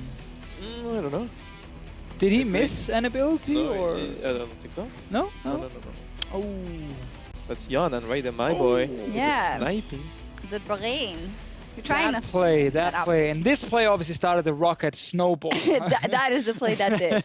No, but you guys mentioned it. A lot of kills just all over the map, and something out of ROCCAT. I mean, so something out of ROCCAT, but obviously everything here in the start, like that replay, it was more or less the complete standard Fnatic play that we see all the time. Obviously, bot lane fights happen again with Kennen getting some kills for Reckless this time. Just actually get up and Reckless get it after here. But so many things to me was complete standard Fnatic game. Broxer would gank top lane first, get kills. Then Broxer would gank bot lane. We just saw that replay before, get kills. That would actually snowball both side lanes. So both Soaz and Reckless at this point pretty damn fed. So we already thought here, 14 minutes in. And I asked you. I know. I asked you. Like, this game is done. I'm like, is this gonna turn? And you said there is no way in hell that ROCCAT win this game. So tell me what changed, Kabashat. Why did the game slip out of Fnatic's hands? I think, yeah, it has to do with the 2 Nashor control that weren't get executed that well. And I guess it was kind of 50-50 smites, to be honest. But at the end, I think Pride Stalker got both of them. And they couldn't just break the base at some point. Javan was, even if he was so, like 113, he had good items and he could just handle cred, I think.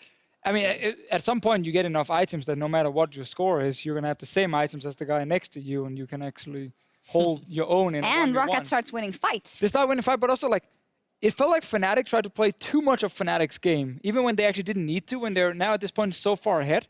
They kept trying to only play side lanes. So obviously, ROCCAT actually found, you know, as you said, wins in team fights. They found Baron setups where Fnatic were caught off guard. Betsy was fed on Syndra. Betsy was on Yarn a triple playing kill well. just before. You know, it was such a strange game because at almost every point it felt like Fnatic, they were just in full control.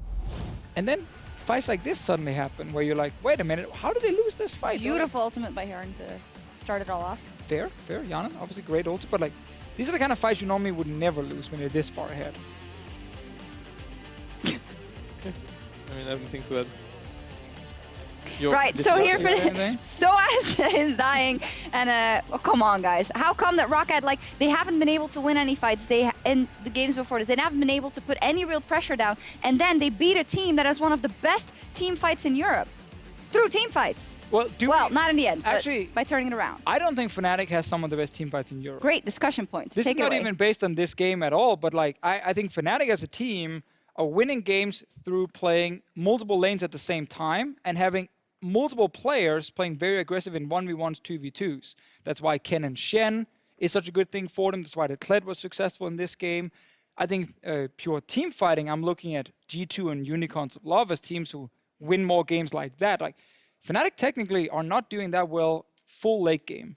Case in point, our next replay is where they make the decision that they want to try and push the base onto different lanes, and not try and go for the fighting. Well, they should have just defended, let's be honest, but still. Yeah, here I think they're playing against Nashor. They can't really overcome it that much. I think at first he was wanting to backdoor, but they wanted to catch at the same time in bot lane. Like they tried to make two different things at the same time. And yeah, this ROCCAT looks was lost pushing before it's... Yeah, it wasn't even close. No. Yeah. This last call. And I think at first they just want maybe Caps to try to backdoor it while they defend mid. But then they see Javan overextending a bit and they think they have time to do it. But against Nashor, like they break the base too fast. So. And if you take a look at the gold graph at the end. That's what I mean. It's insane. Like at almost every point we were like, this is such a classic Fnatic stomp happening at the moment. You know, they have Kennen, a Source was fed, Broxah was like super fed from the early game. And it seems almost impossible that at any point they could actually lose, but the game got so far into the late game. And Yarnan as well, 43,000 damage on Varus in late game teamfights. And the smiles on Faxi and on Yarnan after the end of that game, they said it all. Is that the kind of boost that ROCCAT needs, even if it's just one game to get them, propel them a bit, Kabashar? Yeah, maybe I think it feels great to win this kind of game when you're like that far behind and you make a comeback, like you make a good call at the end, because they could have said we have to defend, but eventually they just said we have the timing to just break the base. And right now we can see if they bring it in next game, but I think Fnatic, they had great control and they're just gonna win next game, like, calm and steady. All right, you agree? I mean, I really want to believe in ROCCAT. Here you can make a difference, Martin. No, I mean, I'm sticking to Fnatic because I think Fnatic will go in and do basically what they did in the start of this game, but maybe we've talked about how do we actually close the game this time. It's good for Fnatic, though, that a game like this happens. Because, again, it means you have something to go back and look at. I mean, like, how on earth did ROCCAT manage to get back in this game? And there's a lot of things you can obviously analyze then. Yeah, a lot. Let's see if they have the time with Dylan Falco at the helm of everything now. 10 minutes right now is probably not enough. Prove his worth. This is it. Make or break, man. All right, we'll see if it happens, and we'll see ROCCAT. What will they do? They have gone toe-to-toe with Fnatic so far. The final battle is right around the corner. Don't go anywhere.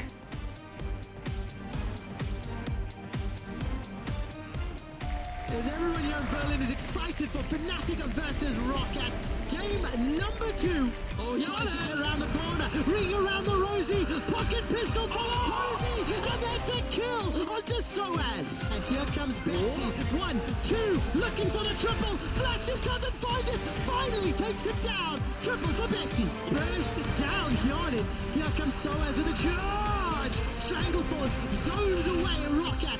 Stalker once again, continuing to chase. The turret aggro is on Jesus. Exhaust goes down. Doing it again. Is looking for Broxah. Fights him, takes him down. Let's have a look back at how both these teams decided to kill each other. So. Caps jumps into the next backline. The Nexus is a target, and ROCCAT take down Fnatic. I cannot believe that ROCCAT got that turnaround!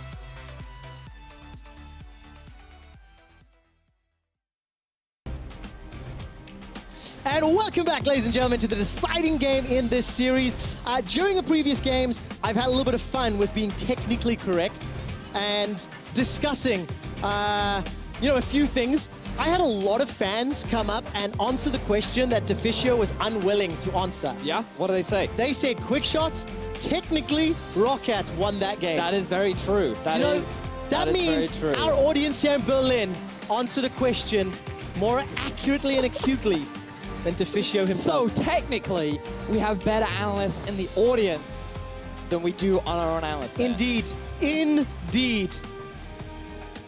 Back to the game. Back to the game. ROCCAT have side selection in game number 3, and they have selected blue side for this one once again. So it's been all series long. When they were blue in game number 1, it was a Thresh first pick. It has been a Thresh first rotation all series long for ROCCAT.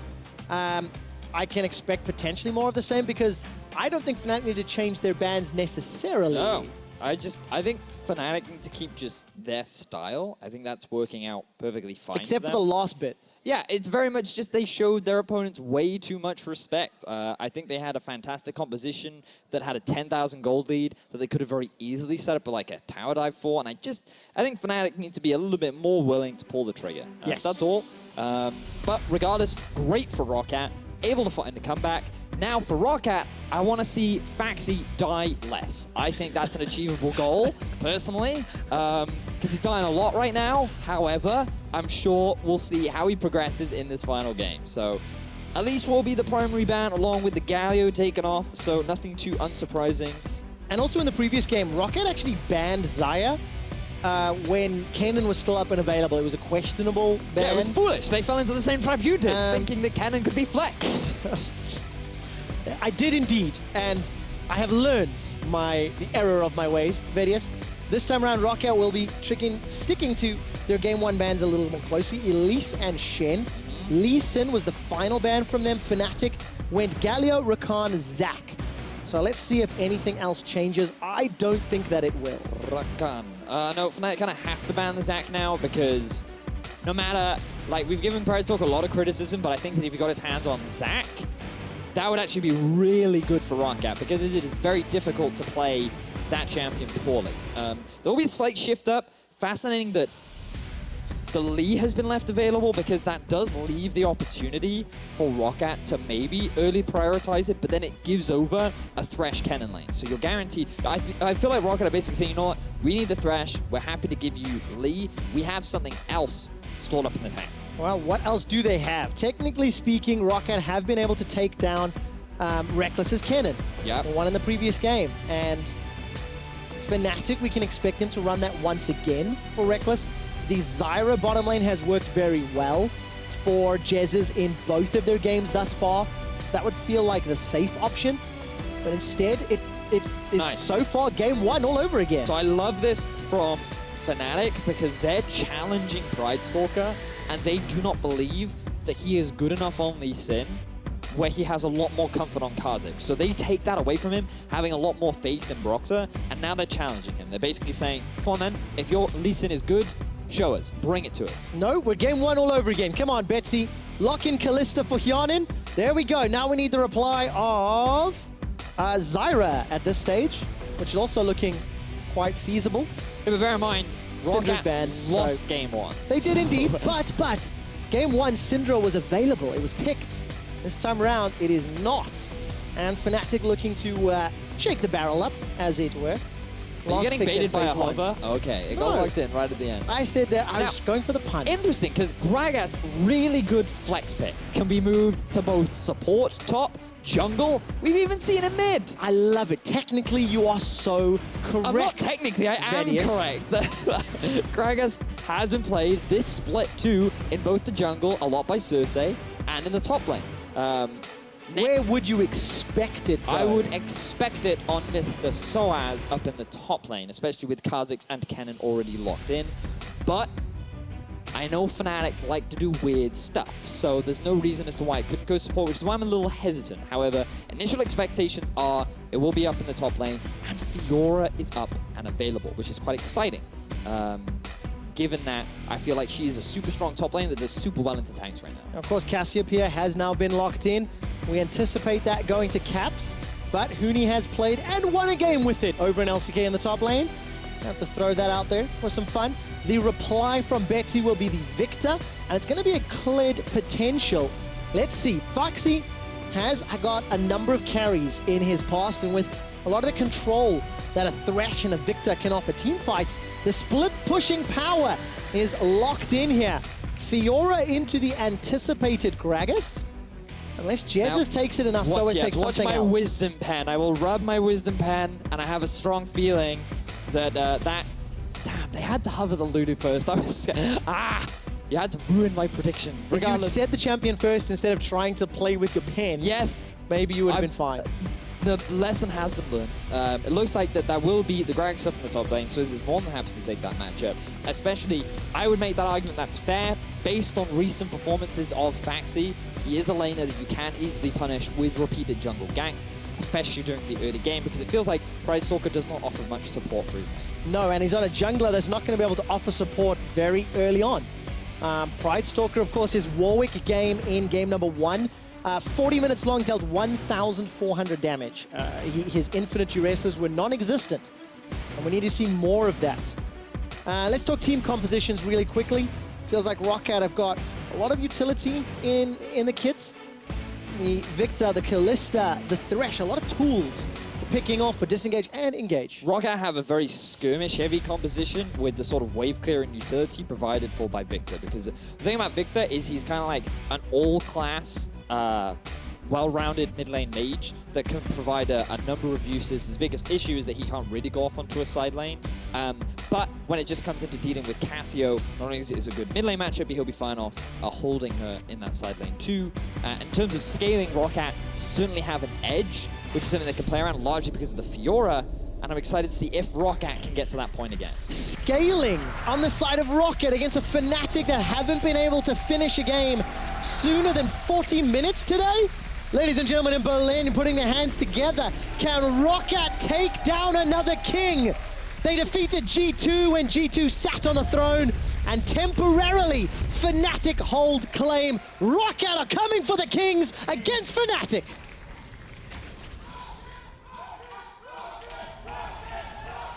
And the ROCCAT chants, they're growing.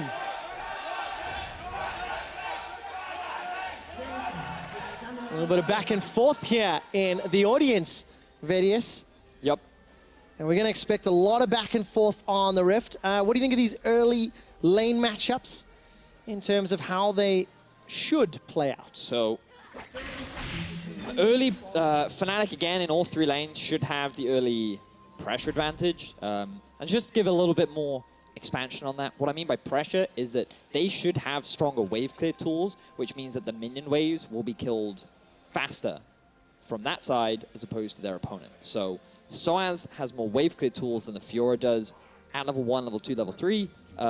Caps, his wave clear is not the strongest, but when you go up against the Victor, who has super long cooldowns, that is why the Cassio is able to get a lot of early push, and in the bottom lane, it's largely just a range advantage. So ROCCAT's bottom lane cannot get that close to the minions of both Kennen and Lulu. Everything changes after the first back, though. The kill threat of this bottom lane for ROCCAT is extraordinary. You have to be so careful picking a Lulu into the Thresh, because recently her base health got nerfed. Look at this. A little cheeky from Caps.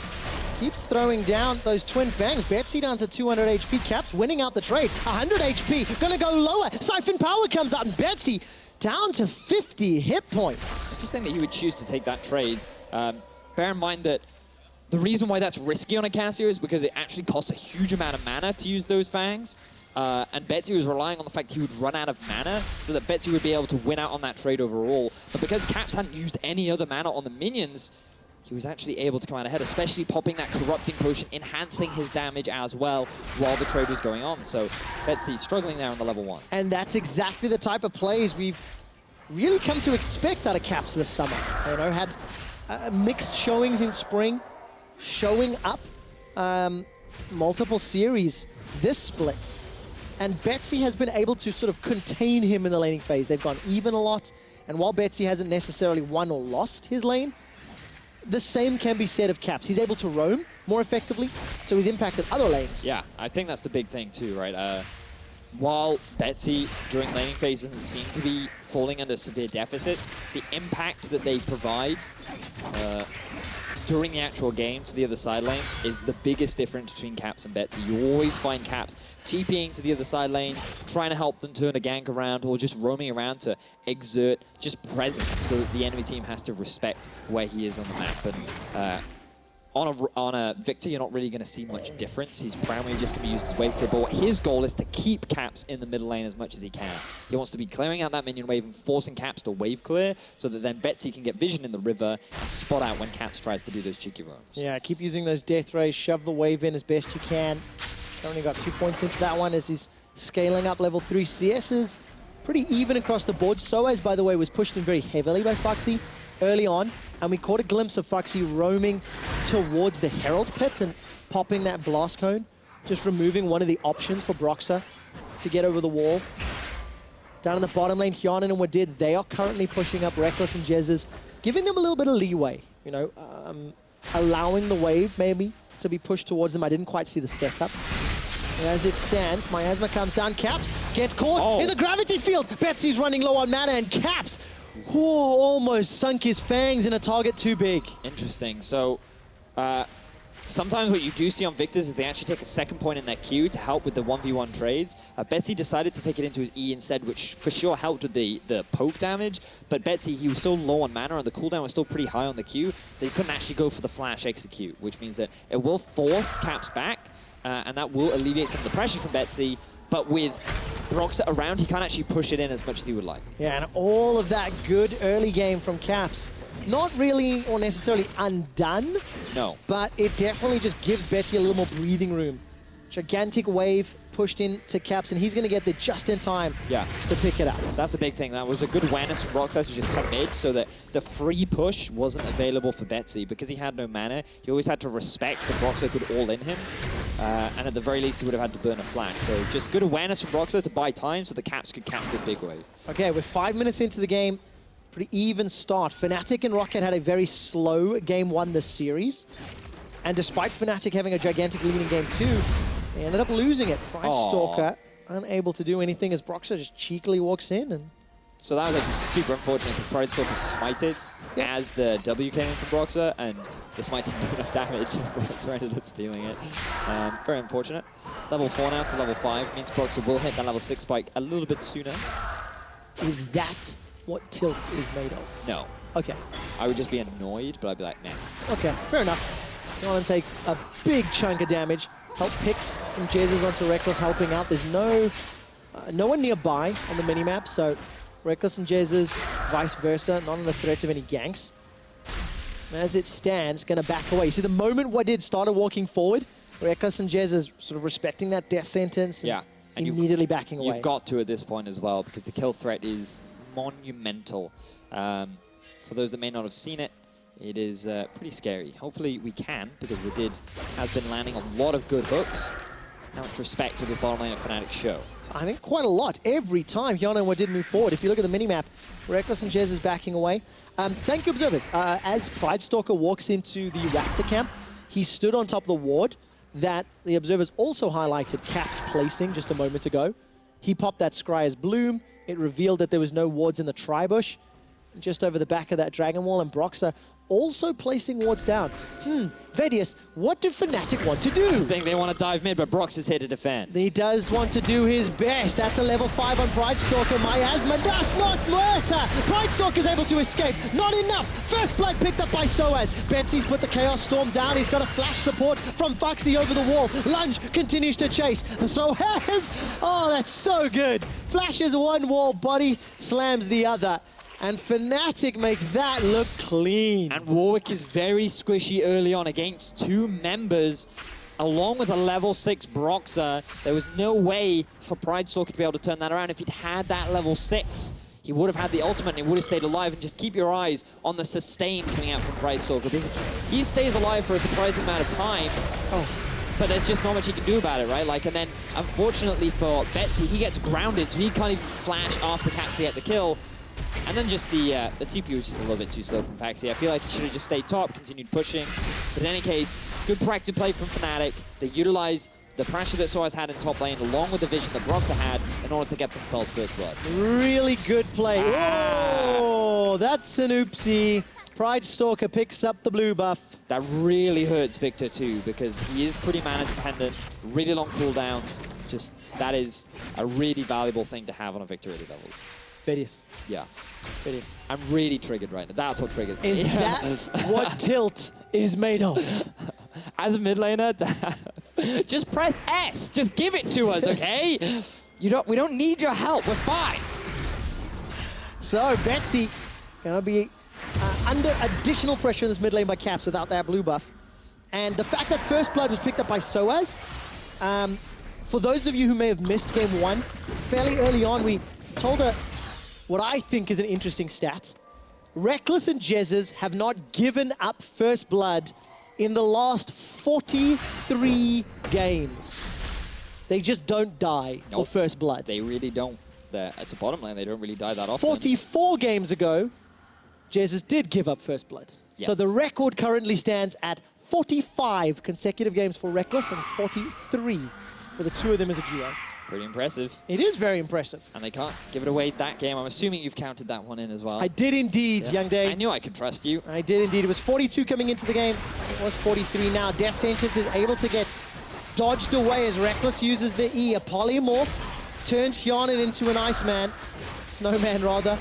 And he's not able to get any autos down. Looking at the minimap, both Pride Stalker and Broxah are inside Fnatic's jungle. And Pride Stalker is now going to start to back away. Pride Stalker is on the hunt, though. He wants to try and challenge this. Keep your eye on where Betsy is.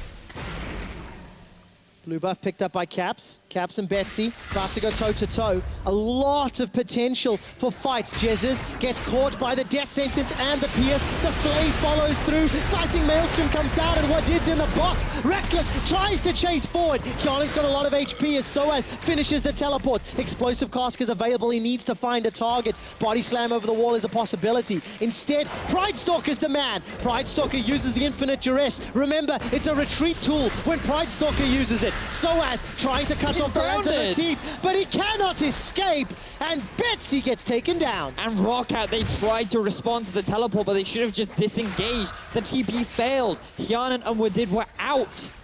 And instead, they tried to get a collapse down onto Soaz, but Caps is there beforehand. But look, you can see Jungler coming into the bottom lane. All right, there's no infinite duress. Pride Stalker used it to get over the wall, but that's a great Lantern from Wadid.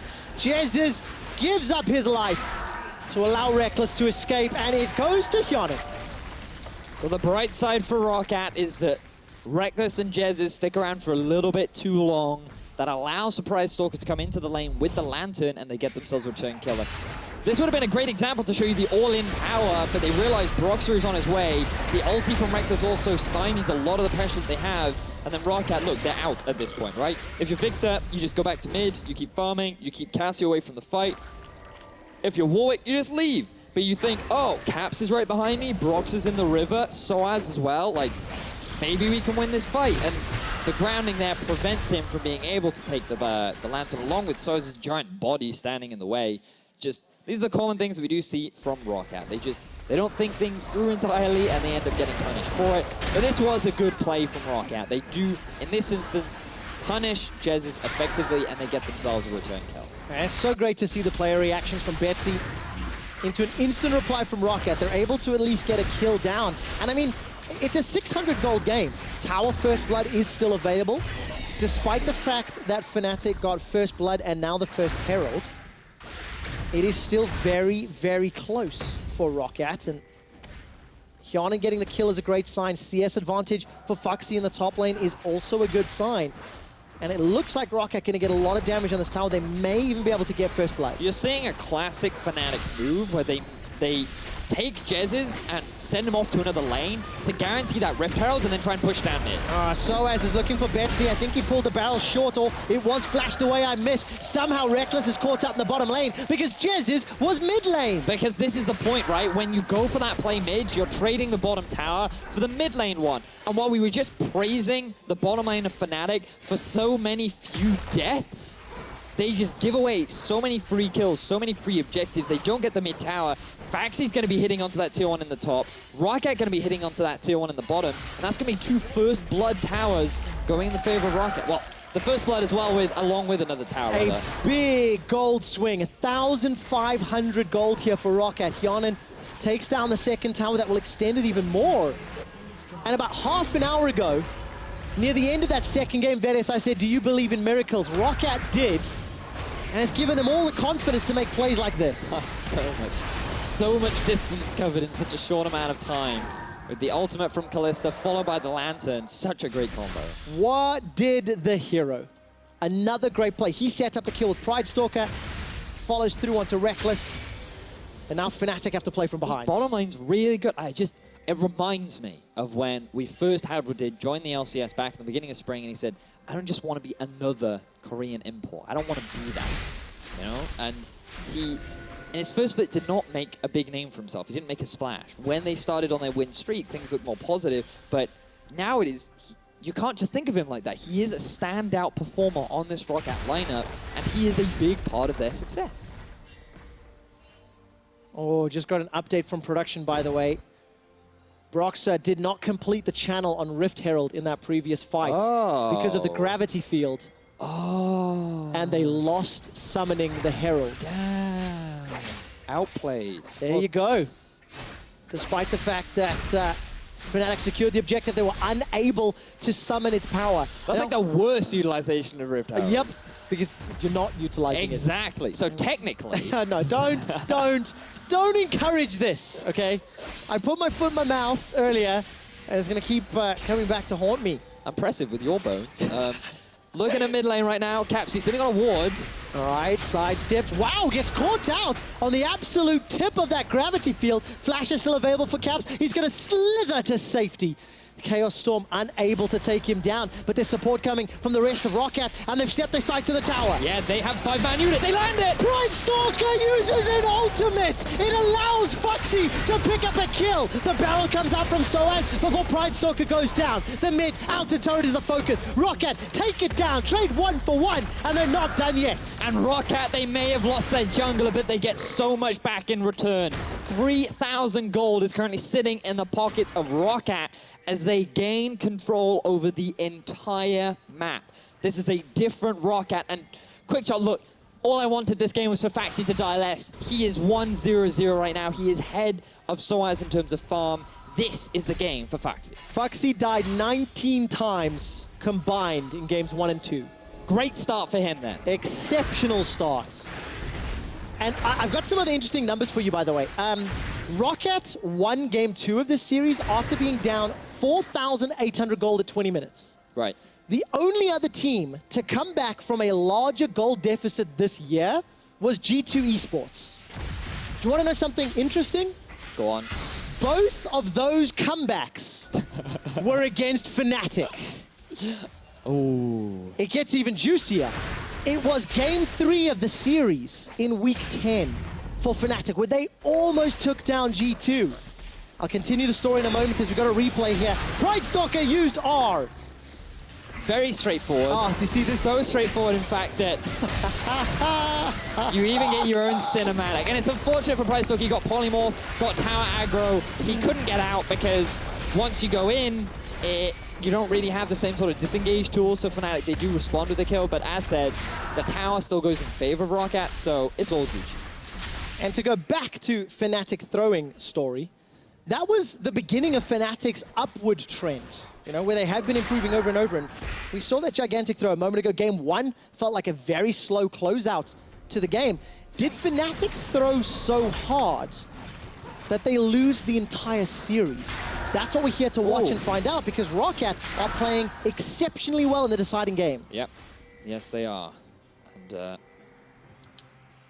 let's look at what the next move is, right? Because we talked a lot about what the current state of the game is, but now ROCCAT have to be the team to close out the game. And one of the things we have praised ROCCAT for, thinking back to their game versus their first game win versus G2 and their first game win versus Misfits, was that when this bottom lane got a lead, ROCCAT were very good at moving them around the map and very swiftly and effectively closing out the game. But now ROCCAT, their entire team has an advantage. They are looking so poised to put the pressure down onto Fnatic and force Fnatic into a wave, finding a way back into the game. And I think this is great because now all of the emphasis isn't onto Hjarnan and Wooded. Now there are more avenues with which they can rely on. Yeah, and that's what ROCCAT are going to need to win this series. The fan vote, by the way, is interesting because at the beginning of the series, it was 95% to 5% in favor of Fnatic.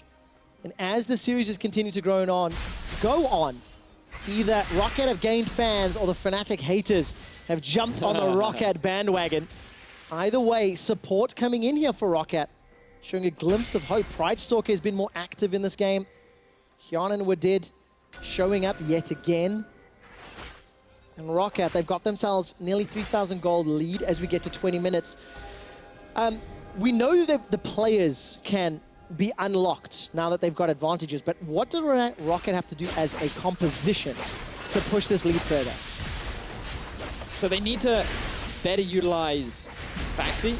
Right now, he's approaching that 2-item spike, which is so well known for Fiora that she effectively becomes unkillable, which is interestingly why they put her in the mid lane. And they've allowed Fnatic to push down into the bottom because they have 4 members in the top side. Look at all of this vision investment. ROCCAT are saying, not only are we looking to take your tier 2 tower, but we're also planning on playing around this Baron. And we're going to play around it so early so that we can utilize this 2-item spike that we're going to hit first. And of course, with the Rend on the side of Kalista and the fact that Pridestalkers had pretty good smites this series, it plays into their favor. You can see the combination, by the way. Hjarnan and Woodid once again tag teaming. We ran a stat, a piece of information you mentioned earlier. When ROCCAT win their games, look at how well Hjarnan and Woodid perform. Kill participation, exceptionally high. It's mirrored this game. These stats, of course, does not include game 2, which just happened a moment ago. I don't think it should. Quick shot. I really don't think it should. Well, because remember, ROCCAT were very far behind for a lot of that game. Be interesting to see how much the kill participation would still be true, because here, 2 out of 3 kills for Hjarnan, 3 out of 3 kills for Woodid. And as you've mentioned, Vedius, Baron has spawned. Vision is set up for ROCCAT. And it either makes or breaks ROCCAT's day. And what we saw from the Mysterious Monkeys earlier in the day was that they were a team that did not know how to play around Baron. And what we've seen from both these teams is they're really good at getting vision in the Baron pit and like just outside of the Baron pit. But when it comes to like the enemy jungle and setting up around the area in total, that is where both these teams have often struggled. Yeah, and of course, in terms of teams struggling, ROCCAT lost 7 series in a row in spring. They're on the verge of winning their first series here against Fnatic in week 3. Starting 4 weeks earlier than their spring resurgence. And you can discuss the merits, how it happened, all you want. The fact of the matter is, ROCCAT are up in an advantageous position, and they are calling the shots. Fnatic have to demonstrate they can play from behind, and they have to claw back this deficit to remain undefeated in Group A and maintain control of that throne. And bear in mind what else this means for the bottom of the standings of Group A. Because Reckless is going on to Betsy. He is indeed. The flash has already come out. Summoner heal used. There's not enough support. Betsy will go down. Brox is the man that tastes his fear. Pridestalker was contemplating going in. Not going to find his target. The rest of ROCCAT trying to make a play. Foxy on the bottom lane, and Hjarnan Woodid coming middle. It looks like the Fnatic, they were able to find themselves a pick. Betsy, he overstays his welcome, and that allows Fnatic to reclaim some of the map back in their favor. Look at how quickly that 3,000 gold lead that was in favor of ROCCAT is now swiftly starting to dwindle, and that's because the pressure is starting to be alleviated from the side of ROCCAT. While they have set up a lot of good vision around the Baron, they need to start making plays at it. And it's not the first time that Betsy has been caught out this series. A little overextended, a little behind. There's a ward behind the pit. It's going to get killed. This will signal to Fnatic exactly what is going on. And ROCCAT decide to back away. They contemplated the 3-man Baron. Teleport was used and cancelled by Soaz. That was an effective play to maintain side lane pressure. Foxy with TP up. All right, ROCCAT, let's see. How do you play, I assume, the 4-1 when I look at this comp, rather than 1-3-1? It's like a 1-4 with a slow push in the side lane. But we can talk a little bit more about that later, because the key players that you need to be looking at right now are Woodid where he's putting his focus and what he's trying to do on the map, along with Caps. Because Caps on this Cassiopeia has actually been farming exceptionally well. 229 CS at 22 minutes. He's completed 2 of his core items, and he's working towards the Morellonomicon as well. Like, this is the guy that's very likely to carry and keep the hopes of Fnatic alive. And when you know this guy's positioning is extremely good, the way in which he's more than happy to go for that play, he could be the big facilitator to get things going in the favor of ROCCAT. And of course, the power that Miasma has in team fights. The rest of Fnatic trying to play the map. Soaz forced to run to this middle lane. As the two teams start to collide head-on, Soaz with no TP means he's backing away. Fnatic have played 1-3-1 what feels like for 3 months. It's something they're getting better and better and better at. And now, oh, so good from Broxer. Uses that ultimate just to get out of range and movement speed to escape. But that is just not available for the fights. Yeah, again now, ROCCAT, push the vision up. That's it, right. So you have the jungler with you, and then you move into the enemy when you have that kind of pressure. Soaz, again, doesn't have his TP. A lot of deep wards now in favor of ROCCAT. And at this point, what you want to do is you still have 1 ward left on Wadid. It's super risky to go for this Baron. Very, very big risk, but they are posturing around it. They're going to start. All right, Baron gets triggered and instantly backed away from. But there are no wards left. Look, look, look. So you have 1 ward left on Jez's, and this is...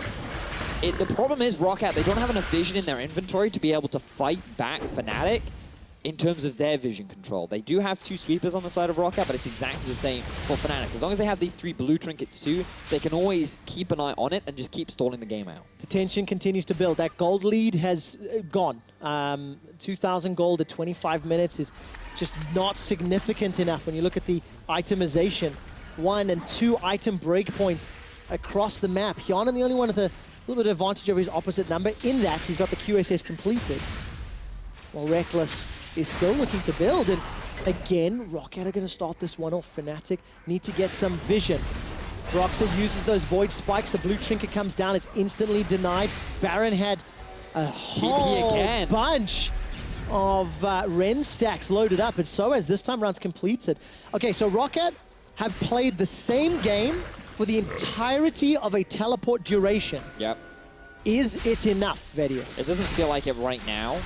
And I just think ROCCAT is scared, right? Which is understandable because they're 1 win away from being able to take a series off of Fnatic. But they're just so mindful of the fact that Fnatic are good. These guys will respond whenever they see you, even slightly out of position. And now it is Fnatic who have full control. They're going for the Baron. This is it. All right, ROCCAT have got the ability to steal. Got a Mountain Drake on their back. They've got Fiora pushing the bottom lane. That's a great death sentence onto Caps. He instantly gets Wild Growth. Teleport coming down from Foxy. Baron's going very, very low. Stolen! Pride Stalker wins the smite fight once more. Foxy gets another kill as Reckless returns with 1. ROCCAT get the Baron! No matter what you say about Pride Stalker, this man can land a smite. Time and time again, he has been outplaying Broxer and getting that objective when his team needs it the most. And this time, in a pivotal Game 3, he secures the Baron for ROCCAT and gives them back the lead that they were so desperately trying to hold on to. Pride Stalker, this guy smites. Yes, he does. And notice, like, look at the positioning of the Miasma here from Caps. It's too far out of the pit, which means the Pride Stalker can still flash in. He uses the Q-Smite combo, even through an exhaust, and is able to steal away the objective. They walk away with 2 kills as well, 2 for 1. And Pride Stalker, the man, this man could be the reason as to why ROCCAT are able to win out on this series. Such a polarizing performance.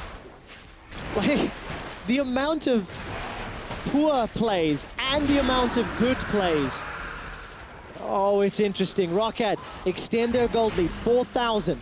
They get their 2nd dragon of the game. They have a Baron that they can use this time round. They were aced when they got their last Baron. And ROCCAT are on the verge of taking down Fnatic. That is not a sentence that I was expecting to say today. Nope. I was expecting today to be some quick 2-0s. ROCCAT, based on their recent performances, were not looking good. But Hyanan's champion pool was not challenged. Pride Stalker has found champions that he's made work, and now we could see Exciting 1v1. All right, Foxy's got a QSS, so even if he eats the Petrifying Gaze, he can deal with it. 2-0-0 for the man that died 19 times over the last 2 games. There's Void Spikes coming out from Broxah and the rest of Fnatic. They've cleared most of the way. And look at the pressure now ROCCAT's exerting. Think of the difference between ROCCAT and Fnatic, because Fnatic had such a big gold advantage against ROCCAT at this point in game 2, yet they were not knocking on the doors of the inhibitor towers. They were playing reserved, they were playing calm, they were playing patient, they were showing way too much respect. Whereas ROCCAT are like, yeah, we're taking your inhibitor towers right now, and we don't care what you say about it, because we know we're strong enough to fight. Death Sentence is once again sidestepped by Reckless. The inhibitor's the focus for Hyonin as what did backs away. He can use the Lantern if necessary. Another tower falls in the mid-inner. And ROCCAT 7 towers secured at 28 minutes. They continue their 3-lane siege. Yeah, the 1-1-3 coming out for ROCCAT. There's still plenty of mana on Betsy to just keep the wave clear going.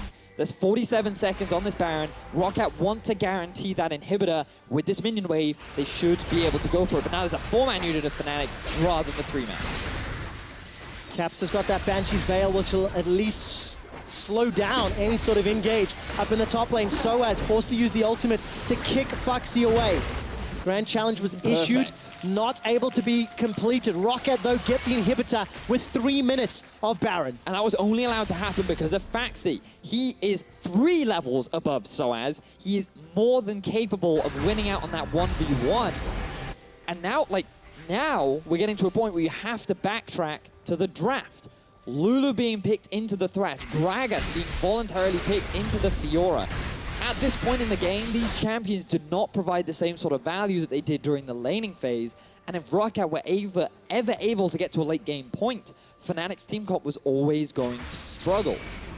And right now, you can see the pressure that they are being put under.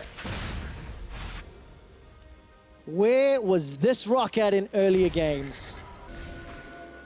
Vice versa, what happened to Fnatic this game? All started to fall apart. Pridestalker picked up a couple of kills. What did? That 2-tower play 20 minutes ago, where Foxy pushed top, and what did was able to catch Reckless, while the rest of Fnatic were sieging mid. Maybe Rift Herald, that play, that moment is what turned it all in favor of ROCCAT. It could have very well have been. I feel like the Fnatic, you know, again, just backtracking to your question in all seriousness, did ROCCAT win or did Fnatic lose? And regardless, I think this game, ROCCAT are winning. Yes. Right? This is not like, Fnatic, sure, they've made mistakes, but ROCCAT have been playing this game fantastically, and this is not the same ROCCAT that we have been seeing in game 1 and 2. And this is exceptional. This makes the group so much more exciting than it is this time in the spring splits. If ROCCAT are able to take down a #1 seed in the group before the cross-group play begins, G2 have a loss to their name, Fnatic will have a loss to their name, and ROCCAT will have an unexpected win to the majority of analysts and expectations looking at the splits. And the irony of this all is that ROCCAT couldn't beat G2 with 3 subs. And now they're poised to beat the team that the full lineup of G2 couldn't even beat themselves. You called it. You called it. But now Fnatic, you also have to think about what this means, because they've been on a high, they've been rolling for such a long time, they're looking poised. Remember, going back to that Twitter vote, people believe that right now Fnatic is the strongest team in Europe, and they have been pushed against the wall by ROCCAT. Game 3, they're stuck in their base. Let's see if Fnatic can hold on to the line. ROCCAT need to find and engage. There's a number of wards that Soaz could teleport to if ROCCAT stick around in the top lane. You can see Hyonin stood right in front of one. 50% of that ward time still available. There's a lot of options. And ROCCAT, they're also dancing with the devil. Got to be so careful. Death Sentence goes wide. And ROCCAT are continuing to siege. They've not stopped since Baron has worn off. There's a lot of money sitting inside a number of members. Foxy fighting 3. Grand Challenge not going to be enough this time around as the riposte buys a little bit of time. Pops a Vital for some lifesteal in a second, but the tower falls in the top lane.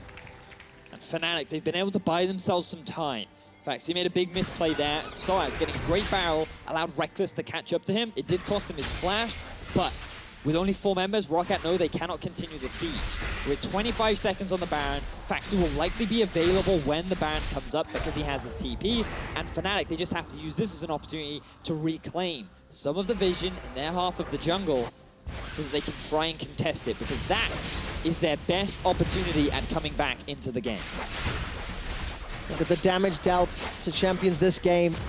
Betsy, a lot of wave clear. Some kudos here to Foxy, the man that has had a lot of criticism, a lot of struggles. All right, Baron has started. Boxer gets caught out already. ROCCAT, they've locked him down. Infinite duress. Boxer goes over the wall, gets the wild throw. Baron is the focus. He's used the Biotin already. That's a stun down. He does it again! Again! Pride Stalker gets the Baron. So has forced a flash over the wall into the pit. Caps now trying to use the Twin Fangs onto Betsy. Betsy summoner heals to safety. Runs for his life. Jumps back in with the Siphon power. Caps gets bitten, chopped, cut, shut down by Hjarnan in the top lane. Foxy's not done. Look, ROCCAT, they've just gotten themselves the Baron. There is a Nexus on the horizon, and ROCCAT are about to beat Fnatic. Foxy is waiting for reinforcements. The super minions are on the Nexus turrets. Reckless needs to be the superhero for Fnatic. Super minions pouring through. ROCCAT have got the numbers advantage. Foxy, Betsy, Pride Stalker, they're looking at the Nexus. They're taking it down, and ROCCAT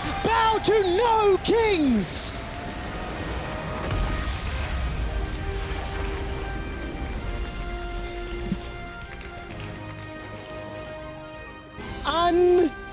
Unbelievable series. Except for ROCCAT fans, who always believe that 5% from the start of the show or the start of the series, they always knew. They knew that they could do it. And my word, what a show. Game 3, this team stunned Europe as they got a convincing game victory over Fnatic. Game 3, all about ROCCAT. And Game 2 is going to go down in the annals of EULCS. Ever was there fiesta more like it? I don't quite know. And it's tough. It's tough. You can see the looks on the Fnatic players. A series they should have won. Yeah. A series where they were up 10,000 gold at 30 minutes in Game 2. Yep. And no one believed it. No one ever believes that. We didn't believe it most of that game.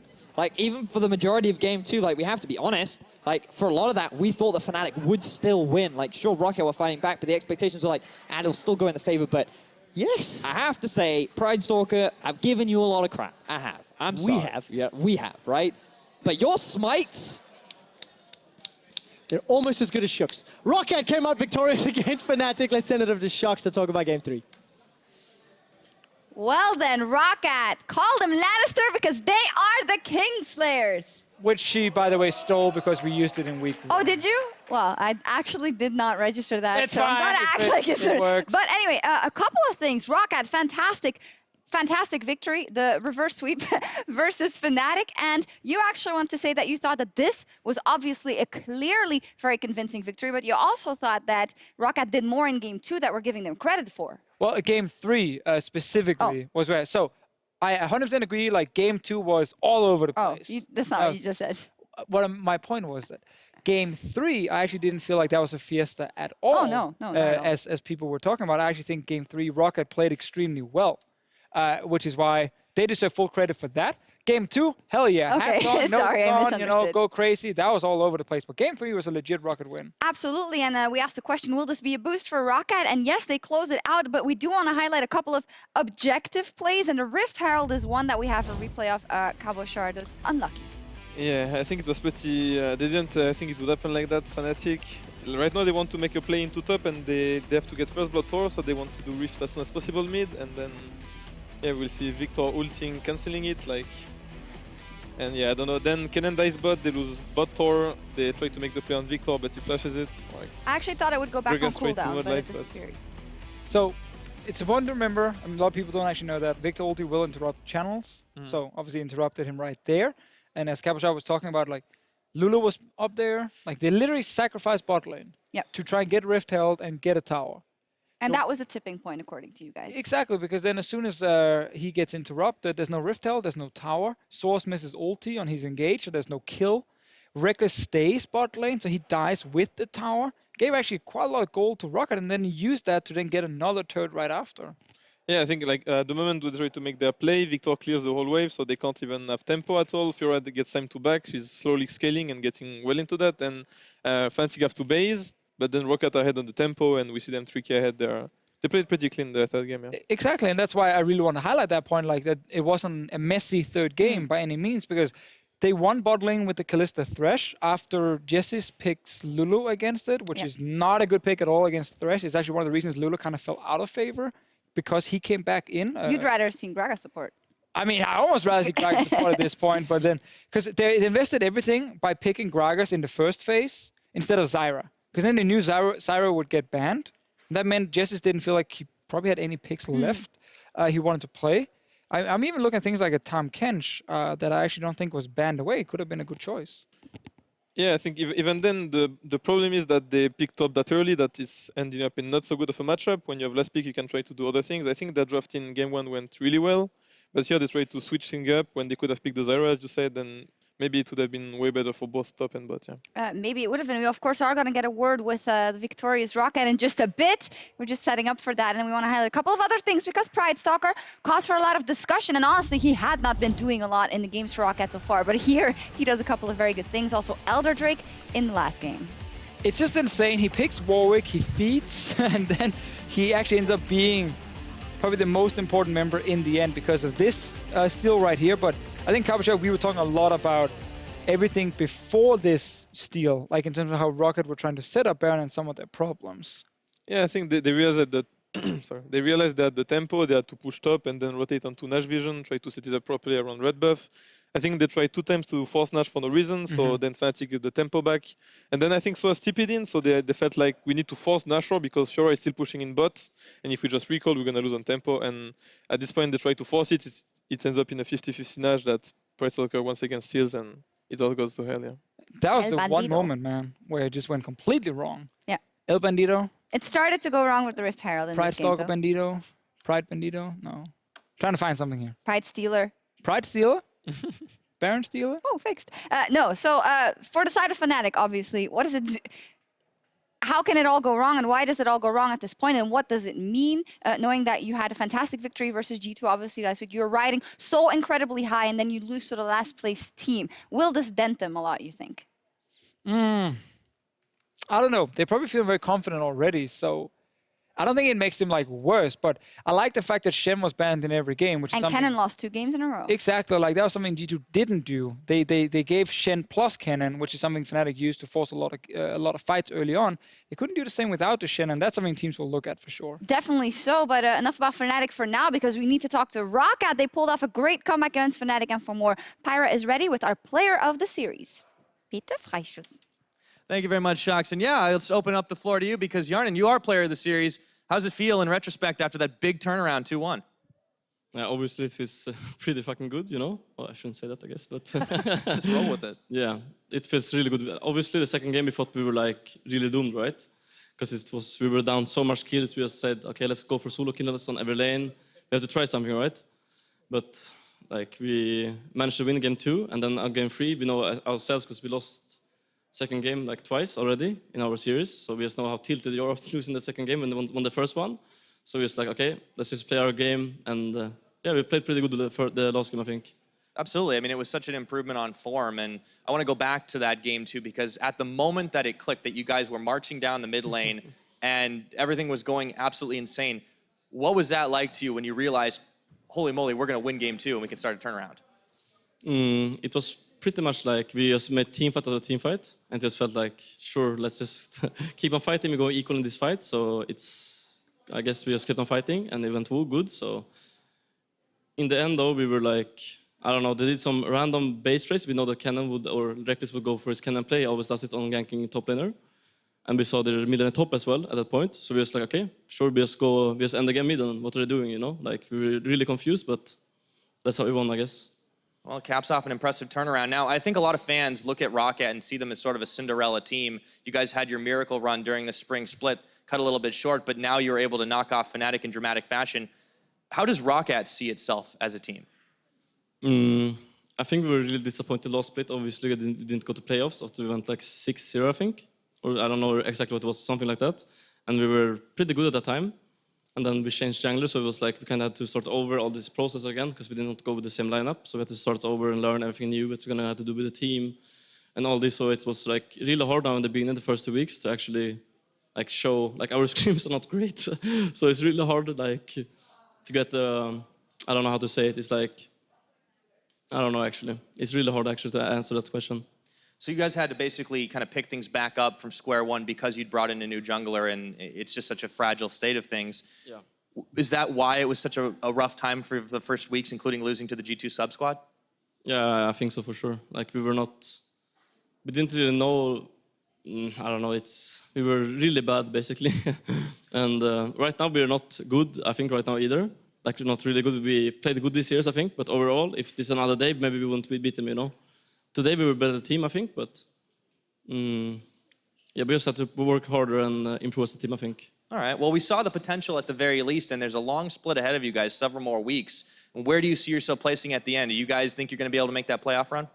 The playoffs is our goal right now for sure. Same as last split, so we hope we can do it. And after that, everything can happen, I guess. Like, yeah, hope for the best and go finals. Well, I look forward to see if the magic can happen. All right. Thank you for joining me, Yarn, and congratulations on the victory. Thank you. All right, now we're going to go ahead and send it back to the guys at the analyst desk. Take it away. Thank you, Pyro, as we take a look at the win moment. Fantastic. Swag, great stuff. And always actually nice to hear from Yarn, and also our player of the series, and definitely cool because he was someone that we were looking at to step up. But let me ask you this. We had a lot of question marks about Pride Stalker, right? He had not been carrying his weight. I think that's fair to say. And now he does make some very, very influential steals. But if you take that away, what is your judgment? If he doesn't steal the Baron, if he doesn't steal the Elder Drake, in the context of the developing team? I'm still not convinced that he is good enough for ROCCAT and what they're trying to do with making playoffs. Steals were great. Ignore those steals. The Warwick pick was not great at all. It had very limited impact in some of the games, but his game 2 was actually fine. So it's really hard because he's a young solo queue player, which is why it's super unfair to judge him based on 3 weeks of LCS. I think we can say now, sure, it's not at the level we want it to be, but I also think at the same time, in 6-7 weeks, suddenly he might look way better because he's had much more time on stage. It's too early to just fully judge him right now. Yeah, and we've also seen that, or actually, when speaking or not speaking to him, rather, he does seem kind of finding his way in every sense of the word. In the LCS, it's all new. So can this mentally be kind of an unlock for him, Kabashar, the fact that you're able to, hey, I can do it, guys. I can do important things on the stage. Yeah, definitely. Like doing it even more against Fnatic, I think it can be a thing. I think the meta, before when it was Grace Ringer, he performed much better onto it. Right now it shifted a bit, and we see him picking things like Warwick into Kha'Zix, which is not optimal for a lot of teams. Like there was the Listen open, Gregas was open too. Maybe they could have tried that. 2 games in a row they went for Warwick, and yeah, for early mid game it really wasn't that good. It's also hard though if the rest of your team is maybe not doing too well. Like Foxy up in the top lane has not been the same guy we saw at the end of last split. Like his Jarvan game where he got camped early on and fell too far behind. It's happened quite a few games where Betty has also struggled. So as a jungler, oftentimes if your laners are not performing well, you're actually the one who suffers the most, because then suddenly you can't do anything because all your lanes are behind, and if you try and gank, you get counter ganked, you die, and everyone blames you. So it's actually really hard to play a jungler. But now this is fun. You get the momentum, you get to win, you get to meet the fans and have a lot of fun with that. So let's hope for ROCCAT at least that this is kind of the start for something good for them. And I mean, last time they won a game, they won all the games. They won 6 in a row, so that does make everything very interesting. And also they play NIP next. They do. They play NIP on Saturday, which is actually the match that we looked at for them to win. And now they get a win on the board already. So what are you guys' thoughts on that matchup? It would almost be like, of course, they're going to beat NIP now. No, or is that too easy?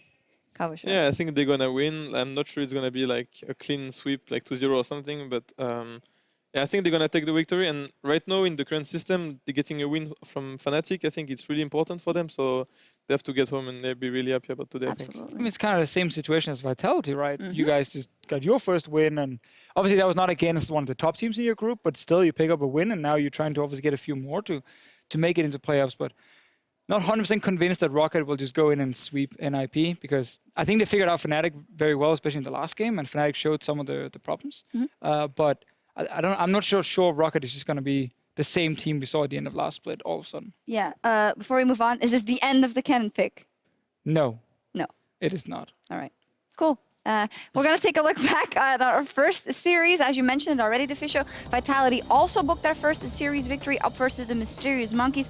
For people who might not have seen it, Kabashar, what did it come down to this series? I don't know, I haven't seen it either. How do you think you did? I think it went all right, even though we made quite a lot of mistakes early in game 1, I think especially. And then, yeah, as I said before, we skipped a lot of steps, even though we knew what to do. I think otherwise we played pretty well our lane, and then when we had the advantage, we took it like to the end. Is Nuke Dog the best performing Vitality member right now? I don't know, you tell me. Oh, I mean, I think he is. He's such a dodger. But what about the top laner? What's his name again? Is he good? Cabocard. Cabocard? Is he good right now? Yeah, I think he's alright. Alright. I think Nuke Dog has been showing up as well, so it's definitely great to see him. Like back in the days. I mean, but that's the truth, right? Because when it comes to you, you had obviously fantastic start in the LCS and you made a lot of heads turn. And then recently, and even, the whole maybe last year, it hasn't been super Cabochard. So how much does that motivate you, and how much do you agree with that? Or is that maybe the product of the circumstances at the time? I think it depends on times. I think last summer, I definitely underperformed, but towards the end of last split, I think we all together, like individually and as a team, we progressed a lot, I think, even though it wasn't showing up that much on stage. And right now, we actually took it pretty well onto scrims, for example. And actually, I think all of us are really good, and we just need to keep improving, and we can definitely be a really good team. What's been the process like with Yamato Cannon? What is he? I've heard in different teams, like in Splice, that he starts from the bottom, from the absolute basics of everything. How's it been working with him? And is that also the way you guys are approaching practice? Yeah, pretty much with the mindset, like we just want to keep improving, and like we don't really get our goals like tomorrow we need to be the best team in Europe or whatever. Like we take the day as it is, and we keep progressing, we keep getting better and better, and eventually we're gonna get there. Yeah, and a first series win. To wrap that up, the Fisho Mysterious Monkeys not able to win a single game again today. What is kind of your temporary verdict? I mean, it's hard. A lot of new players in the LCS. A lot of players that had a fantastic run from Challenger playoffs into promo tournament. Probably overperformed a little bit during that time. They're now in the LCS, and they're clearly a step under the rest of the team in Group B. And it sucks even more for them now to see teams like ROCCAT start picking up wins, because that just means that you feel like you're now almost the only one who's just not able to do it. And these teams are getting confidence now, and you are not getting anything. Yeah, definitely. We'll have to see how that evolves for them. Let's take a look at the standings with that, because ROCCAT and Vitality have started to climb up those rankings. 1 and 2 in one series. 1 and 2 for ROCCAT. And it actually doesn't look that bad at all. We're only 3 weeks in. I keep forgetting, because you think when teams start losing a couple of games or series, oh, it's horrible, but it isn't at all. You guys are just at the beginning of the split. Let's remember that Splice are playing Unicorns. Yep. So let's say that's a Unicorns win. Then Vitality plays H2K. And Cabochard already told me that Vitality will win that series. And then suddenly they're tied with Splice for 3rd place. Did he? When did it happen? As soon as you came up here and you were like, whoa, we won. We're going to take down H2K. I was like, oh, hang on, boy. You were like, say that on air. I'm like, okay. No, I'm pretty sure that happened. No. Okay, it happened. You were there, by the way. I did not hear that. No. Okay, it totally happened. He said they were going to beat H2K. We have cameras here, I think. You totally said they're going to beat H2K. You mentioned it already about tomorrow's matchups. We're going to take a look at the schedule, because it's quite interesting. Misfits versus G2 and Splice versus the Unicorns of Love. And I think we got spoiled a little bit today, because not a lot of people have probably thought that ROCCAT Fnatic series to be that competitive. So what's going to happen tomorrow? Misfits versus G2, Cabochard. Do you think Misfits can improve enough in time to beat G2? I don't think right now, like, it will still take time for them. And I think G2 are still a really, really good team. Like, even though they didn't have that much train before. Right now, I think they're going to show up and win 2-0 against Misfits. And Unicorns of Love, Splice? I'm giving it to Unicorns of Love. They're playing well at the moment. And I kind of like what Splice have been doing with Senkooks in the mid lane on Aurelion Sol and Galio and Talia, these kind of things. So I think it might be closer than people expect, but I think Unicorns will win the end. All right, cool. Anything else you guys want to add? He totally said it. He's French. No, only he can say that. French.